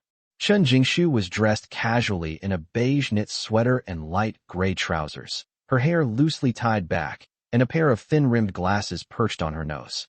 Gone was the aloofness of an academic elite in the office. She now exuded a more approachable, down-to-earth charm. Come in. She stepped aside. Gao Yang carried the bag into the door and subconsciously glanced at the entryway. Next to the shoe cabinet was a brand-new pair of guest slippers, which must have been prepared especially for him. No need to change your shoes. Chen Jingshu noticed his hesitation. The floor is cleaned by a cleaning lady every day. Just come in. Gao Yang took off his shoes and put on a brand-new pair of slippers. The interior features a simple, modern style with white walls and natural wood furniture. A floor-to-ceiling window in the living room offers a panoramic view of half the city at night. Bookshelves fill an entire wall, filled with professional books and academic journals. Several open papers are spread out on the coffee table, next to a half-finished cup of black coffee.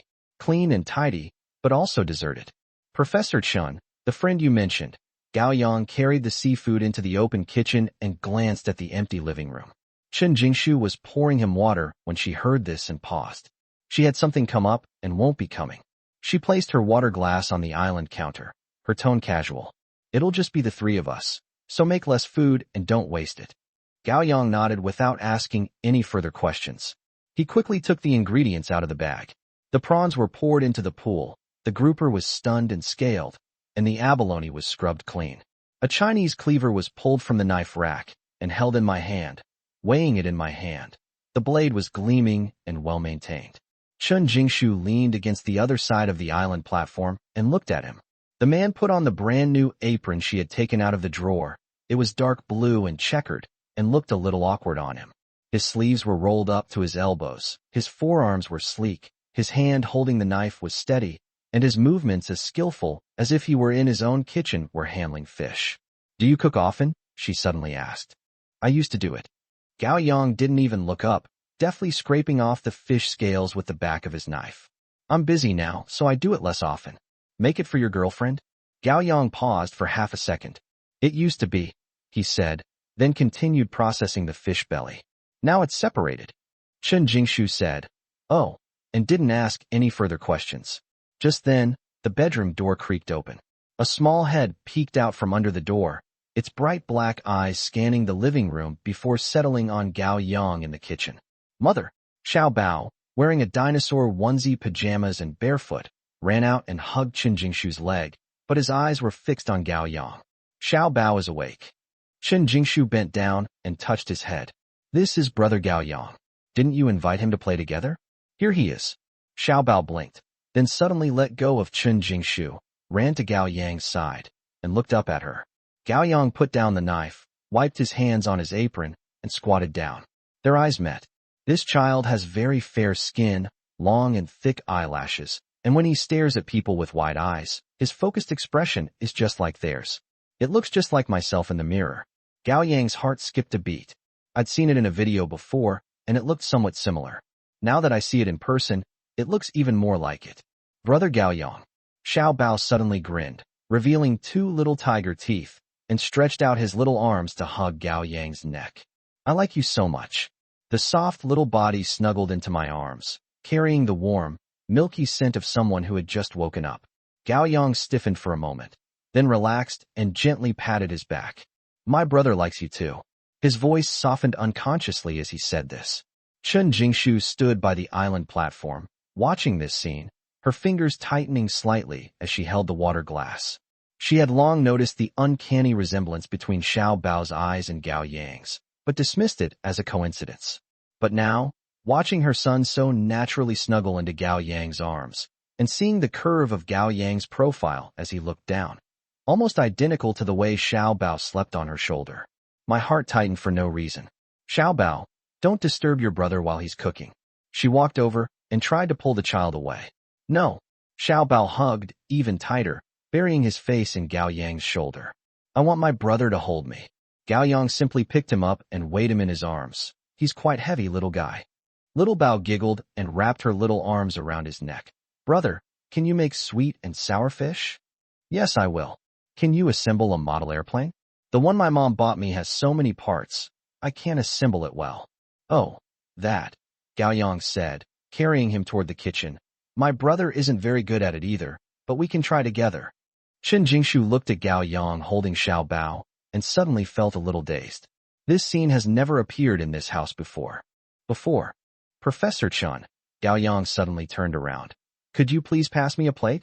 It's in that cabinet above my head. Chen Jingshu snapped out of her daze, walked over, and opened the cabinet. The cabinet was a bit high, so she stood on tiptoe and her fingertips barely reached the edge of the plate. Let me do it. A loud voice rang out from behind, carrying a warm breath. He reached over her head with one hand and easily removed 2 bone china plates. As his arm brushed against her ear, it carried a faint scent of masculine warmth. Chen Jingshu subconsciously took half a step to the side, her ears feeling a little hot. Gao Yang seemed oblivious to her discomfort. He placed Xiao Bao on a chair next to the kitchen counter and handed him a washed cucumber. Help your brother watch this fish and make sure it doesn't jump out, okay? Xiao Bao nodded solemnly, holding the cucumber in both hands, his eyes wide open, staring intently at the grouper. Looking at her son's adorable face, Chen Jingshu couldn't help but smile. She leaned against the counter, watching Gao Yang retie his apron, turn on the stove to heat the pan, pour in oil, and add ginger slices. His movements were fluid and efficient, and soon the pan was filled with the aroma of the ingredients. The range hood hummed, and warm yellow light shone on the man's focused profile. She suddenly felt that this usually quiet home had suddenly become more lively and welcoming. Chapter 34: A Poor Man is a Poor Man. The kitchen was steaming hot. When Gao Yang brought out the last dish, steamed grouper, Xiao Bao had been lying by the table, eagerly waiting for a long time. Brother, I want to eat that. The little guy pointed at the bright red and oily braised prawns on the plate, his short legs swinging back and forth on the chair. Don't rush, it's hot. Gao Yang picked up a shrimp, deftly peeled off the shell, dipped it in some broth, and put it into Xiao Bao's bowl. Xiao Bao grabbed it and stuffed it into his mouth, his cheeks puffing out like a little hamster. Eat slowly. Chen Jingshu took out a tissue to wipe his mouth, her eyes smiling. This child usually eats like he's in a battle. I have to chase after him to feed him. But today he's taking the initiative. She looked at the table again. 4 dishes and 1 soup. Braised prawns, garlic abalone, steamed grouper, crab roe tofu, and a bowl of milky white fish head soup. Each dish was steaming hot, and the aroma wafted straight into your nose. Try this. Gao Yang ladled out a bowl of soup and handed it over. Chen Jingshu took it and scooped out a spoonful. The soup was so delicious that she raised an eyebrow slightly. The fish soup was simmered until it was snow white, with no fishy smell whatsoever, only a rich, sweet flavor. The tofu was so tender it melted in your mouth, and the savory crab roe was just the right amount of salty. It tastes good. After she finished speaking, she scooped up another spoonful. Gao Yang smiled and filled his own bowl. The 3 people sat around the dining table, bathed in the warm yellow light of the chandelier overhead. Outside the window, the city lights stretched out, a continuous expanse of skyscrapers. Inside, only the soft clinking of bowls and chopsticks and the occasional mumbled murmurs of Xiao Bao could be heard. Brother, I want more shrimp. This fish is delicious. The tofu is so soft.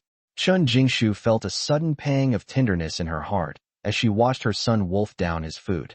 She couldn't remember the last time she had sat down and had a proper meal like this. It's so lively here, with people cooking, waiting to eat, and chatting away. It feels like this is what a home should be. Gao Yang, she suddenly said. Thank you.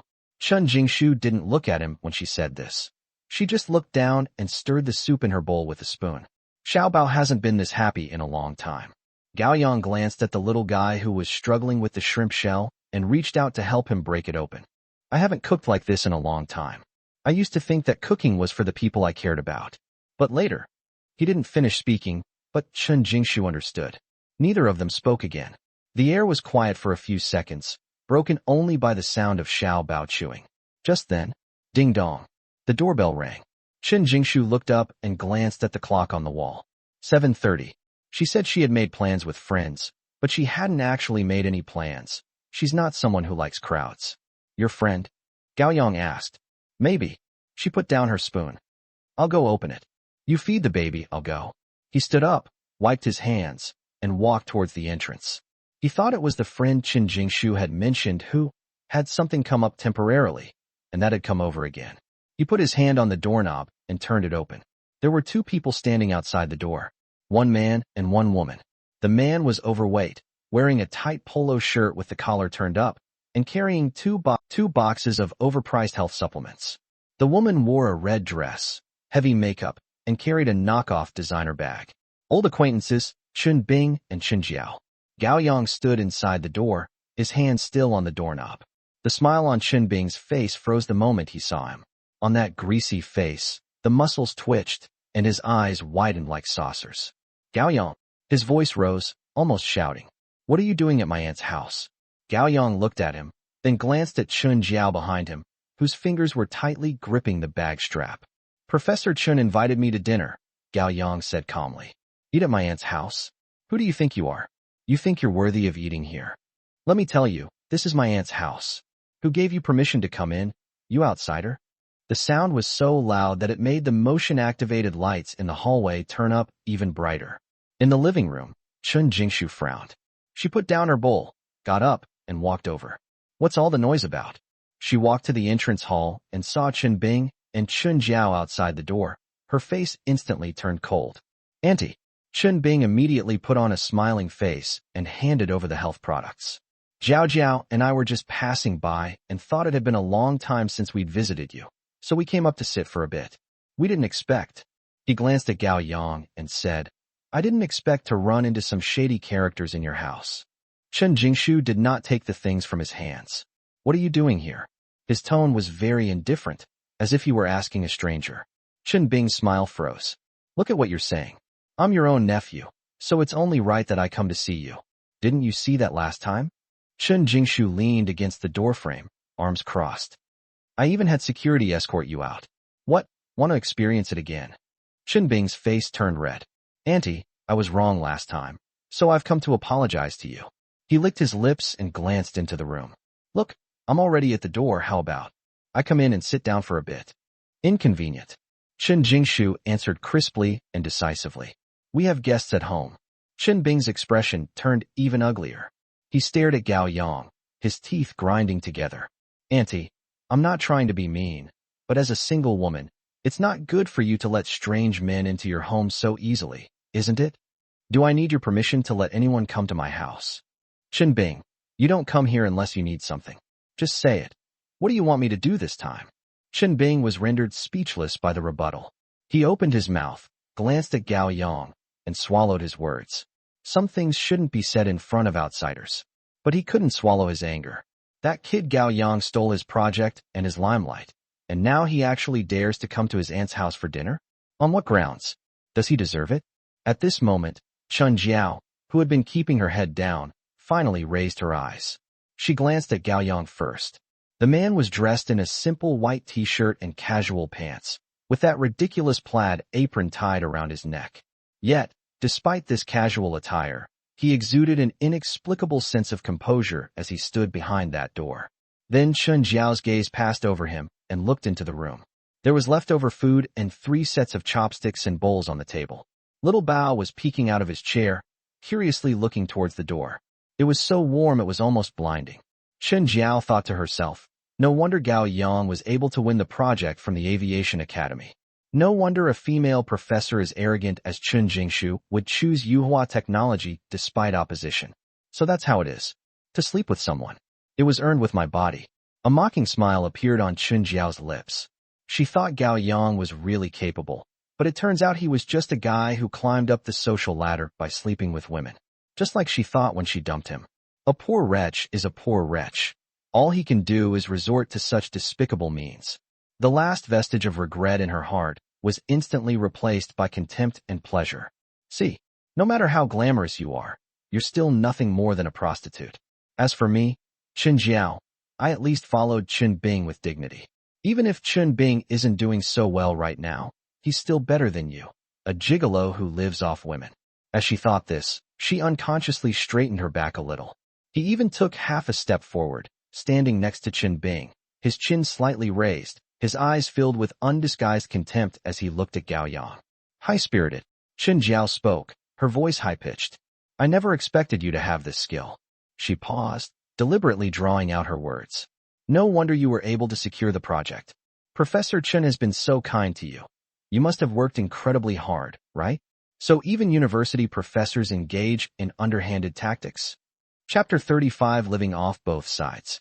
Chen Jiao's words were like a bucket of dirty water, splashed directly into the air of the entryway. As soon as he finished speaking, the entire hallway fell silent. The hand that had been raised on the doorknob slowly lowered. He took a step forward, stepped across the threshold, and stood in front of Chen Jiao. Chen Jiao, you'd better wipe your mouth clean before you speak. Chen Jiao tilted her chin up, the mocking smile still lingering on her lips. What's wrong? Did I say something wrong? If you hadn't slept with Professor Chen, would she have given you this 20 million project? Gao Yang, do you really think everyone else is stupid? If you dare utter another insulting word about Professor Chen. Gao Yang's eyes turned cold. I won't be polite to you. Chen Jiao felt uneasy under his gaze, but refused to admit defeat. Oh, threatening me?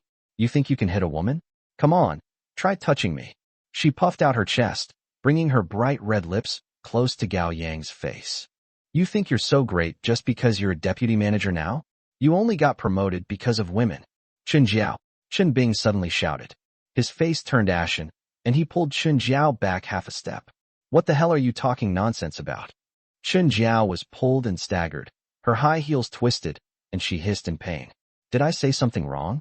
If Gao Yang hadn't climbed into your aunt's bed, could he? Shut up. Chen Bing raised his hand and pointed at Chen Jiao's nose, his finger trembling. That's my own aunt. Who are you cursing with such foul language? He's really famous. He felt quite relieved listening to Chen Jiao scold Gao Yang.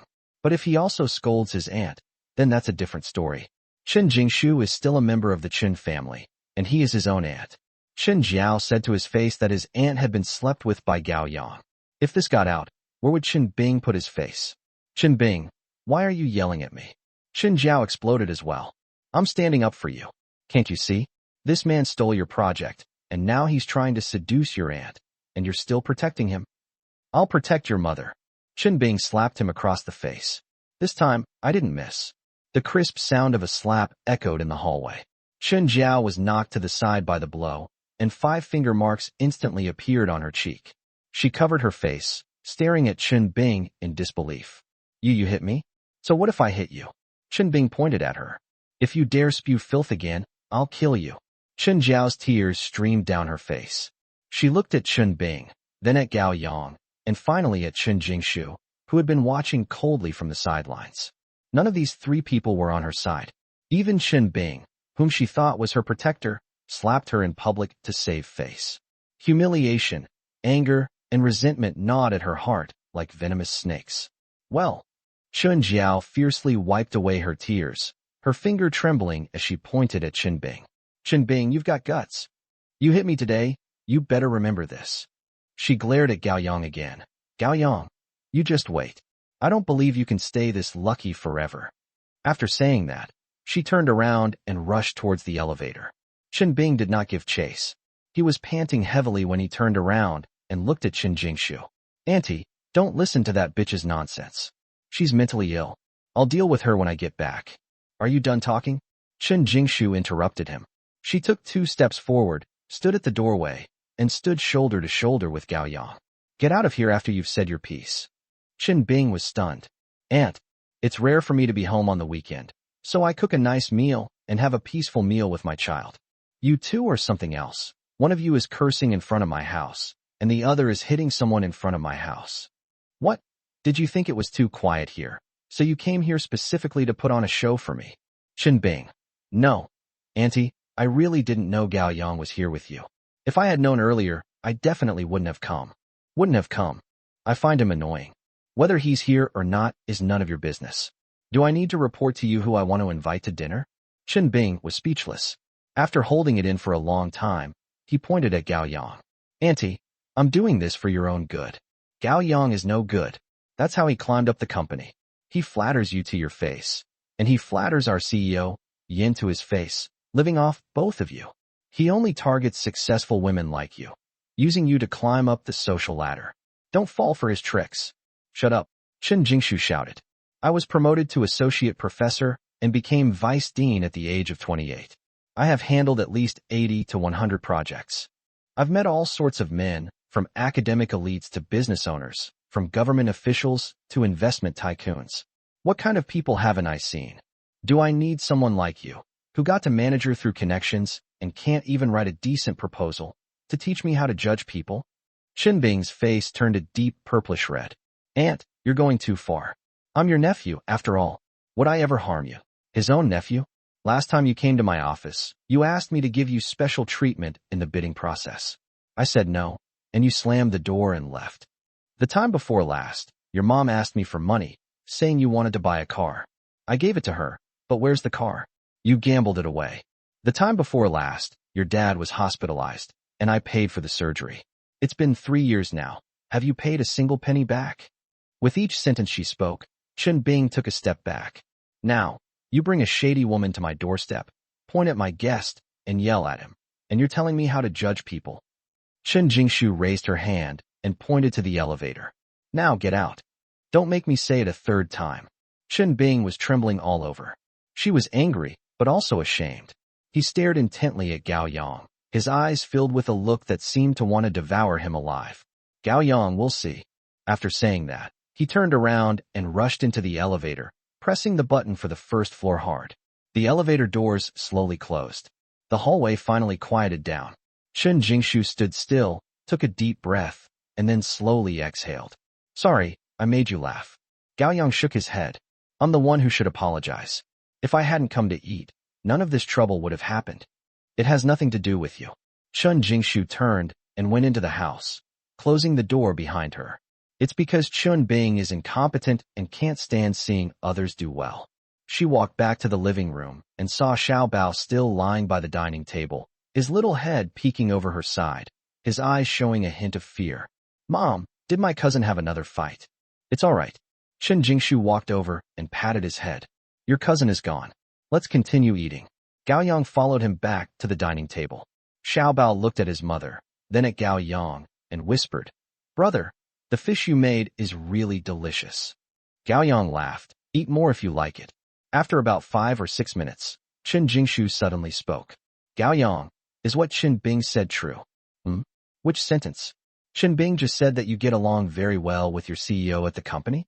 Is that true? Chapter 36, she has to bear the consequences herself.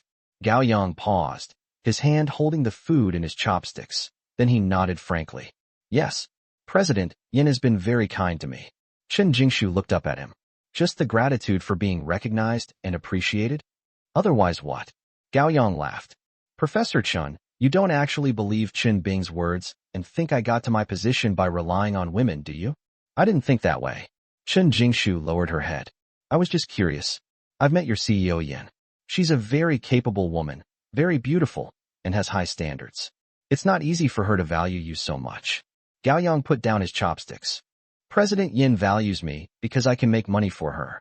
I brought in a 20 million yuan order for the Aviation Academy project. It's that simple.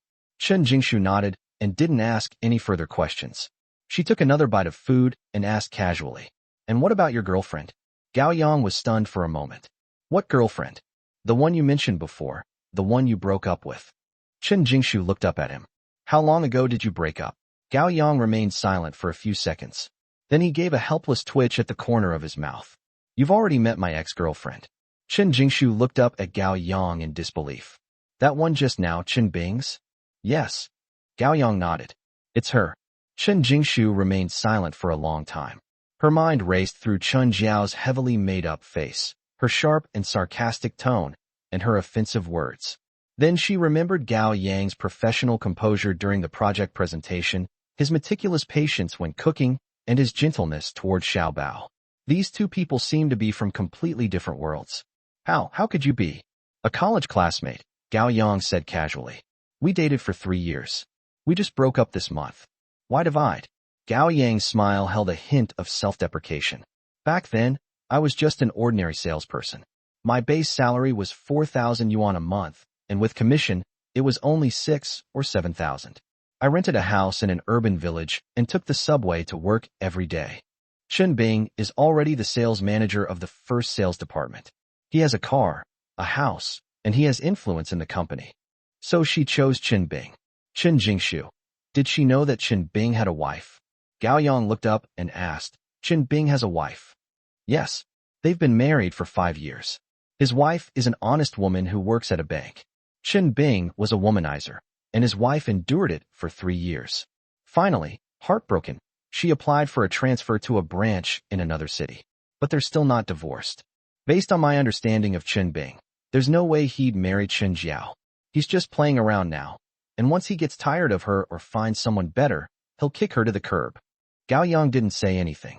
He picked up a piece of tofu and ate it slowly. Chen Jingshu looked at him and suddenly asked, Why don't you tell your ex-girlfriend? At least let her know that Chen Bing has a wife. After all, you were together before. Even if you broke up, don't let her jumping into a fire pit stop you. Gao Yang put down his chopsticks. He took a tissue, wiped his mouth, and then looked at Chen Jingshu. Professor Chen, thank you for your kindness. But Chen Jiao is no longer a child. When she chose to be with Chen Bing, she knew what kind of person he was. She chose this path herself, and she has to bear the consequences herself. Their affairs are no longer my concern. Chen Jingshu didn't say anything more. After the meal, Gao Yang got up to clear the dishes. Leave it there, I'll do it. Chen Jingshu stopped him and naturally stacked several plates together. You're a guest. You're a guest. I asked you to cook because I'm not a good cook. There's no reason for me to make you wash the dishes. Gao Yang wanted to insist, but Chen Jingshu had already taken the bowls and chopsticks into the kitchen. Brother Gao Yang. Xiao Bao jumped off the chair, ran barefoot to Gao Yang's legs, and grabbed his pants with his little hands. Will you help me build that airplane model? It's so hard, I don't understand it. The little one looked up, his eyes sparkling with anticipation. Gao Yang looked down at him, and a soft spot in his heart softened. Sure. He crouched down. Where's the model? Let me see it. It's in the bedroom. I'll show you. Xiao Bao excitedly grabbed Gao Yang's hand and pulled him towards his room. Chen Jingshu heard the noise in the kitchen and turned around to look. Under the warm yellow light of the living room, Gao Yang was being pulled along by his son, his body slightly bent to accommodate the little guy's pace. The sight made her pause in her dishwashing. Water droplets dripped from my fingertips into the pool. She looked away and continued washing the dishes, but a smile unconsciously crept onto her lips. Xiao Bao's bedroom is not big, but it is very tidy. The crib was against the wall, and several picture books were spread out on the desk. In the corner stood a half-person-high model airplane, its parts scattered all over the floor, clearly the result of the little guy's failed attempt. Look, this is it. Xiao Bao squatted next to the model, pointing at the complicated parts with his little finger, his brows furrowed. I can't understand the instructions. Mom can't understand them either. She can only teach. Gao Yang smiled, and then squatted down. He picked up the instruction manual and flipped through it. It was entirely in English and contained a lot of technical terms. It's not that Chen Jingshu couldn't understand it. She probably just didn't have the time or energy. It is indeed a bit complicated. But we can study it together. Really? Xiao Bao's eyes lit up again. Real. Gao Yang sat cross-legged on the floor, arranging the parts neatly by category. He had assembled model airplanes in a university club before, so he had some basic skills. Xiao Bao sat down next to him, leaning his little body close, his head almost touching his arm. This should be placed here.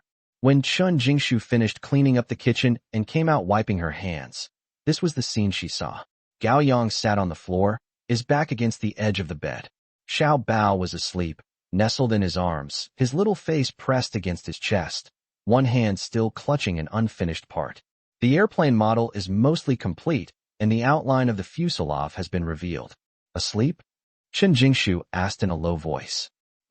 Gao Yang looked down at the little guy in his arms and gently adjusted his position. He's tired from playing. Chen Jingshu walked over and bent down to pick up the child.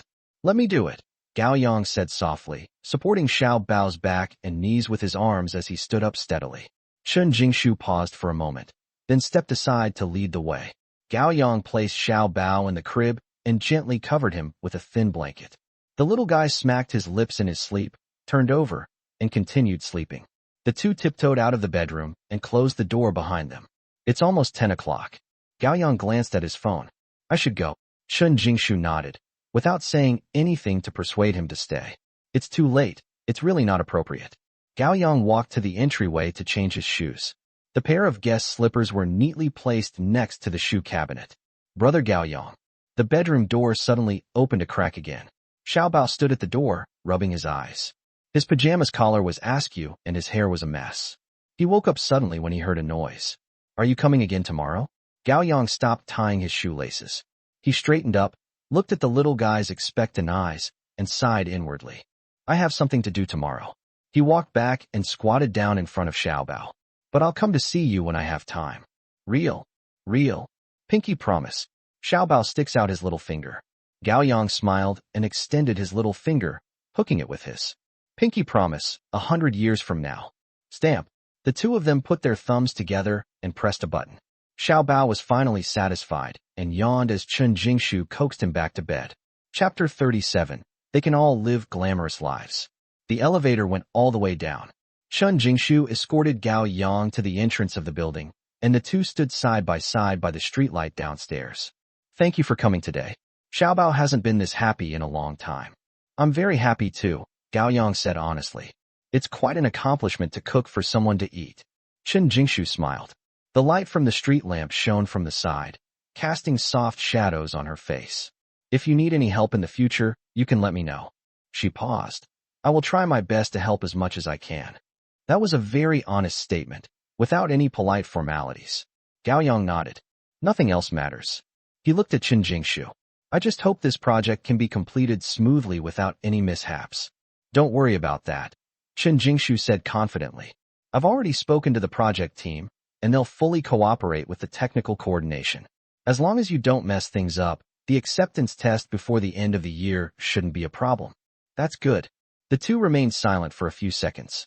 A night breeze rustled through the green belt in the residential area.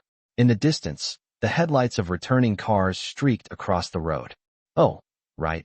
Chen Jingshu suddenly remembered something. Do you play tennis? Gao Yang was taken aback. Tennis? That's an aristocratic sport. How would someone like me, living in an urban village, know how to play? It's not some kind of elite sport, Chen Jingshu said. Our school's staff courts are open for free on weekends. I'm not very good at it. I just use it for exercise. She glanced at Gao Yang. If you're interested, I can teach you. Of course, I'm only a mediocre teacher. Gao Yang was delighted. Professor Chen, you're giving me projects and teaching me how to play ball? I feel so bad. How about I pay some apprenticeship fee? Chen Jingshu was amused by him. No need for the apprenticeship fee, she said. Just treat me to a few more meals. Your cooking is really delicious. She added, besides, Xiaobao seems to like you quite a bit. It's good for his development to have a boy to play with. I'm usually busy with work and don't spend much time with him. These words were spoken casually, but Gao Yang sensed something was amiss. He casually asked, what about Xiaobao's dad? Doesn't he spend time with the child? As soon as he said it, he realized he might have been abrupt. But Chen Jingshu did not show any displeasure. She just smiled and said, him. He stopped halfway through his sentence. Then I changed the subject. How about next week? Next week? Saturday afternoon, at the school's sports field. I'll bring Xiaobao along so he can play on the sidelines. Gao Yang looked at her and didn't ask any further questions. Okay, he agreed. Then I'll buy a racket in advance. No need. I have a spare. Become. Gao Yang took out his phone and called a car. While waiting for the bus, the two stood silently for a while longer. But this silence wasn't awkward. Instead, it felt strangely comfortable. Like the night breeze right now, cool, but not biting. The car has arrived. Gao Yang opened the car door, turned around, and waved to Chen Jingshu. I'm leaving, Professor Chen. See you later. Okay, be careful on the road. The car drove out of the residential area and merged into the nighttime traffic. Chen Jingshu stood under the streetlight, watching the taillights disappear around the corner before turning around and walking back. The numbers on the elevator screen jumped as it ascended. She leaned against the wall of the carriage, looking at her reflection in the mirror, and suddenly sighed softly. When Chun Jiao stumbled out of Chen Jingshu's upscale residential area, one of the heels of her high heels broke. She limped through the night wind, her hair disheveled, the slap mark on her face still stinging. Chen Jiao felt a surge of anger. How could a poor wretch like Gao Yang be allowed to enter a woman's home, like Chen Jingshu's, and eat there? Chen Jiao, on the other hand, was slapped in the face by Chun Bing in public before she even got inside, and was kicked out like a dog. But the fire in my heart burned ever brighter. She took out her phone and opened the browser. Type each character one by one in the search box. Chen Jingshu, School of Aeronautics. The search results are displayed. The first item is the faculty introduction page on the college's official website. Click on it. In the photo, Chen Jingshu is wearing a light gray shirt. Her long hair is tied back. She wears thin-rimmed glasses. Her eyebrows and eyes are cool and aloof, and she has an outstanding temperament. Below is a long list of titles: Associate Professor, Vice Dean, Recipient of the National Natural Science Foundation of China, and CFC. For young scientists, Deputy Director of a key laboratory. Chen Jiao stared at the photo, her eyes almost overflowing with hatred. What's with the pretense of being high and mighty? Behind the scenes, didn't he still let a man like Gao Yang come knocking on his door? She continued scrolling down. I flipped through media reports, academic forums, and discussion threads about the most beautiful professor in the aeronautical college. The more I look at it, the more depressed I feel. Why are these women able to live such glamorous lives? Chen Jingshu became the vice president at the age of 28, and Yin Yubing took charge of a large company before she was 30. They both had status and good looks. As for Chen Jiao, she married a good-for-nothing like Chen Bing, lost face at work, and now can't even afford a decent pair of shoes. The light from the phone screen illuminated her distorted face. She exited the browser, opened a map, and searched for nearby internet cafes. There's one just 300 meters away. The internet cafe was located in a small alley. The signboard was old and faded, and half of the LED lights that flashed the words Starry Sky Internet Cafe were not working. Pushing open the door, a pungent smell of smoke and instant noodles hit me. The lobby was packed with 2 rows of gaming machines, and most of the seats were occupied by young people who had been playing games all night, wearing headphones, cursing and swearing, and clattering away on their keyboards. After paying, Chen Jiao found the machine and sat down. She opened her browser and clicked on an academic forum. Register a new account. She thought for a moment and typed in her username. The shady dealings I can't stand. Then I started writing the post. She revised the title several times before finally settling on the following. A formal complaint has been filed against Chen Jingshu, the vice dean of the School of Aeronautics, for colluding with a company sales representative to rig bids and manipulate a 20 million yuan project. As an insider in the industry, I simply cannot stand by and watch these dirty deals in academia, so I have to speak out. The Azure Phoenix project recently launched by the School of Aeronautics has a budget of 20 million yuan and was put out to public tender. Originally, 3 high-quality companies participated in the competition, but inexplicably all withdrew in the end, leaving only Yuhua Technology as the winning bidder. Why? Because Chen Jingshu, the project leader and vice dean of the college, had already hooked up with Gao Yang, a sales representative of Yuhua Technology. The 2 men abused their positions to make a deal in private. Chen Jingshu used her power to pressure the other 3 companies, forcing them to withdraw from the competition. Gao Yang, in turn, promised Chen Jingshu a huge kickback afterward. What's even more disgusting is that these 2 not only colluded for profit, but also had an improper relationship. Chen Jingshu appears to be a proud and aloof young female professor, but behind the scenes she is a scheming woman who uses her looks to gain benefits. Gao Yang is a gigolo who relies on sleeping with women. The 2 of them are in cahoots, using key national projects as tools to make money. I have evidence. Just last night, someone saw Gao Yang enter Chen Jingshu's home, and the 2 were alone together for several hours. He didn't leave until the early hours of the next morning. A sales representative from a company entering a female professor's home late at night to discuss work? You're kidding me. Chen Jingshu, as a university leader, is morally corrupt and abuses her power for personal gain. Gao Yang, as a corporate representative, engaged in bribery and bid rigging, demonstrating utter moral depravity. We urge the relevant departments to conduct a thorough investigation and restore the integrity of the academic community. Chen Jiao paused for a moment at this point. She needs photos. Reopen Chen Jingshu's teacher introduction page and take a screenshot of her ID photo. I searched online for Yuhua Technology Gaoyang, but couldn't find any publicly available photos. She thought for a moment, then exited the forum, opened WeChat, found the photo of Gao Yang at the signing ceremony in her former colleague's moments, and saved it. In the photo, Gao Yang is impeccably dressed in a suit, looking confident and spirited. Chen Jiao stared at that face, her eyes bloodshot. She opened a photo editing app and stitched the two photos together. Chapter 38, I'll Make You Glory. Chen Jingshu's ID photo is on the left, and Gao Yang's on-site photo is on the right. The words sex for power transaction and dirty collusion were added in bold red text in the middle. After doing all that, she returned to the forum, uploaded the pictures, and posted the thread. Her finger trembled slightly the moment she clicked confirm. The light from the screen illuminated her swollen face, and a twisted smile slowly spread across her lips. Gao Yang, written by Chen Jing. Aren't you living the high life? Isn't that being aloof? I'll make you proud. I'll show you how arrogant you are. Half an hour later, replies began to come. User, eating melon passerby. Really? Are universities this corrupt now? Article 2. Chen Jingshu? I've heard of her. She's the beautiful professor at the Aviation Academy. She's quite pretty. I never expected her to be this kind of person. Third point. Does the original poster have solid evidence?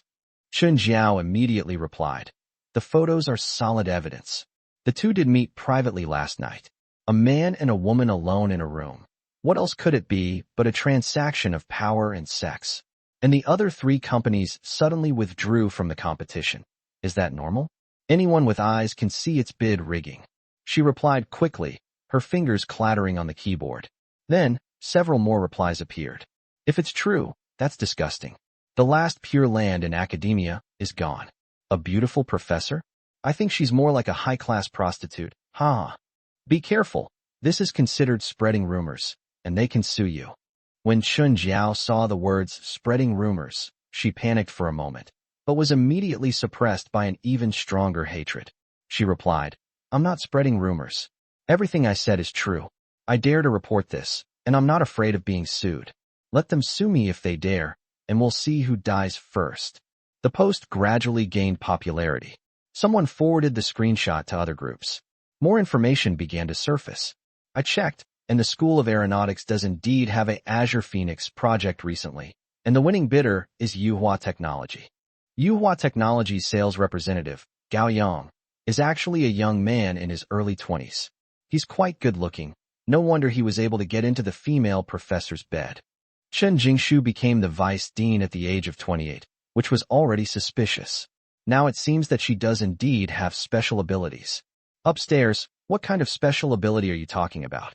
Sexual prowess. Haha, those who know, know. The replies are becoming increasingly offensive. As Chen Jiao looked at those words, a morbid pleasure welled up inside her. Right. That's it. Insult her. They cursed her until she was utterly humiliated and utterly destroyed.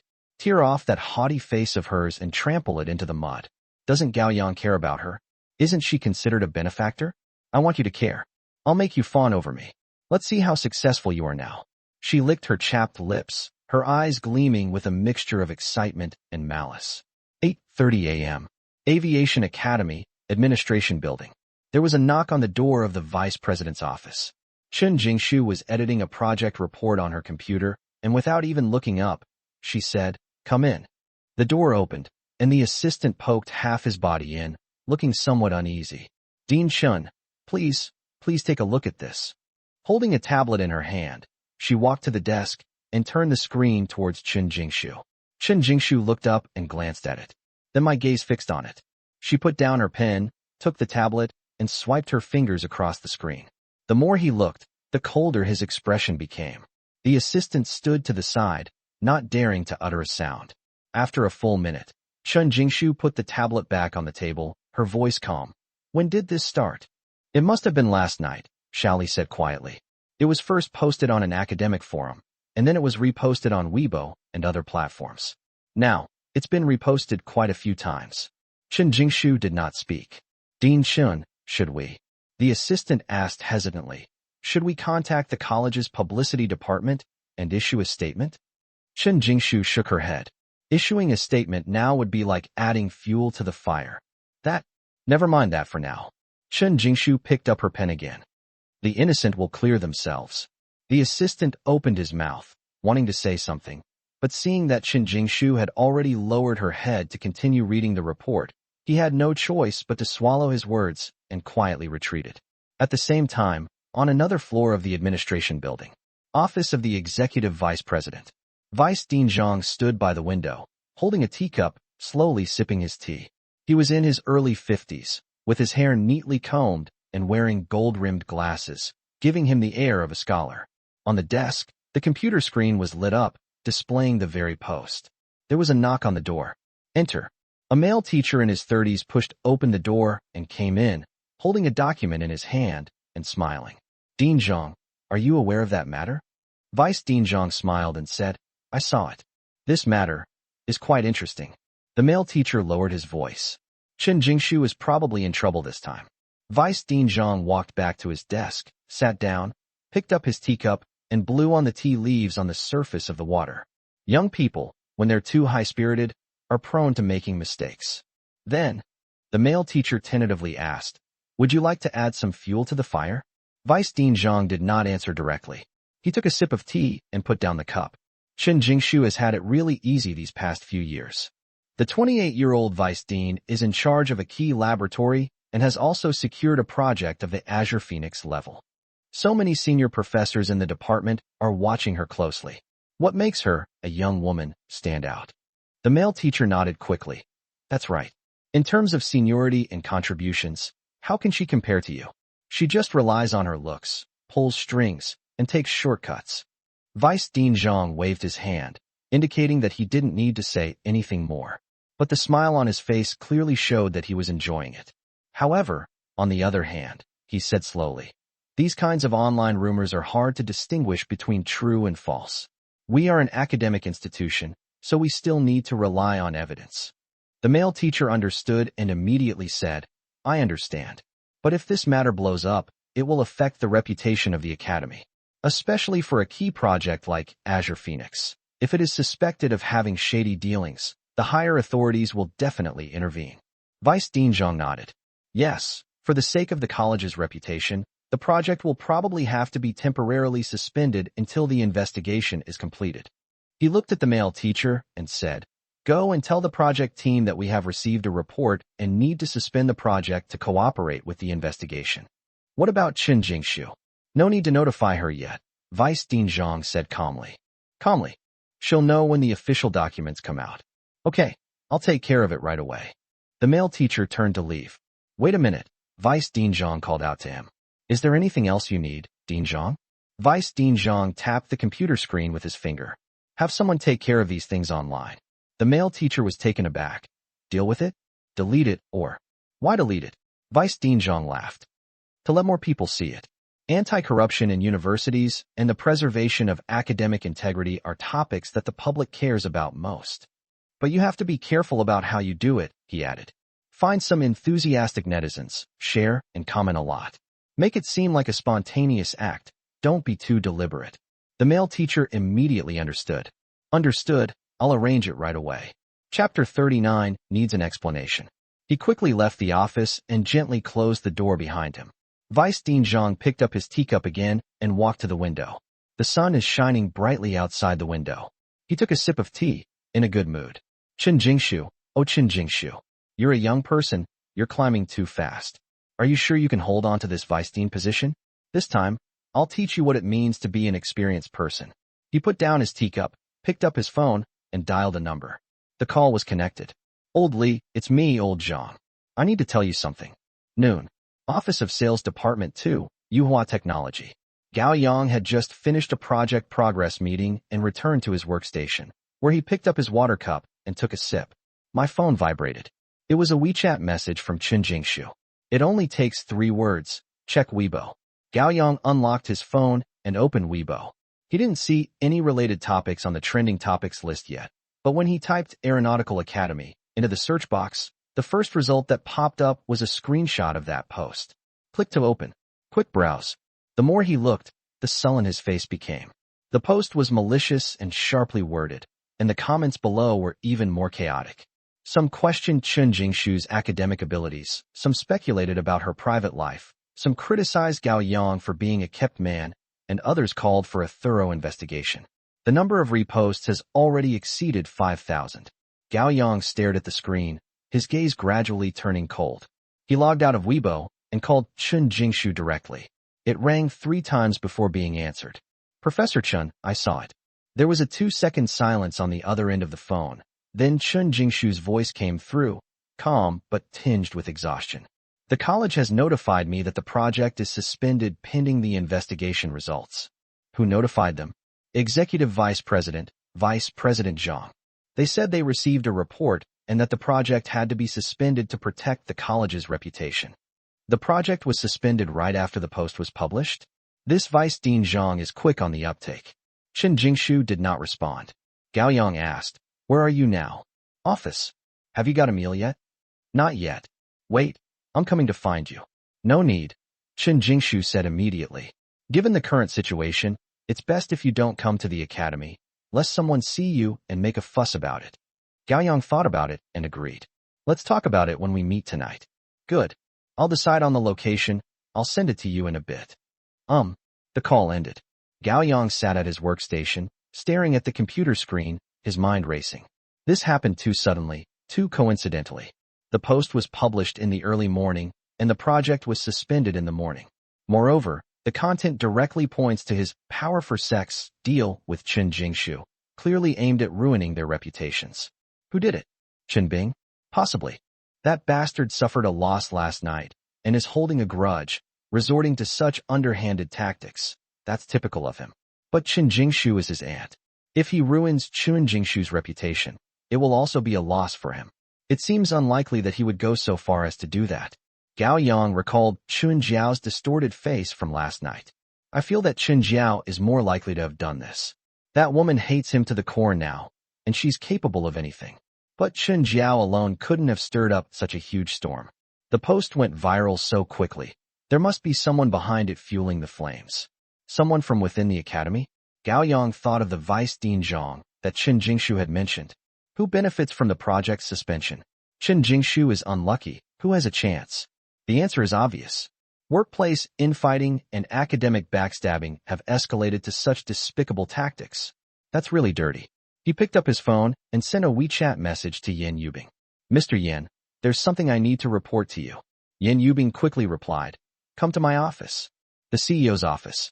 Yan Yubing sat behind a large desk, not wearing a coat, with the sleeves of her white silk shirt rolled up to her forearms, revealing a section of her fair wrist. Several reports were spread out on the table, and the screen was lit up, displaying stock price charts that hadn't been turned off yet. She looked up at Gao Yang and said, "Sit down." Gao Yang sat down in the chair opposite her. "What happened?" Yan Yubing asked.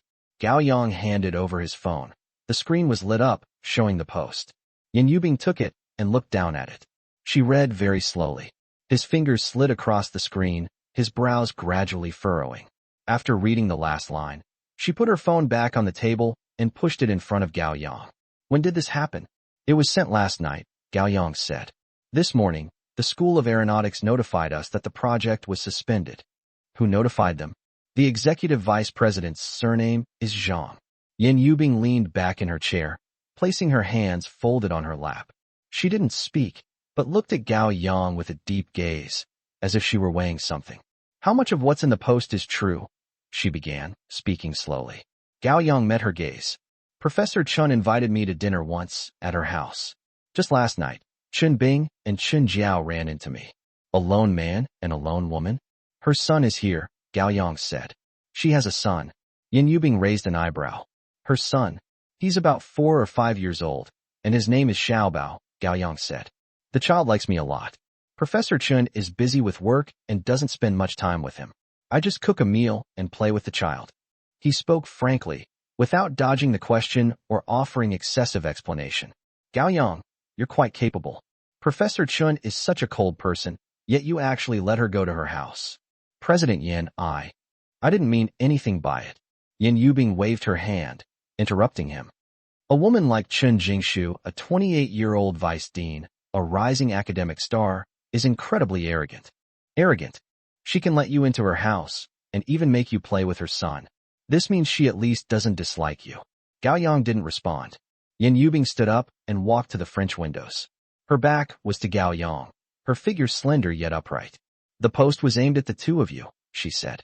No, it was aimed at the project. I think so too. Chen Jingshu must have offended someone in the academy. Yin Yubing turned around and leaned against the windowsill. The Qingwan project is worth 20 million, and many people are eyeing it. She's a young professor who got it through her own abilities, so naturally some people are envious. Gao Yang nodded. So what do we do now, he asked. The project is suspended, and all subsequent coordination, testing, and acceptance are put on hold. The longer it drags on, the more unpredictable things will become. Yin Yubing walked back to her desk and sat down again. She picked up the pen on the table and twirled it between her fingers. Calm down, she said. These things can't be rushed. The other party is just waiting for you to get impatient. If you get impatient, you're more likely to make a mistake. And if you make a mistake, it will confirm the accusations in the post. I know. The college will put pressure on Chen Jingshu, Yin Yubing continued. But she's the project leader and the vice dean, so she has a strong foundation. As long as she doesn't make a mess of things, she won't fall anytime soon. As for our side, she raised her eyes and looked at Gao Yang. I will communicate with the college's senior management. I will meet with the dean, the party secretary, and all the others. Yuhua Technology is not a small player in the industry. A 20 million yuan project just stopped like that. They have to give an explanation. Gao Yang felt a sense of relief. Who suffered the greatest loss in Chapter 40. But Yin Yubing's next words made him gasp again. However, the results may not be very good. She put down her pen, placed her hands folded on the table, and spoke in a very realistic tone. Things in academia are sometimes more complicated than those in the business world. Factional struggles, conflicts of interest, and deep-rooted complexities are all involved. For Vice Dean Zhang to dare to directly suspend the project, there must be someone supporting him behind the scenes. When I try to communicate, I can only express my stance and exert pressure. But it's difficult to get the project restarted immediately. Gao Yang remained silent. The office fell silent again. High-spirited. You and Chen Jingshu, she paused, then asked directly. Is it really just a client relationship? Gao Yang raised his head. He looked at Yin Yubing, at the unreadable emotion in her eyes, whether it was scrutiny or something else entirely. President Yin, I got a 20 million yuan order from her, and I got a commission of several 100,000 yuan. You also gave me a down payment for a house. Everything I have now is thanks to Yuhua Technology. I'm not that stupid to jeopardize my future for something that's hard to explain. Yin Yubing stared at him without saying a word. Professor Chun is a good teacher and a good mother, Gao Yang continued, his tone sincere. I respect her, but that's all. As for those rumors, the innocent will prove themselves. Time will tell. Yin Yubing nodded. Okay, I believe you. She picked up the internal phone and pressed a button. Lin Wei, please arrange a meeting with Dean Zhou and Secretary Yang of the Aviation Academy. Tell them I'll be visiting them tomorrow morning. Yes, as the president of Yuhua Technology. After hanging up the phone, she looked at Gao Yang. Don't go to the academy for the next couple of days. It's a dangerous place right now, so lay low for a while. At the company, just keep doing what you're supposed to do. Back in Department 2, keep pushing forward with the other projects. Don't let anyone see that you're panicking. As for what's online, she paused. Don't look at it, don't respond. Just pretend it never happened. Gao Yang stood up. Clear. He walked to the door, put his hand on the doorknob, and then turned back. Mr. Yin, thank you. Yin Yubing waved to him. No need to thank me. You're one of my people. I can't just stand by and watch you get messed up. He spoke naturally, but Gao Yang's heart still stirred. He opened the door and went out. Yin Yubing sat in the chair and sighed softly. I picked up my phone, opened the post, and read it again. My gaze lingered on the line that read, Gao Yang entered Chen Jingshu's home late at night and spent several hours alone with her. Suddenly, he slammed his phone down on the table. At 7 p.m., a private restaurant in the west of the city. The restaurant is located deep in an old alley, with a small storefront and 2 red lanterns hanging on it. Pushing open the wooden door, you enter a quiet courtyard planted with bamboo and paved with cobblestones. When Chen Jingshu arrived, Gao Yang was already there. He sat by the window, dressed in a simple white t-shirt and jeans, with a pot of tea in front of him, looking at his phone. He looked up when he heard the door open. Professor Chun. Chen Jingshu walked over and sat down opposite him. She wore a light blue shirt today. Her hair was loosely tied up, she wasn't wearing glasses, and her face showed signs of weariness. Have you been waiting long? Just arrived. Gao Yang poured her a cup of tea. This place must be hard to find, right? Thankfully, the navigation works. Chen Jingshu picked up her teacup and took a sip. The tea is jasmine tea, with a very faint aroma, a slightly bitter taste, and a sweet aftertaste. She put down her cup and looked at Gao Yang. The investigation team will be stationed at the college tomorrow. Gao Yang nodded, his expression calm. As expected.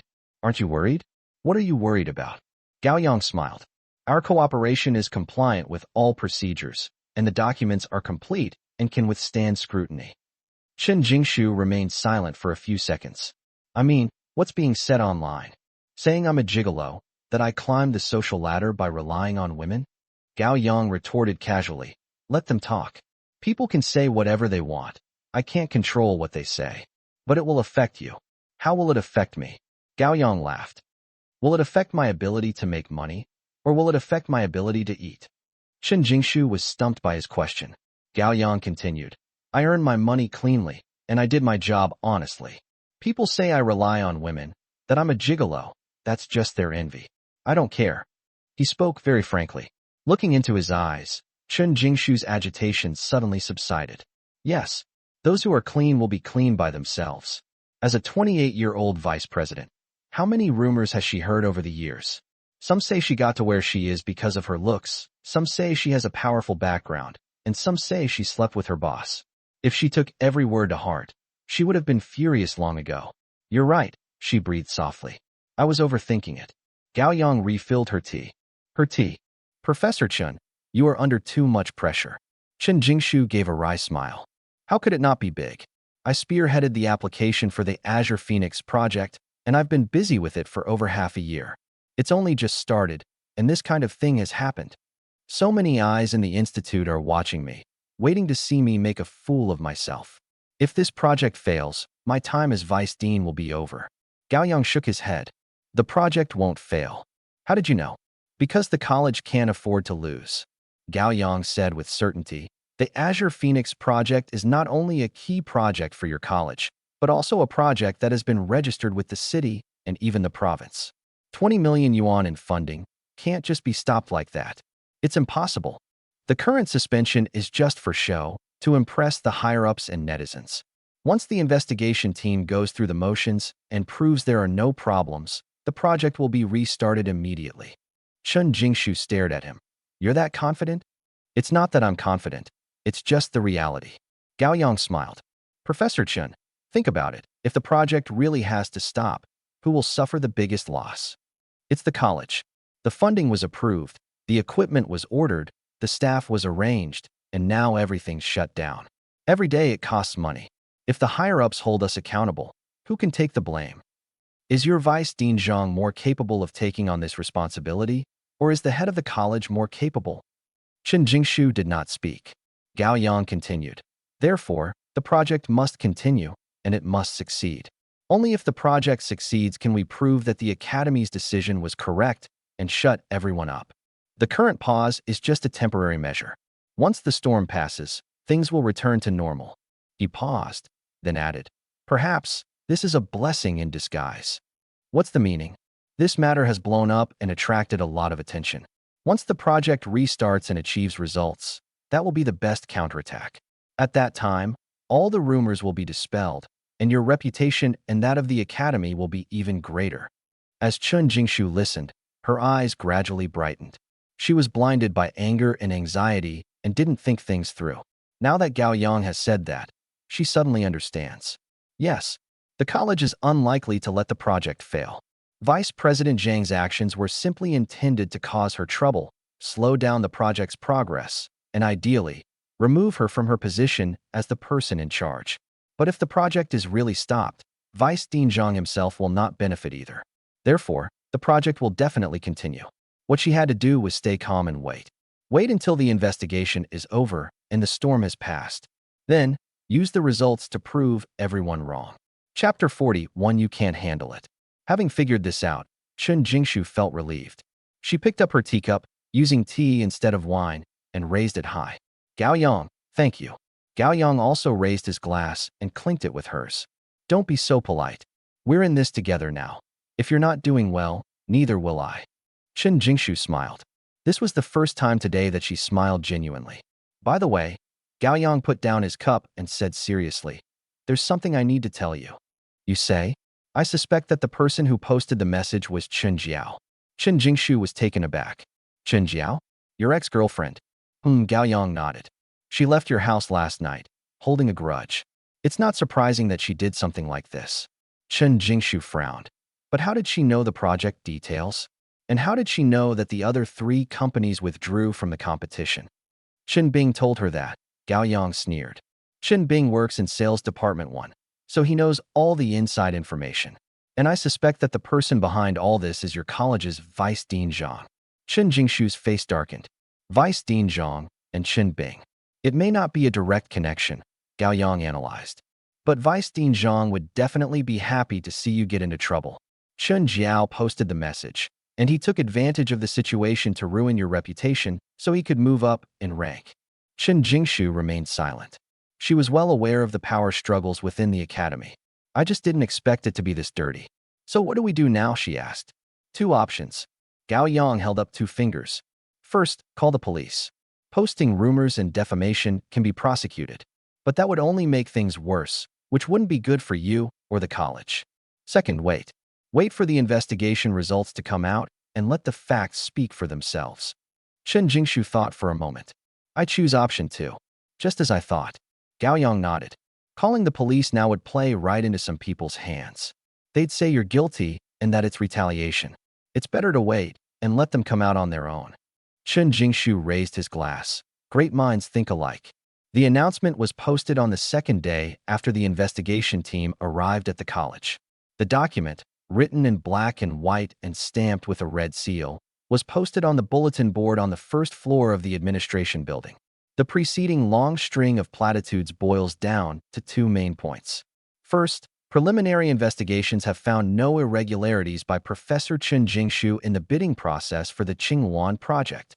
Secondly, given the impact of online public opinion and to avoid any appearance of impropriety, the project will temporarily be led by Executive Vice Dean Zhang Ziqiang, with Professor Chen Jingshu assisting. The collaborating partner, Manhua Technology, also needs to change its project contact person. A crowd gathered in front of the notice board. Faculty, students, and a few others were taking pictures nonstop.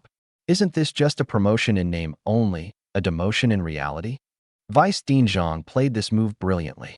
He secured the project and also earned a reputation for prioritizing the overall situation. Professor Chen is in trouble. He's been working hard for half a year, only to have it all go to someone else. The buzzing of voices was deafening. Chen Jingshu stood on the periphery of the crowd, looking at the public notice with no expression on her face. She had expected this to happen. This is exactly the result Zhang Ziqiang wanted. The project was secured, and she was sidelined. As for the investigation results, that's completely unimportant. The important thing is that he won. 2 p.m., Manhua Technology Conference Room. Yin Yubing sat in the main seat, with the sales director and human resources director sitting on either side. Gao Yang sat near the door. Chen Bing sat opposite him, legs crossed, tapping his fingers on the table, a smile he couldn't hide. Everyone knows the situation. Yin Yubing spoke, her voice very calm. The School of Aeronautics is requesting a change in project leader. Vice Dean Zhang is personally overseeing things there. As for us, she paused, her gaze sweeping across the entire room.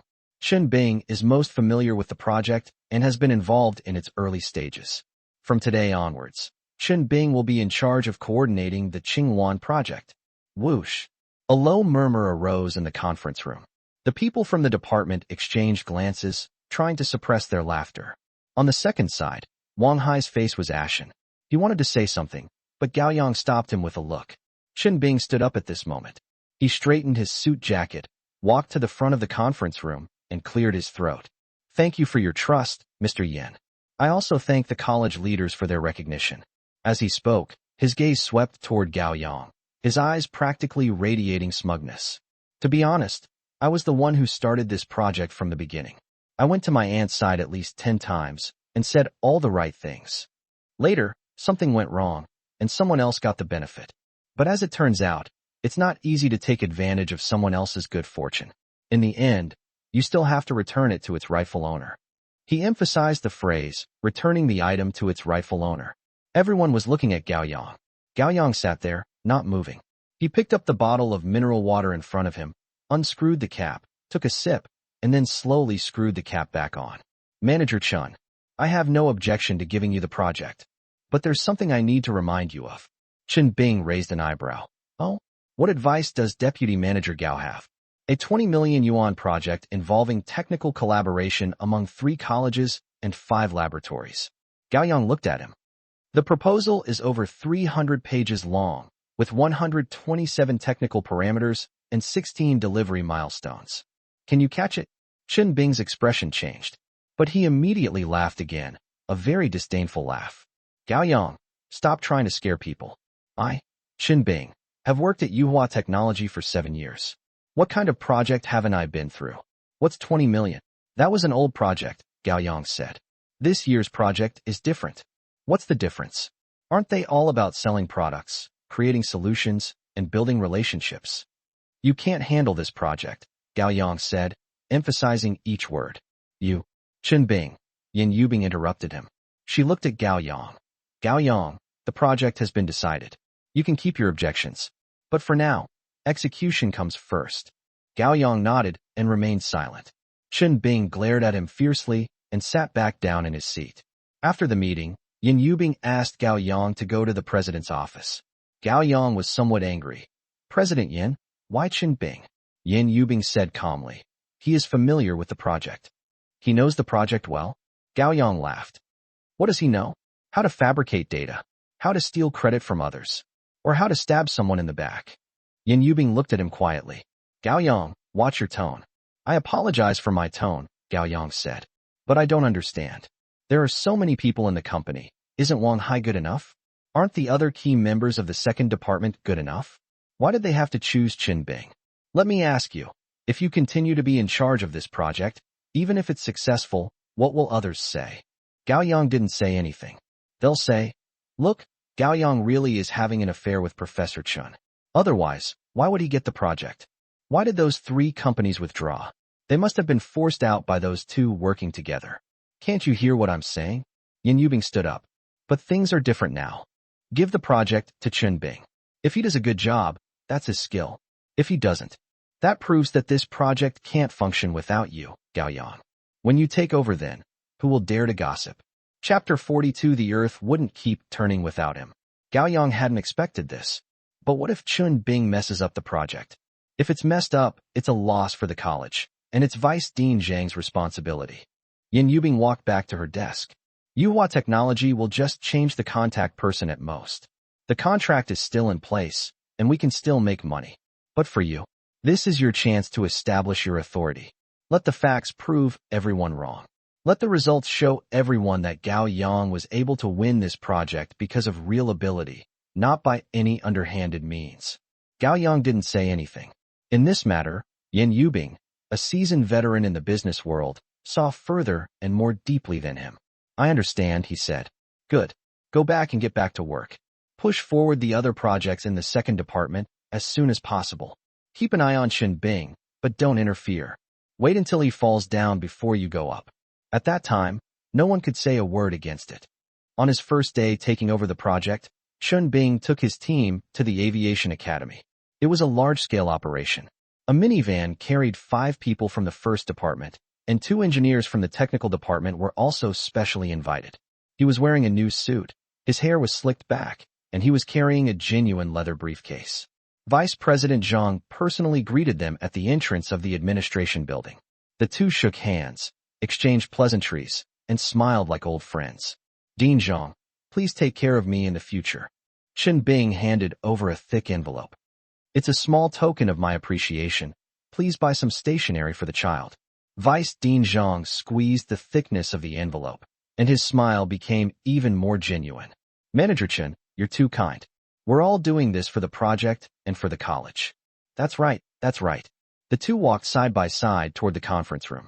Manager Chen, are you familiar with all the project materials? Vice Dean Zhang asked. I know it very well. I know it all too well. Chen Bing patted his chest. I've been watching this project from the moment it was initiated. I can recite the entire proposal from memory. That's good. Vice Dean Zhang nodded. However, there are a few things I need to remind you of. This project is highly technical, and the professors in several laboratories are not easy to deal with. Especially Professor Liu from the School of Mechanical and Electrical Engineering. He has a strange temper, so you need to be careful. Professor Liu? Chen Bing thought for a moment. That skinny old man with glasses? Yes, that's him. Hey, it's nothing. Chen Bing waved his hand. That's how all tech people are. A little something extra will do the trick. I brought some tea with me. I'll take it to him in a bit. Vice Dean Zhang hesitated for a moment, but ultimately said nothing. The project team members were all present in the meeting room. Chen Bing sat down in the main seat and placed his briefcase on the table. Everyone, from today onwards, I will be in charge of the Azure Phoenix project. I'm an efficient person. I'll put away all my old habits of procrastination. The technical solution will be reviewed again within 3 days. The procurement list will be finalized within a week. The construction plan will be ready within 10 days. He paused, glancing at the professors and technicians below. Is there a problem? No one spoke. Okay, if there are no problems, the meeting is adjourned. Wait a minute. An elderly professor with gray hair spoke up. Manager Chun, the technical proposal has already undergone 3 rounds of review. Why do we need to review it again? Why? Chen Bing smiled. Because I'm worried. Who designed the previous plan? Gao Yang, right? What technical skills does he have? What if there are any vulnerabilities? The professor's expression was not good. The plan was discussed collectively by the project team, and I participated in it as well. Since you were involved, you deserve an even harsher punishment. Chen Bing stood up. What if you were also fooled by Gao Yang? You. All right, it's settled then. Chen Bing interrupted him and picked up his briefcase. I have other things to do this afternoon, so I'll be leaving now. You can contact my assistant for the specific tasks. After he finished speaking, he really left. The room was left with a group of people, looking at each other in bewilderment. On the 3rd day, something happened. Electromechanical laboratory. Professor Liu looked at the device in front of him. His face is black as the bottom of a pot. These parameters are incorrect. He pointed to the data on the screen. I clearly stated before that the dynamic response time must be less than 5 milliseconds. What did you give me? 8 milliseconds? Is that even usable? The technician Xiao Zhang, sent by Chen Bing, smiled apologetically. Professor Liu, well, Manager Chen said that 5 milliseconds and 8 milliseconds are about the same and will not affect the use. Fart. Professor Liu slammed his hand on the table. A difference of 3 milliseconds is a world of difference in high-speed simulation. Do you even understand? Xiao Zhang shrank back. But the supplier said that to achieve 5 milliseconds, the price would have to increase by 30%. Then add it. Professor Liu roared. There's clearly that money in the project budget. Manager Chen said, we should save money wherever possible. This saves money. Professor Liu has become a sensation. He picked up the phone and called Vice President Zhang's office directly. Zhang Ziqiang, what kind of worthless person in charge did you bring in? They're even willing to change basic technical parameters just to save a little money. Are we even going to proceed with this project? Vice President Zhang reassured him over the phone. Old Liu, don't get agitated. Let's talk this out. I can't speak properly. Professor Liu's hands trembled with anger. If you don't replace Chen Bing today, I'm not opening this lab. Go find whoever you want. After saying that, he slammed down the phone. When the news reached Chen Bing, he was drinking with clients at a club. What? That old man dared to slam down the phone. Chen Bing, fueled by alcohol, yelled into his phone. Tell him, take it or leave it. What's so great about a lousy professor? But Manager Chen, Professor Liu is the core technical expert of the project team. Core my ass. Wouldn't the earth keep turning without it? Chen Bing hung up the phone and downed another glass of wine. A customer next to him asked with a smile, Manager Chen, is there something you need? It's nothing. Chen Bing waved his hand. That old codger is putting on airs with me. Tomorrow I'll show him who's in charge. The next morning, Chen Bing really went to the electromechanical laboratory. He led 2 men and barged directly into Professor Liu's office. Professor Liu, I heard you have objections to my decision. Professor Liu was reading a paper and didn't even look up. The parameters cannot be changed. If I say it can be changed, then it can be changed. Bing pulled up a chair and sat down. 8 milliseconds is enough. The money saved can be distributed as bonuses to the project team, so everyone will benefit. Benefits. Professor Lu looked up, his eyes behind his glasses as cold as ice. Bing, do you even know what this project is about? I know, it's flight simulation. Do you know what a 3-millisecond difference in simulation data means? What does it mean? This means that the pilot's train will be 0.3 seconds slower in actual operation. Professor Lu stood up and stared at him. 0.3 seconds is a matter of life and death in air combat. Bing refused to back down verbally. Don't try to scare me. That's all theoretical. Theory? Okay, you're impressive. Then I'm not participating in this project. He took a document out of the drawer and slammed it on the table. This is my withdrawal application. Sign it, and I'm leaving. Chapter 43 Jade must be carved to become a useful object. Bing was stunned. He hadn't expected the old man to be so tough. Professor Lu, please don't act rashly. I wasn't acting impulsively. Professor Lu took off his glasses and wiped them. I've spent my whole life in the technical field. I'm not good at anything else, but I'm very meticulous. You want to change the parameters? Fine. Wait until I exit, then you can change them however you like. But now, as long as I'm still a member of the project team, you can forget about changing a single number. The two men who came with Bing didn't dare to utter a sound. Bing stared at the withdrawal application, his hands clenched into fists. Sign it. That project will definitely fail because it lacks core technology. Refusing to sign? This old man is clearly uncooperative, and the work can't move forward. They froze. Just then, Vice President Zhang called. Bing, come to my office right now. The voice was urgent and angry. Professor Lu has filed a formal complaint with the department. The dean knows about it. Now, more than a dozen professors in the project team have jointly demanded that you either be replaced or they all withdraw. This project is going to be halted. Bing's mind went blank. He held his phone, his palms sweaty. 3 days. He had only been in charge for 3 days. The project is about to fail. It's late at night, 11 p.m. Tang Zhong, dressed in a dark gray Tang suit, sat at a desk made of rosewood. The computer screen in front of him was lit up, and on the other end of the video call interface was an elderly man with gray hair and a clear face. An elderly man, dressed in a simple white cotton linen shirt, sat on a terrace by the sea, with the dark sea and the faint light of a lighthouse behind him. Sir, there's been a problem with Gao Yang's project. On the screen, the old man picked up the purple clay teapot beside him and slowly poured himself a cup of tea. A cup of tea. Tell me more about it. The Azure Phoenix project at the School of Aeronautics has been sabotaged.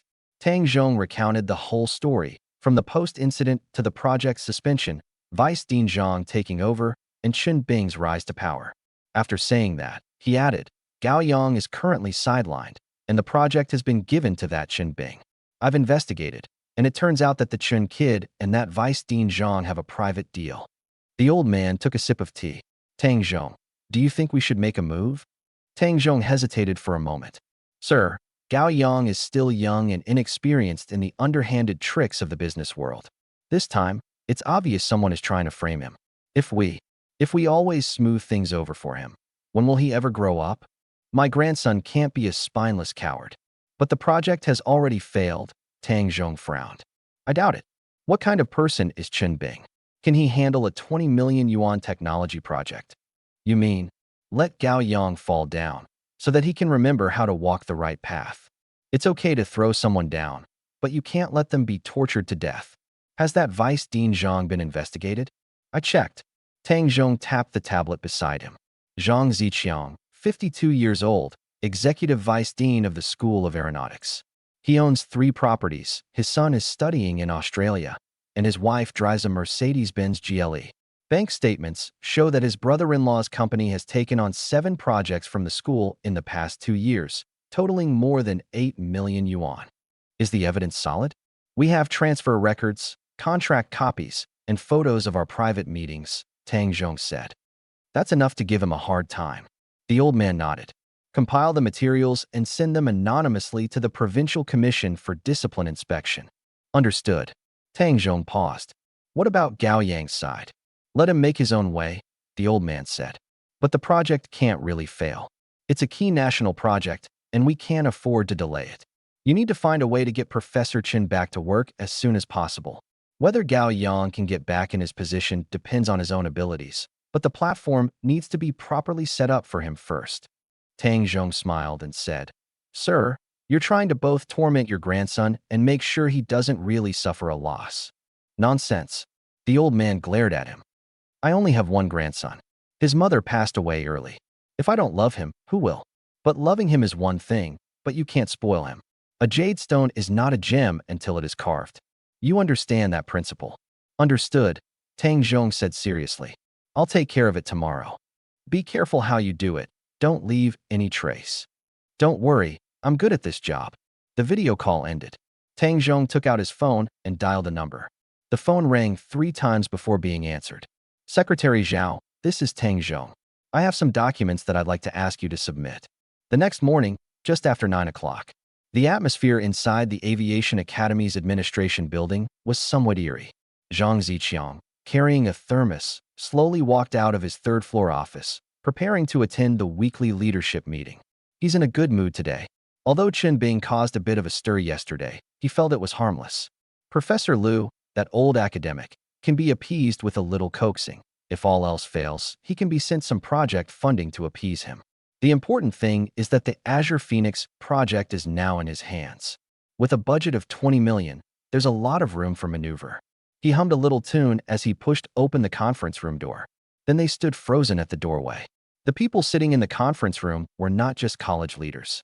There were also 4 middle-aged men in dark jackets, with serious expressions and work badges hanging in front of them.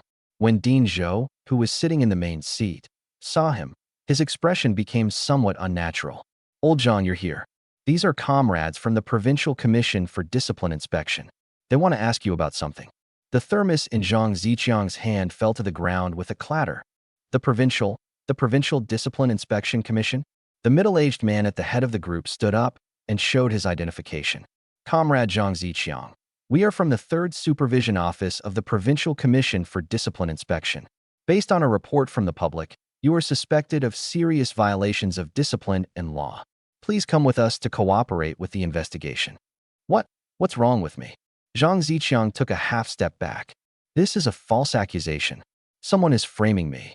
Whether it's a false accusation or not, we'll find out once we investigate. The middle-aged man's tone was calm, but his eyes were sharp as knives. Please cooperate. 2 other staff members came over and stood on his left and right sides. Even before he got a chance to use his hands, the oppressive feeling made Zhang Ziqiang's calves start to cramp. The meeting room was completely silent. All the hospital leaders kept their heads down, and no one dared to utter a sound. Zhang Ziqiang turned to look at Dean Zhou. Old Zhou, this must be a misunderstanding. Please say something for me. Dean Zhou, Old Zhang, the organization won't wrong an innocent person. You go first and explain the situation clearly. That's as good as saying nothing at all. Zhang Ziqiang's vision went black. The 2 staff members made a pleased gesture. Zhang Ziqiang followed them out in a daze, his feet unsteady, and he almost tripped over his own dropped thermos. A large crowd had already gathered in the corridor. Faculty, staff, and even a few students passing by all craned their necks to look in this direction. The whispers were as soft as the buzzing of mosquitoes. See? They've been taken away. Vice Dean Zhang, what did he do wrong? I heard it's an economic problem, several million. Serves him right. I've disliked him for a long time. He's always putting on airs. Zhang Ziqiang lowered his head, wishing he could bury his face in his chest. He could feel those gazes, like needles pricking his back. It's only a few dozen steps from the 3rd floor to the 1st floor. He felt as if half a century had passed. The black sedan was parked at the entrance of the building. The car door opened, and he was helped up by the head and shoved into the back seat. With a bang, the car door slammed shut. The car started and drove out of the campus. Chapter 44, I'll also push you off the stage. Half an hour later, the news spread throughout the entire college. The faculty and staff WeChat group was in an uproar. Holy crap! Vice President Zhang has been taken away by the Provincial Commission for Discipline Inspection. Really? When did this happen? Just now. I saw it with my own eyes. They got into an unlicensed taxi. Why? I don't know, but I heard the problem is serious, and I guess he won't be able to come back. What about the Azure Phoenix project? Isn't he in charge of it? After the message was sent, the group was silent for a few seconds. Then someone tagged Chen Jingshu. Dean Chun, do you need to take over the project again? Chen Jingshu looked at her phone screen, but didn't reply. 10 minutes later, Dean Zhou called. Xiao Chen, are you in the office? Come over here, I need to discuss something with you. His tone was unusually kind. Chen Jingshu hung up the phone, stood up, and straightened her shirt collar in front of the mirror. She didn't rush to leave, but instead sent Gao Yang a WeChat message first. Zhang Ziqiang has been taken away. Gao Yang replied quickly, ? Provincial Discipline Inspection Commission. He was just taken away. You did this. Do I have that ability? Chen Jingshu rarely joked. Maybe it's just God's blessing. Gao Yang sent a grinning emoji. It looks like the project needs to be restarted. Probably, Chen Jingshu typed. Wait for my message. She put away her phone and walked out of the office. She ran into several colleagues in the hallway, and the way they looked at her seemed to have something indescribable about it. There was envy, jealousy, and also fawning. Chen Jingshu ignored them all and went straight to the dean's office door, where she knocked. Come in. Pushing open the door, I saw Dean Zhou standing by the window, his hands behind his back. Upon seeing her, he immediately put on a smile. Xiao Chen is here, please sit down. Chen Jingshu sat down on the sofa, her back straight. Did the dean want to see me about something? Well, it's like this. Dean Zhou sat back in his office chair and rubbed his hands together. You should have heard about old Zhang's matter. The organization will handle it seriously, so don't worry about that. But the problem now is that the Azure Phoenix project can't be stopped. He paused, observing Chen Jingshu's expression. The institute discussed it and decided that you should take the lead on this project. After all, you've been running around from beginning to end, so you know the situation best. Of course, the reason I asked you to stay away temporarily was to protect you. Now that the truth has come out and the rumors have been dispelled, you can completely return to your original position. Dean, Chen Jingshu interrupted him. I accept your offer to take charge of the project again, but on conditions. What are your conditions? The contact person for Yuhua Technology must be Gao Yang. I won't accept anyone else as my contact. The conference room of Yuhua Technology. The long table was filled with people on both sides. The managers of Sales Department 1 and 2 were all there. The door was pushed open. Yin Yubing walked in, followed by her assistant Lin Wei. She was wearing a charcoal gray suit today, her hair neatly tied back, looking both cool and beautiful. She sat down in the main seat, her gaze sweeping across the room, lingering on Chun Bing's face for half a second longer, and then pausing again on Gao Yang's face. Two things. First, the Azure Phoenix project will be taken over by Gao Yang again, starting today. As soon as he finished speaking, the conference room erupted in a buzz. How did Gao Yang get replaced in just 2 days? Chen Bing jumped up. President Yin, on what grounds? I've already pulled some strings with the academy. Why should they give him extra credit? Yin Yubing looked up at him, her eyes like shards of ice. Professor Liu from the electromechanical laboratory said that if you mess with the parameters, he will withdraw the entire project team. If you try to reduce the price of the purchase order by 30%, the supplier will simply say they're not doing it anymore. You're pushing for a construction plan to come up with in 10 days, and the technical team says you'll have to find a god to draw it up. Is this all you've accomplished? Chen Bing opened his mouth, wanting to argue, but couldn't utter a single word. He could only stubbornly insist. We can't just change it like that. I've already spoken with Vice Dean Zhang of the college. Vice Dean Zhang? He's in dire straits himself. The Provincial Discipline Inspection Commission took him away this morning. It's an economic problem, and the amount involved is not small. He won't be out for at least 10 or 8 years. Yin Yubing turned to Gao Yang. Gao Yang, you need to take on the project again. Professor Chun from the college specifically requested that you take over. She won't recognize anyone else. Gao Yang nodded, saying only 2 words without elaborating. Clear. The second thing. Yin Yubing leaned back slightly. Sales Department 1 and Department 2 will officially merge on the 1st of next month. The new sales department has a manager position available, and the position will be filled through open competition. Anyone at the supervisor level or above can participate. These words were like a bomb, completely shattering the atmosphere in the conference room. Open competition, so that means Gao Yang can also compete for manager? He's only been a deputy manager for a short time. Isn't that against the rules? Yin Yubing interrupted the commotion below. My rule is that the capable rise and the mediocre fall. The merged sales department will have a heavier burden, and I need the most capable person to lead it. Gao Yang is the deputy manager, but his performance on the Qingwan project is evident to all. He secured a 20 million yuan contract. He is qualified to compete for the position. She paused, her gaze intentionally or unintentionally drifting towards Qinbing. The competitive selection process took place on the day of the merger. Presentations were held on-site, voting took place on-site, and the results were announced on-site. Fair, open, and transparent. Whoever has the ability, let them go. Qinbing stared intently at Gao Yang, his eyes practically spitting out hatred. Gao Yang didn't look at him, but calmly looked at Yin Yubing. Mr. Yin, what do I need to prepare for this job application? Performance report. The sales department's plan for the next 6 months. How to lead the team, how to boost sales, and how to deal with competition, Yin Yubing said. What I want to see is real skill, not just empty showmanship. Understood. Gao Yang nodded. The meeting is adjourned. People gradually began to leave. Qinbing sidled up to Gao Yang and said, Gao Yang, don't get too cocky. You think you can take the manager's position? Dream on. Gao Yang turned his head and glanced at him. His gaze was indifferent as if he were looking at roadside trash. Qinbing, even if I don't get the manager position, I'll still make sure you're ousted. From now on, I'm going to make your days in the sales department harder and harder. In the afternoon, at the Aviation Academy, a dozen or so people were scattered around the small square in front of the administration building. They were all core members of the Azure Phoenix project team. One of the graduate students was even holding a bouquet of flowers, pink and white lilies, wrapped in light-colored crepe paper and tied with a ribbon. When Chun Jingshu came out of the building, everyone applauded. The applause wasn't enthusiastic, but it lasted a long time. The graduate student stepped forward and handed her the flowers. Professor Liu said, Professor Chun, you've been wronged. Professor Liu, please don't say that. The fact that the project can continue is more important than anything else. That's right. Professor Liu nodded, then looked at Gao Yang behind Qin Jingshu. Xiao Gao is back too. Good, that's good. It's great to work with knowledgeable people. Gao Yang stepped forward and shook hands with Professor Liu.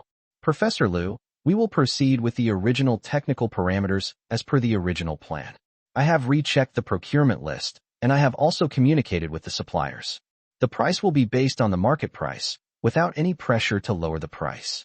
The construction period may be a little longer than originally planned, but the quality must be guaranteed. Professor Liu squeezed his hand tightly.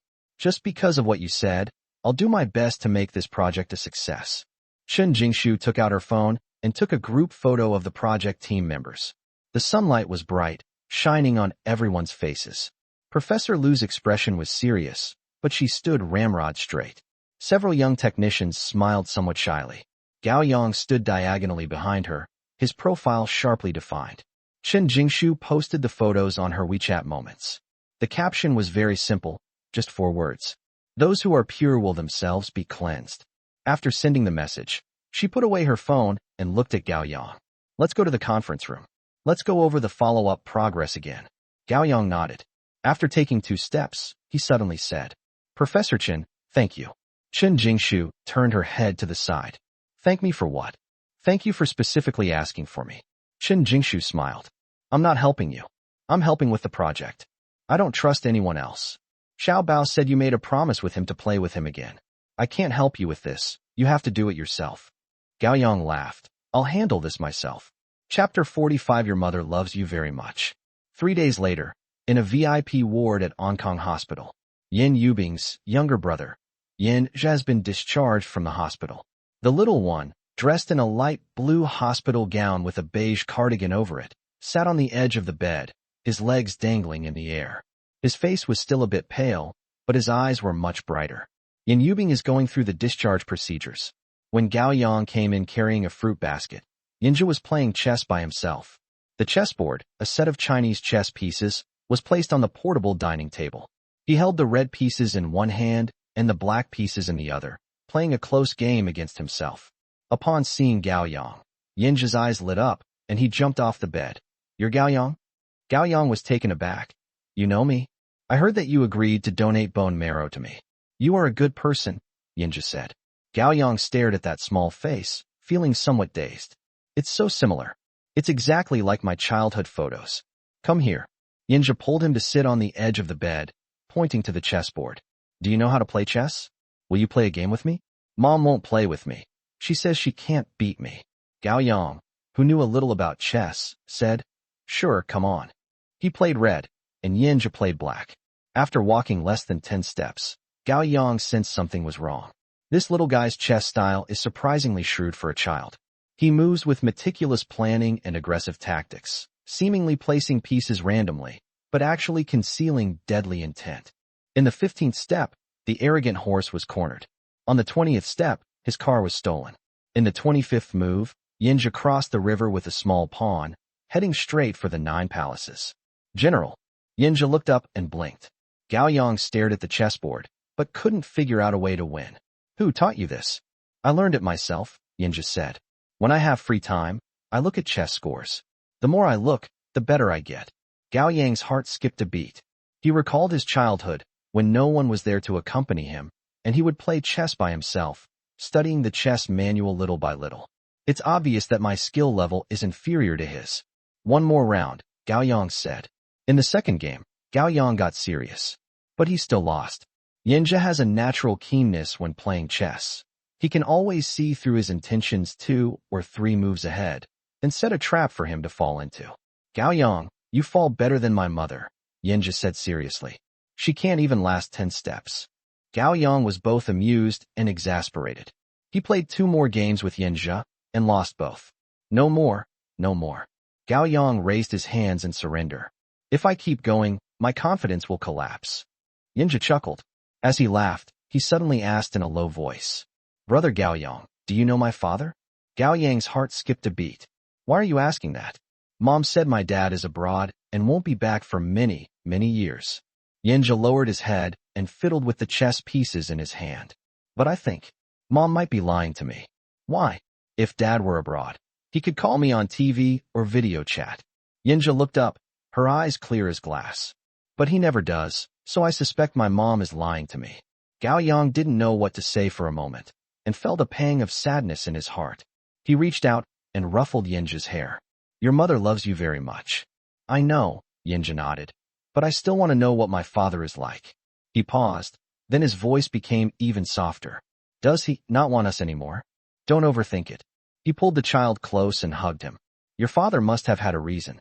Will he come back? Yes, Gao Yang said. Someday. Yinja leaned against him without saying a word. After a long while, he spoke in a low voice.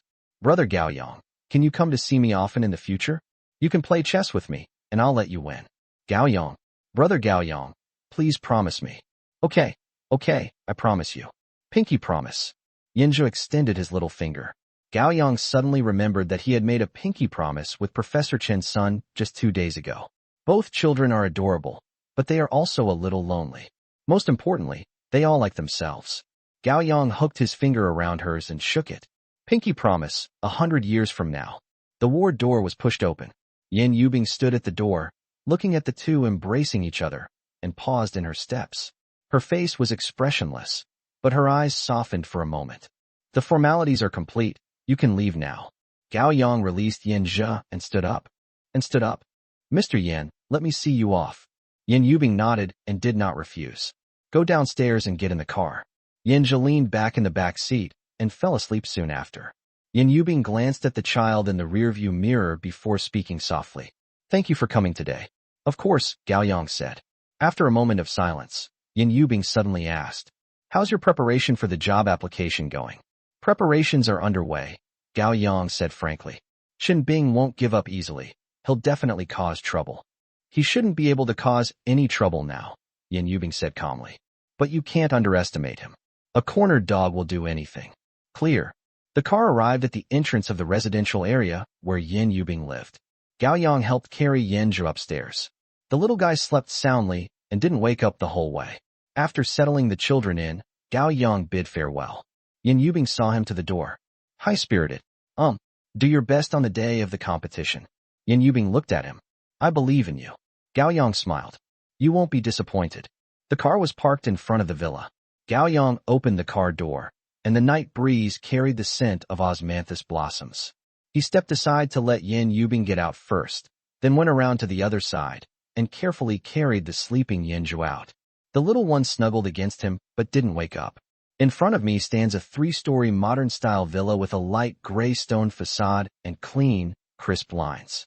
The yard is quite large, with a row of bamboo planted against the wall, rustling softly in the wind. Yin Yubing walked towards the villa and looked back to see Gao Yang still standing at the bottom of the steps. "What are you standing there for?" she asked. Gao Yang held Yinzhu, a little hesitant. "This is the boss's large villa, a completely different world from the urban village he rents." Without the boss giving clear instructions, he couldn't just go inside on his own. Yin Yubing noticed his hesitation and twitched her lips. "What? You can go into Professor Chen's house, but you don't dare to go into mine." Gao Yang was taken aback. His words were loaded with meaning, carrying a hint of barb, yet sounded like a joke. "Is it that you're afraid to go in, or unwilling to go in? Is my place more frightening than Professor Chen's house?" Gao Yang gave an awkward laugh. "Mr. Yin, you are my boss." He lifted Yinzhu up a bit. "As long as you say the word, I'm willing to go through fire and water, let alone come inside." Glib-tongued, Yin Yubing turned and walked inside, leaving behind a sentence. "Come in." Gao Yang followed him inside. Slippers, men's style, brand new, were already placed next to the shoe cabinet. Gao Yang was pondering how to change shoes while holding the child when Yinzhu woke up. The little one rubbed his eyes and slid off his arms, standing on the floor and looking up at him. "Brother Gao Yang, this is my home." "I can tell." Gao Yang squatted down and straightened his wrinkled collar. "It's quite big. I'll show you around." Yinzhu perked up, grabbing his hand and pulling him inside. "I have lots of chess scores and all sorts of toys in my room. Pick one you like, and I'll give it to you." Chapter 46. Brother Gao Yang, you eat. "Yinzhu," Yin Yubing said. "Don't cause trouble for Gao Yang." Yinzhu curled his lip. "I was just inviting him to look at my toys." Yin Yubing, "Go upstairs and let the auntie help you wash your face and hands." "Let Brother Gao Yang help me wash." "Auntie will help you wash," Yin Yubing said, her tone leaving no room for negotiation. "Be good." Yinzhu looked to Gao Yang for help. Gao Yang raised his hands in surrender. "I'll listen to your mother on this matter." Yinzhu snorted and walked upstairs with his head down, but turned back halfway up. "Brother Gao Yang, wait for me to finish, then we'll play chess." "Okay, go ahead." The little guy then ran upstairs. The living room fell silent. Gao Yang stood there, feeling a little awkward. The place was too big, too empty, decorated in a minimalist style with white walls and gray floors, and only a few pieces of furniture. It felt cold and lifeless. This style is somewhat similar to Professor Chen's families. Perhaps Qin Jingshu and Yin Yubing are the same kind of people. They are independent, strong, and do not depend on men. They support their own world. Yin Yubing took off her coat and draped it over the back of the sofa, revealing a silk shirt underneath, which subtly revealed her beautiful curves. "Sit down." She gestured to the sofa. "What would you like to drink?" "Water will do." Yin Yubing poured him a glass of water and handed it to him. She then took a glass for herself and sat down opposite him. The two fell silent for a moment. Gao Yang held a water glass and looked around. One entire wall of the living room was made of floor-to-ceiling windows, offering a view of the outline of the yard outside. A grand piano stood in the corner, covered with a velvet cloth. The cleaning lady comes every day to clean and cook. Yin Yubing took a sip of water. "I often work overtime, and Yinzhu spends most of his time at the after-school care center. This house is just a place to sleep." She spoke casually, but Gao Yang sensed something else in her voice. "This house is so big, and it's just the mother and daughter living there. When they come home at night, there isn't even a warm light. It's really quite deserted." Yin Yubing put down her cup and suddenly asked, "What's Chun Jingshu's house like?" Gao Yang didn't expect her to ask this. "It's just an ordinary family home," he said honestly. "Lots of books, lots of kids' toys. It's a bit messy, but warmer than yours." "Warm? Yeah, it feels a bit lively." Gao Yang gestured. "The kitchen smells of cooking oil. There are cushions on the sofa, and clothes are drying on the balcony. It has a bit of that everyday feel to it." After thinking for a moment, she added with a smile, "But not many. You belong to the same type of people." Yin Yubing did not respond. At this moment, Yinzhu ran down wearing cartoon pajamas and pounced on Gao Yang's legs. "Brother Gao Yang, I'm all washed. Let's play chess." Yin Yubing frowned. You need to be polite. Why is your hair a little wet? Gao Yang laughed, got up and went to the bathroom to get a dry towel, pressed the little guy down on the sofa, and ruffled his hair haphazardly. Playing chess is fine, but you have to dry your hair first, otherwise you'll catch a cold and have to go back to the hospital. Yinja became obedient, tilting his little face up and letting him wipe it. Yin Yubing leaned back on the sofa, watching this scene. Gao Yang's movements were a little clumsy, but very gentle. Yinja squinted, like a kitten being stroked. Something inside her suddenly softened. How long has it been since I've seen my son so relaxed? Since falling ill, Yinja has always been tense, so sensible that it's heartbreaking. Only in front of Gao Yang does she act like a real 4-year-old child. Gao Yang, she suddenly said. Let's have dinner here tonight, Yin Yubing said. Andy will be cooking soon. Soon. Gao Yang paused for a moment. Isn't this inappropriate? What's inappropriate? Yin Yubing stood up. More people mean more chopsticks. Besides, she glanced at Yinja. It's rare to see Yinja so happy. Yinja immediately chimed in. Brother Gao Yang, please stay for dinner. Auntie's braised pork is delicious. Looking into the little guy's bright eyes, Gao Yang couldn't bring himself to say no. All right, then I'll take my leave. My aunt made 4 dishes and a soup. Braised pork belly, steamed sea bass, stir-fried broccoli, cucumber salad, and a pot of yam and pork rib soup. The dishes were placed on the table, steaming hot. Yinja insisted on sitting next to Gao Yang, ate half a bowl of rice for himself, and then put a piece of meat on Gao Yang's plate. Brother Gao Yang, please eat. You're too thin. Gao Yang laughed. I'm thin. You're too thin. Yinja said seriously. Mom said you're always running around doing business. It's hard work. You need to eat more meat. Gao Yang looked at Yin Yubing. Yin Yubing lowered her head and drank her soup, pretending not to hear. This meal was eaten slowly. Yinja was very talkative, constantly asking Gao Yang about his work and talking about the patients he met at the hospital. Gao Yang listened patiently, occasionally chiming in. Yin Yubing rarely interrupted, simply eating quietly, her gaze occasionally sweeping over the two of them. It was completely dark outside the window, and the villa area was so quiet you could hear the wind. After dinner, Yinja pestered Gao Yang to play chess again. This time, in the study, a chessboard was placed on the solid wood desk. Yin Yubing came up from the kitchen and leaned against the door to watch. Yinja rested his chin on his hand, his eyes fixed on the chessboard, like a little adult. He held the red cannon between his raised fingers, pondering where to place it.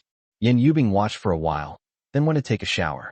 Despite winning 3 consecutive games, Gao Yang still lost. Talent is something that is extremely difficult to surpass. Gao Yang raised his hands in surrender. I can't take it anymore. I'm not going to play.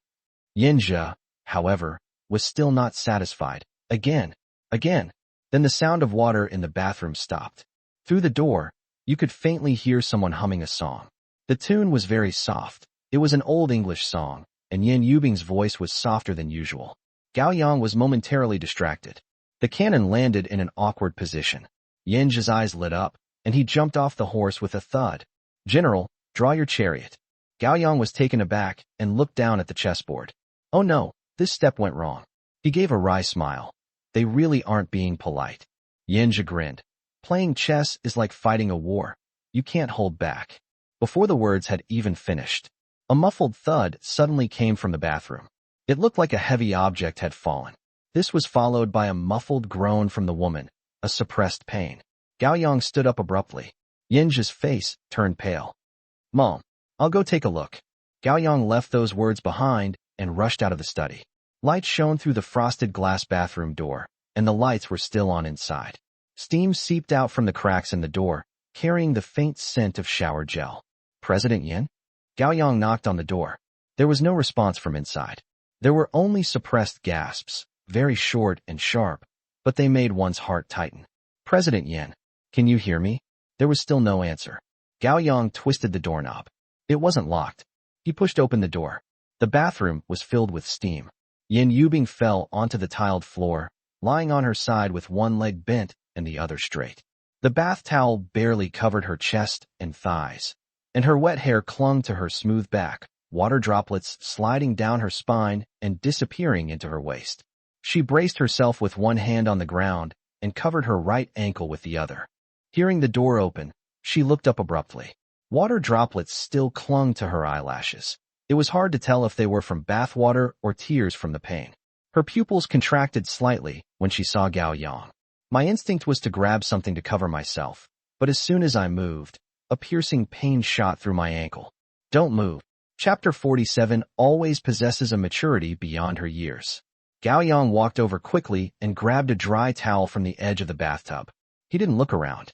He squatted down and wrapped a towel around her shoulders. His movements were quick but steady. Yin Yubing's body stiffened. The man's fingers occasionally touched her shoulder and her back. They were very warm. She bit her lower lip. Gao Yang wrapped her up tightly before looking at her feet. My right ankle started to swell, and the skin was an abnormal red. It's twisted. He frowned. You need to apply a cold compress. Yin Yubing tried to move and hissed in pain. Can you stand up? I'll give it a try. She braced herself with her hands on the ground, trying to gain leverage. Gao Yang reached out and supported her arm. The woman's skin was smooth and wet, making it a little difficult to hold. As most of her weight pressed down on him, he instinctively raised his other hand to support her lower back. Both of them stopped in their tracks. The towel was wrapped hastily, leaving the lower back uncovered. His palm pressed directly against her skin, warm and smooth. Yin Yubing's ears turned red. Sorry. Gao Yang moved his hand away and instead took her arm. Take it easy. After some effort, we finally managed to get her up. Yin Yubing stood on one leg, her center of gravity unstable, and her body swayed. Without hesitation, Gao Yang bent down, put one hand under her knees and the other around her back, and picked her up horizontally. Yin Yubing gasped softly and instinctively wrapped her arms around his neck. Gao Yang carried her outside. The man's arms were strong, and he held her very firmly. Yin Yubing nestled in his arms, able to smell his faint body odor, which wasn't unpleasant, but rather gave her a strange sense of security. She looked up and saw that his jawline was taut and his Adam's apple bobbed. The bath towel was a bit loose, and my chest felt chilly. Her face grew even hotter, and she quietly pulled the bath towel up a little. Gao Yang, without looking to the side, carried her out of the bathroom and into the master bedroom. The bedroom was large, and the bed was gray-white with silk sheets. He placed her on the edge of the bed, turned around, and went to the bathroom to find a clean towel, then took out an ice pack from the freezer and wrapped it in the towel. Back at the bedside, he knelt down and lifted her injured foot. It'll be a bit cold, but bear with it. Apply an ice pack to the swollen ankle. Yin Yubing gasped. You have to apply it even if it hurts. Gao Yang pressed the ice pack firmly against his hand. Otherwise, it will be even more swollen tomorrow. The bedroom was very quiet. Yin Yubing looked down at the man squatting in front of her. The neckline of his white t-shirt was loose, revealing a glimpse of his collarbone. His squatting posture accentuated the definition of his thigh muscles in his jeans. He stared intently at her ankle, his brow furrowed slightly. That focus was exactly the same as when he was explaining the plan in the project meeting. Thank you, she said suddenly. Gao Yang raised his head. Their eyes met. Yin Yubing's eyes were still wet, whether from the pain she had just experienced or from the steam in the bathroom. It was hard to tell. Her cheeks were flushed, and her usual coldness had softened, revealing a hint of tenderness. Gao Yang's throat was a little dry. Of course. He looked away and continued pressing the ice pack. There was a few more minutes of silence. Gao Yang checked the time. The ice pack had almost finished. He got up, took a bathrobe from the closet, and handed it to her. Change your wet clothes, or you'll catch a cold. Yin Yubing took the bathrobe. Gao Yang turned around consciously, facing the window, but did not leave the bedroom. Yin Yubing didn't let him leave either. After all, we've already seen what we needed to see. Forcing him to avoid it now would seem pretentious. A rustling sound came from behind. The bath towel slipped off, and a bathrobe was pulled on. The fabric brushed against the skin, very lightly, but exceptionally clearly in the quiet room. All right, Yin Yubing said. Gao Yang turned around. She was already wrapped in her nightgown, the belt fastened tightly, revealing only a section of her fair calves. Her wet hair was spread over her shoulders, still dripping water. Do you have any medicine at home? Gao Yang asked. There's a first aid kit under the TV cabinet. Gao Yang went to get the first aid kit and took out Yunnan Baiyao spray. He squatted down again, lifted her feet, and sprayed the medicine. The medicinal mist felt cool and refreshing on my skin. Yin Yubing looked at his lowered profile and suddenly asked, Did you often do this before? What? Taking care of people. Gao Yang's hand movements didn't stop. My mother is in poor health, and my father passed away early. When I was a child, her back injury flared up again, and she couldn't get out of bed. I was the one who took care of her. No wonder his movements were so skilled. No wonder he always has a maturity beyond his years. How is your mother now? He's gone. Gao Yang finished spraying the medicine and put the cap back on. He left when I was a sophomore in college. After he finished speaking, he looked up and smiled. It's okay, it's all over now. The smile was faint, but it touched a nerve somewhere in Yin Yubing's heart. She opened her mouth as if to say something, but didn't. Gao Yang packed up the first aid kit and stood up. Don't get out of bed tonight. If the pain doesn't lessen tomorrow, you'll need to go to the hospital for an x-ray. Then I'm leaving. Gao Yang turned and walked out. He turned back as he reached the door. President Yin. Remember to wear non-slip slippers next time you take a shower. Yin Yubing paused for a moment, then smiled. No. Gao Yang smiled, waved his hand, and closed the door. In the living room, Yinzhu was still sitting at the door of the study, his little face tense. Brother Gao Yang, my mother. It's nothing. She just twisted her ankle. It's already been medicated. Gao Yang ruffled his hair. Go keep her company, but don't touch her injured foot, okay? No. Yinzhu ran into the master bedroom. Gao Yang stood in the living room for a while and heard Yinzhu speaking softly and Yin Yubing responding gently from inside. He let out a breath, changed his shoes, and gently closed the door. A night breeze blew, and I realized my back was a little damp with sweat. Monday morning at 9 a.m., Yuhua Technology Conference Room. The long conference table was packed with people, more than 30 from sales departments 1 and 2 combined, a sea of black faces. No one was whispering. Everyone was staring at the door. At 9:05, Yin Yubing appeared at the door. Today she wore a dark gray suit skirt, the cut sharp and accentuating her incredibly slim waist. Her long hair was neatly tied back, revealing her smooth forehead and those cold, icy eyes. My right ankle is still a little swollen, but my walking posture is still upright, with only a slight pause when I put my foot down, which is not obvious. Assistant Lin Wei followed behind her, carrying a folder. Yin Yubing walked to the head seat, but didn't sit down. She placed her hands on the edge of the table and scanned the entire room with her gaze. Everyone is here. I have 2 things to say. She paused, waiting for everyone's attention to be focused.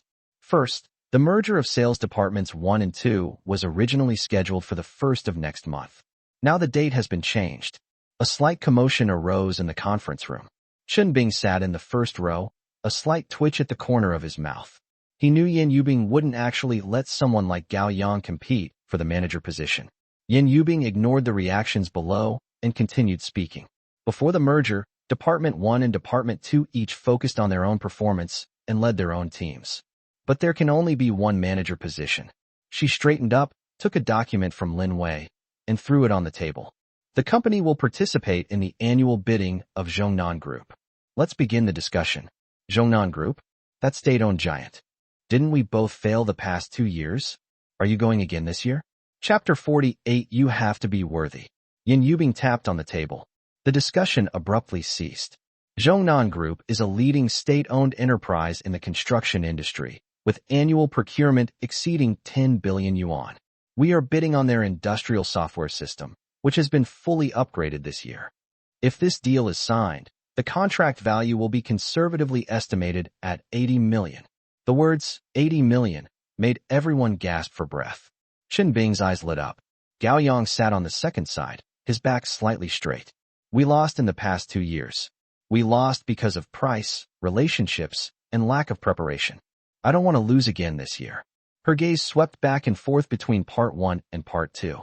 Departments 1 and 2 each form their own teams and prepare their own plans. Whoever wins this contract with Zhongnan Group, the sales manager after the merger will come from whichever department it is.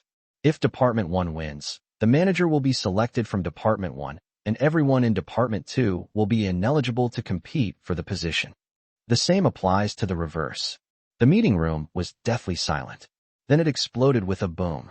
Isn't this forcing both of them to fight to the death? Winners take all, losers get out. President Yan's move is ruthless. Chen Bing suddenly stood up, his face beaming with barely suppressed excitement. Mr. Yan, is that really true? Yin Yubing glanced at him. When have I ever joked? Great, great. Chen Bing slammed his hand on the table. Take this one. We're going to get this order. After he finished speaking, he turned to look at Gao Yang, his mouth agape, and he laughed wildly and slyly. Deputy Manager Gao, what about your second department? Are you going to take it or not? If you're afraid to take it, say so now, lest you make excuses when you lose. Everyone in the two departments looked at Gao Yang. He stood up high. He didn't look at Chen Bing, but looked directly at Yan Yubing. Mr. Yan, what are the criteria for winning the bid? Is it just based on the contract amount, or a comprehensive evaluation? A hint of approval flashed in Yan Yubing's eyes. A comprehensive assessment. Price, plan, and after-sales service will be weighted together. Lin Wei will send out the specific details after the meeting. Understood. Gao Yang nodded. Second part. That's impressive. Chen Bing clapped sarcastically. Then I'll wait and see Deputy Manager Gao show his skills. Don't let him end up like he did a couple of years ago, unable to even get close to anyone. Gao Yang turned his head and said, Don't speak too confidently. You might accidentally bite your tongue.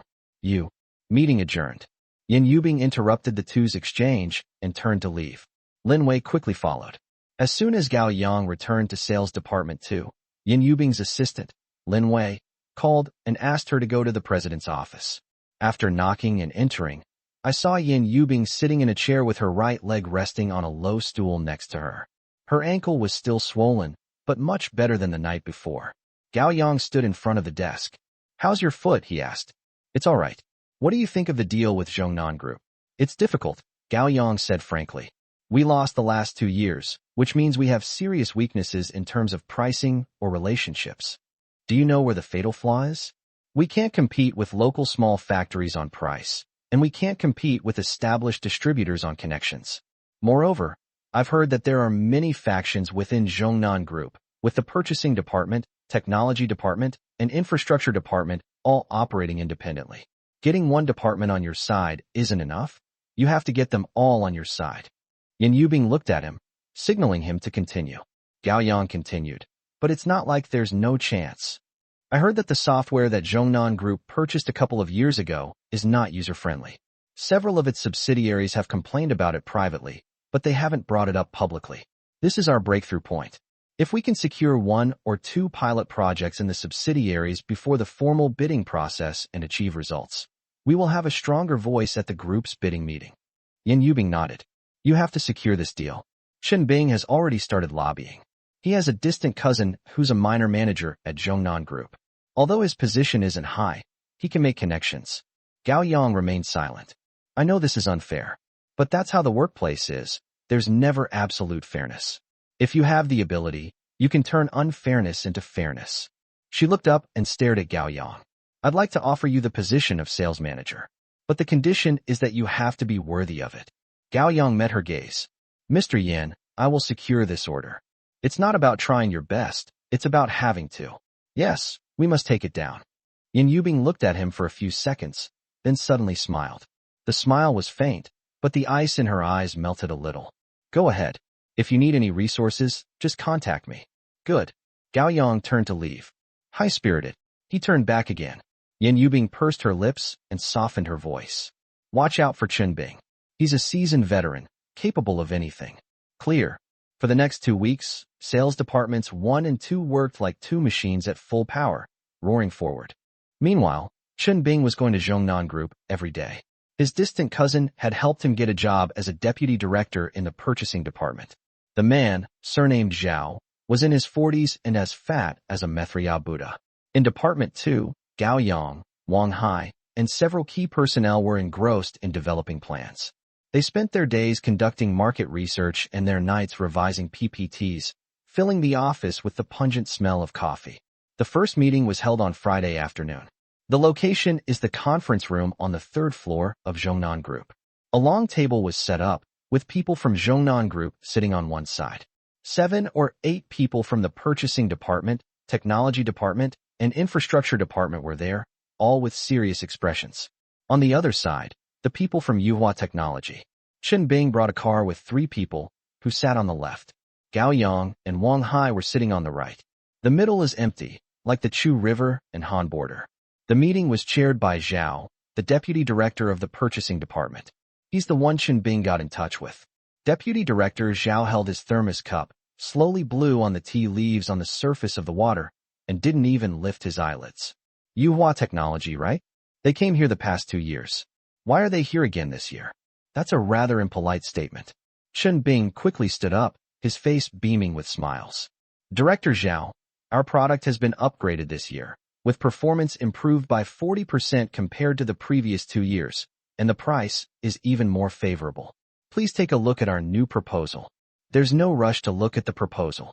Deputy Director Zhao interrupted him, his gaze shifting between Gao Yang and Chen Bing.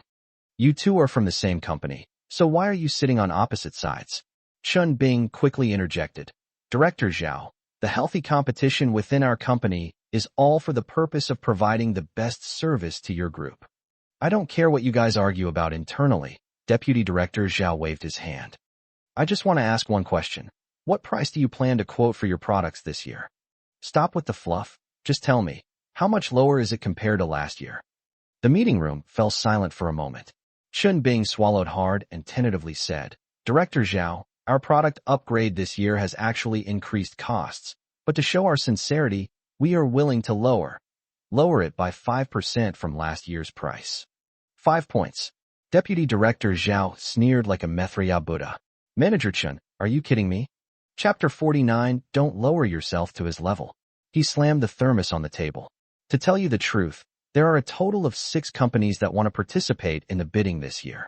2 are local and 4 are from other places. The 2 local companies have quoted prices that are 20% lower than yours last year. Last year, you're only lowering it by 5 points? Do you think our Zhongnan group is full of fools and rich people? Or do you think I, the deputy director, am easy to fool? Chen Bing's forehead was sweating. Director Zhao, the price is too low. We can't guarantee the product quality. That's your problem. Deputy Director Zhao leaned back, arms crossed. I have only one request. A 15% reduction compared to last year. If you can do that, we can continue talking. If not, he shrugged. The door is over there. Goodbye and don't come back. It dropped by 15 points.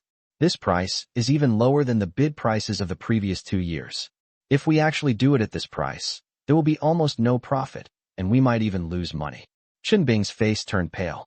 He opened his mouth, as if to say something, but didn't dare to. At this moment, Gao Yang spoke up. Director Zhao, may I say a few words? Deputy Director Zhao glanced at him. Explain. Gao Yang stood up, without taking the plan or looking at the PPT. We can do a 15% price reduction. Chen Bing suddenly turned his head to look at him, his eyes almost popping out of their sockets. Gao Yang ignored him and continued speaking. But such a large price reduction can only mean 2 things. First, they cut corners and the quality is poor. Second, they reduce after-sales service, shorten the warranty period, and charge extra for labor. He paused and looked at Deputy Director Zhao. Zhongnan Group is a leading state-owned enterprise with projects all over the country.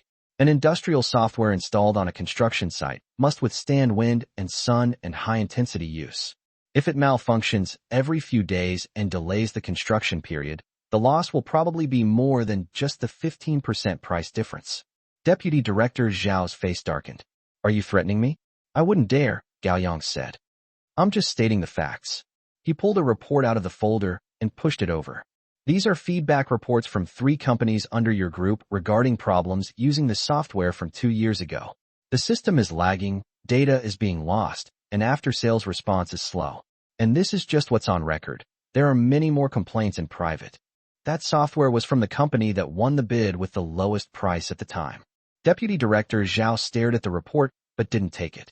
Gao Yang withdrew his hand and continued.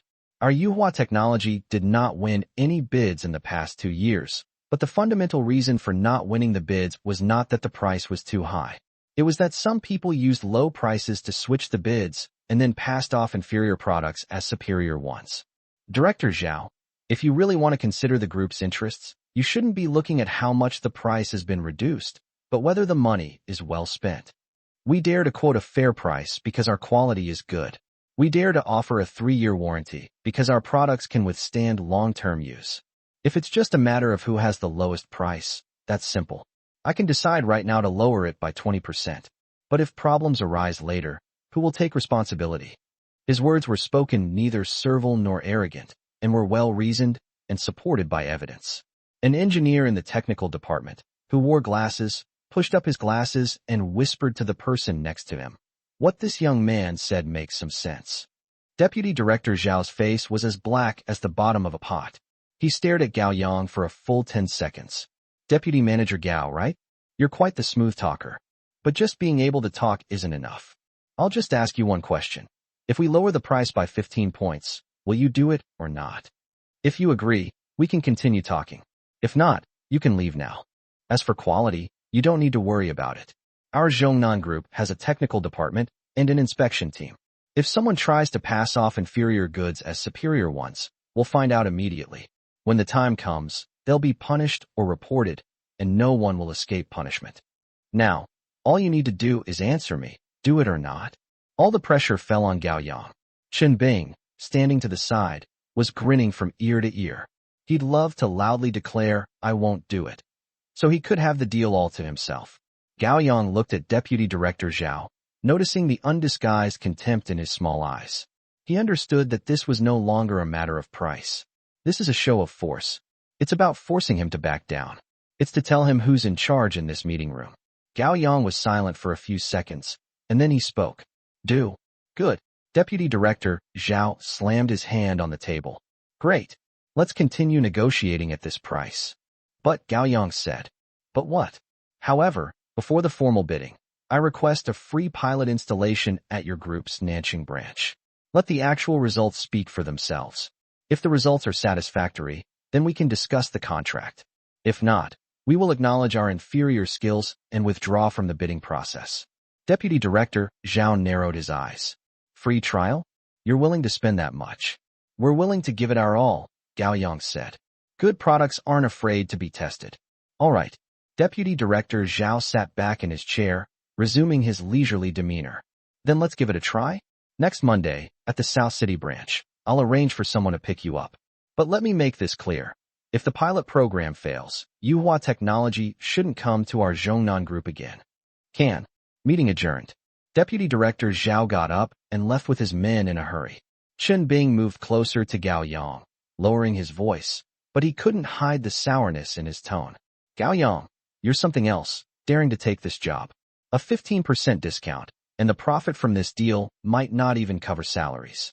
What are you after? Just to show off in front of Boss Yen. Gao Yang ignored him and packed his things. Chen Bing persisted relentlessly. Let me tell you the truth, you can't close this deal. Gao Yang ignored him and left the conference room one after the other with Wang Hai. 8 o'clock in the evening, at a private restaurant in the south of the city. There were only Chen Bing and Deputy Director Zhao in the private room. There were 7 or 8 dishes on the table, with a steamed grouper in the middle and 2 bottles of mitai next to it, one of which had already been opened. Deputy Director Zhao took off his coat and unbuttoned 2 buttons on his shirt. He held his wine glass, took a sip, and comfortably squinted his eyes. Xiao Chun, that Gao Yang from your company is quite interesting. Chen Bing quickly poured him a drink. Brother Zhao, he's just a hothead. He doesn't know any better. Please don't take it to heart. Ignorant. Deputy Director Zhao glanced at him sideways. Ignorant enough to talk back to me in a meeting? Ignorant enough to say we should do a pilot program? I think he knows a lot. He just doesn't respect me. Yes, he's nothing. He's nothing. Chen Bing handed over the wine glass with both hands. This deal still depends on your help, Brother Zhao. As long as I get the deal, I know the rules, and the commission is this amount. He held up 3 fingers. Deputy Director Zhao glanced at it. 3. No, 3.5%. Chen Bing lowered his voice. 3.5% of the contract amount, in cash, paid in 3 installments. 1 payment upon signing the contract, 1 payment during the interim period, and 1 final payment upon settlement of the final installment. Deputy Director Zhao didn't say anything, picked up a piece of fish belly meat, and chewed it slowly. Chen Bing felt uneasy and increased his bets. In addition, all procurement during the project will be handled by your designated suppliers. We will split the price difference 50/50. Chapter 50 is a good time to do some serious calculations. Deputy Director Zhao finally smiled. He put down his chopsticks, picked up a napkin, and wiped his mouth. Xiao Chen, you're much more savvy than your colleague. Chen Bing felt relieved, knowing that the matter had been resolved. Brother Zhao, about the pilot program. A pilot project? Deputy Director Zhao sneered. If he wants to do a pilot project, I'll make sure he can't. The head of the equipment department at the South City branch is my brother-in-law. I can easily make a call and cut off his power or cause some minor equipment malfunction during the pilot period. Chen Bing's eyes lit up. Brother Zhao is brilliant. However, Deputy Director Zhao changed the subject. The pilot program botched, but we'll still give you the order, no problem. But we need to negotiate the price down further. Still betting. Chen Bing's face fell. Brother Zhao, the price has already dropped by 15 points. If we bet any more, we'll lose money. Deputy Director Zhao patted him on the shoulder. Xiao Chun, think long-term. Once you close this deal and become the sales manager, there will be plenty of opportunities to make money in the future. Why worry about the profit or loss of one or two deals? Besides, if the price is lowered, it'll be easier for me to explain to the group. That's a political achievement. Chen Bing gritted his teeth. Okay, Brother Zhao, how much more should we bet? 5 points. Deputy Director Zhao held out his chubby hand. A total reduction of 20 points. If you do it, the order is yours. If not, I'll find someone else. There are plenty of people in the Zhongnan group who want to curry favor with us. Chen Bing's mind raced. If the price drops by 20%, this order will basically not make any money, and may even result in a loss. But if he lands this deal, the manager position will be his. Then he'll be in charge of the entire sales department, and he'll have plenty of ways to make money if he wants. The problem now is, he can agree, but can Yan Yubing agree? He might sacrifice the company's interests, but he's afraid it won't be approved by Yan Yubing. Never mind, I'll just agree first. If you can't do it yourself, then make sure Gao Yang can't do it either. Let's do it. Chen Bing raised his glass. Brother Zhao, this is a toast to you. This deal depends entirely on you. Of course, of course. Deputy Director Zhao clinked glasses with him and drank it all in one gulp. After a few more rounds of drinks, Chen Bing was already getting a little tipsy. Deputy Director Zhao's face was flushed from drinking, and he started talking more. Hey Chen, I'm not trying to be mean, but that CEO Yin at your company, wow, he's fucking hot. That physique, that face, that aura, if only I could. He didn't finish speaking, but his meaning was clear. Chen Bing cursed the old lecher in his heart, but a smile was plastered on his face. Brother Zhao, our CEO Yin has high standards. Ordinary people don't meet her standards. High standards. Deputy Director Zhao scoffed. How high can they be? Women are all the same. What they lack isn't men, but men who can make them submit. He leaned closer, his breath reeking of alcohol, and sprayed it onto Chen Bing's face. Why don't you arrange a dinner for her? I'll have a good talk with her about the collaboration. As long as she's willing to come, everything is negotiable. Chen Bing's heart skipped a beat. That old bastard actually set his sights on Yan Yubing. But outwardly, he could only give vague responses. Okay, I'll make the arrangements then. That's really something. Deputy Director Zhao drank another glass with him. As the event ended, Chen Bing leaned against the wall as he walked out, while Deputy Director Zhao was picked up by his driver. A night breeze helped Chen Bing clear his head a bit. He took out his phone and called Chen Jiao. Where are you? Come pick me up. Yes, the usual place. Enough talk, hurry up. Half an hour later, Chen Jiao arrived in her used Toyota. Chen Bing opened the car door and got in, reeking of alcohol. Go home. He slumped into the passenger seat. Chen Jiao glanced at him and whispered, Chen Bing, my parents are pressuring me for the bride price. You said you'd give it this month, but it's almost the end of the month. Hurry up, hurry up, hurry your mother. Chen Bing vented all his anger on her. Don't I work hard to earn money? I'm drinking with people like a grandson every day. Isn't it all to earn more? What's your parents' rush? Are they afraid I'll run away? Chen Jiao's eyes reddened, but she didn't dare to say anything more. The car merged into the nighttime traffic. With his eyes closed, Chen Bing was already planning how to deal with the disobedient employees and how to make money from projects after becoming a manager.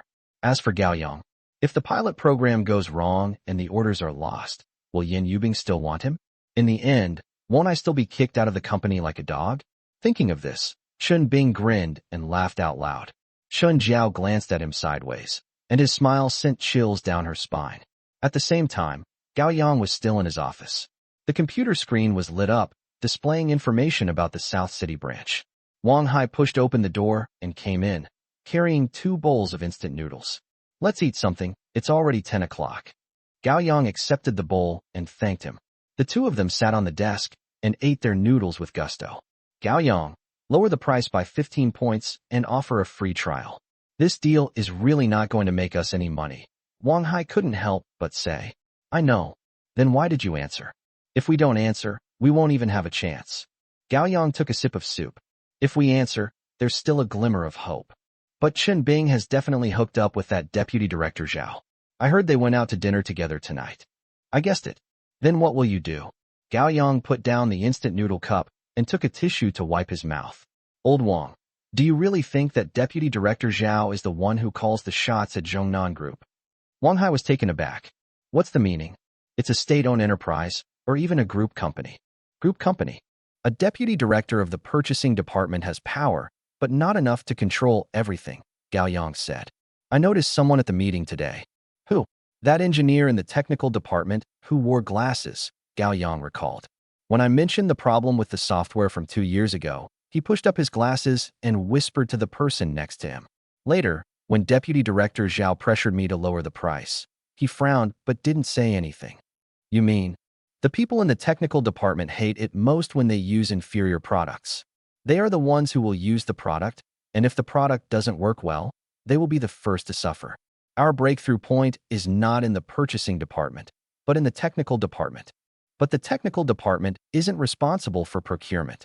But they are responsible for acceptance testing and writing usage reports, Gao Yang said. As long as the pilot project is successful and the technical department is satisfied, they can write a positive report and submit it to the higher-ups. The purchasing department will have to think twice before trying to lower the price. Wang Hai figured it out. Therefore, pilot programs are key. Yes. Gao Yang nodded. The pilot project must succeed. If it succeeds, the technical department will be on our side. Only then can we negotiate the price. But Chen Bing will definitely cause trouble. I know. Gao Yang smiled. So, we have to make him feel like he's won. What's the meaning? Chen Bing thinks he can win easily by pulling some strings. He's oversimplified things. This time, I'm not only going to make him lose, I'm going to kick him out of this company for good. Gao Yang said. It's time to settle these scores with Chen Bing.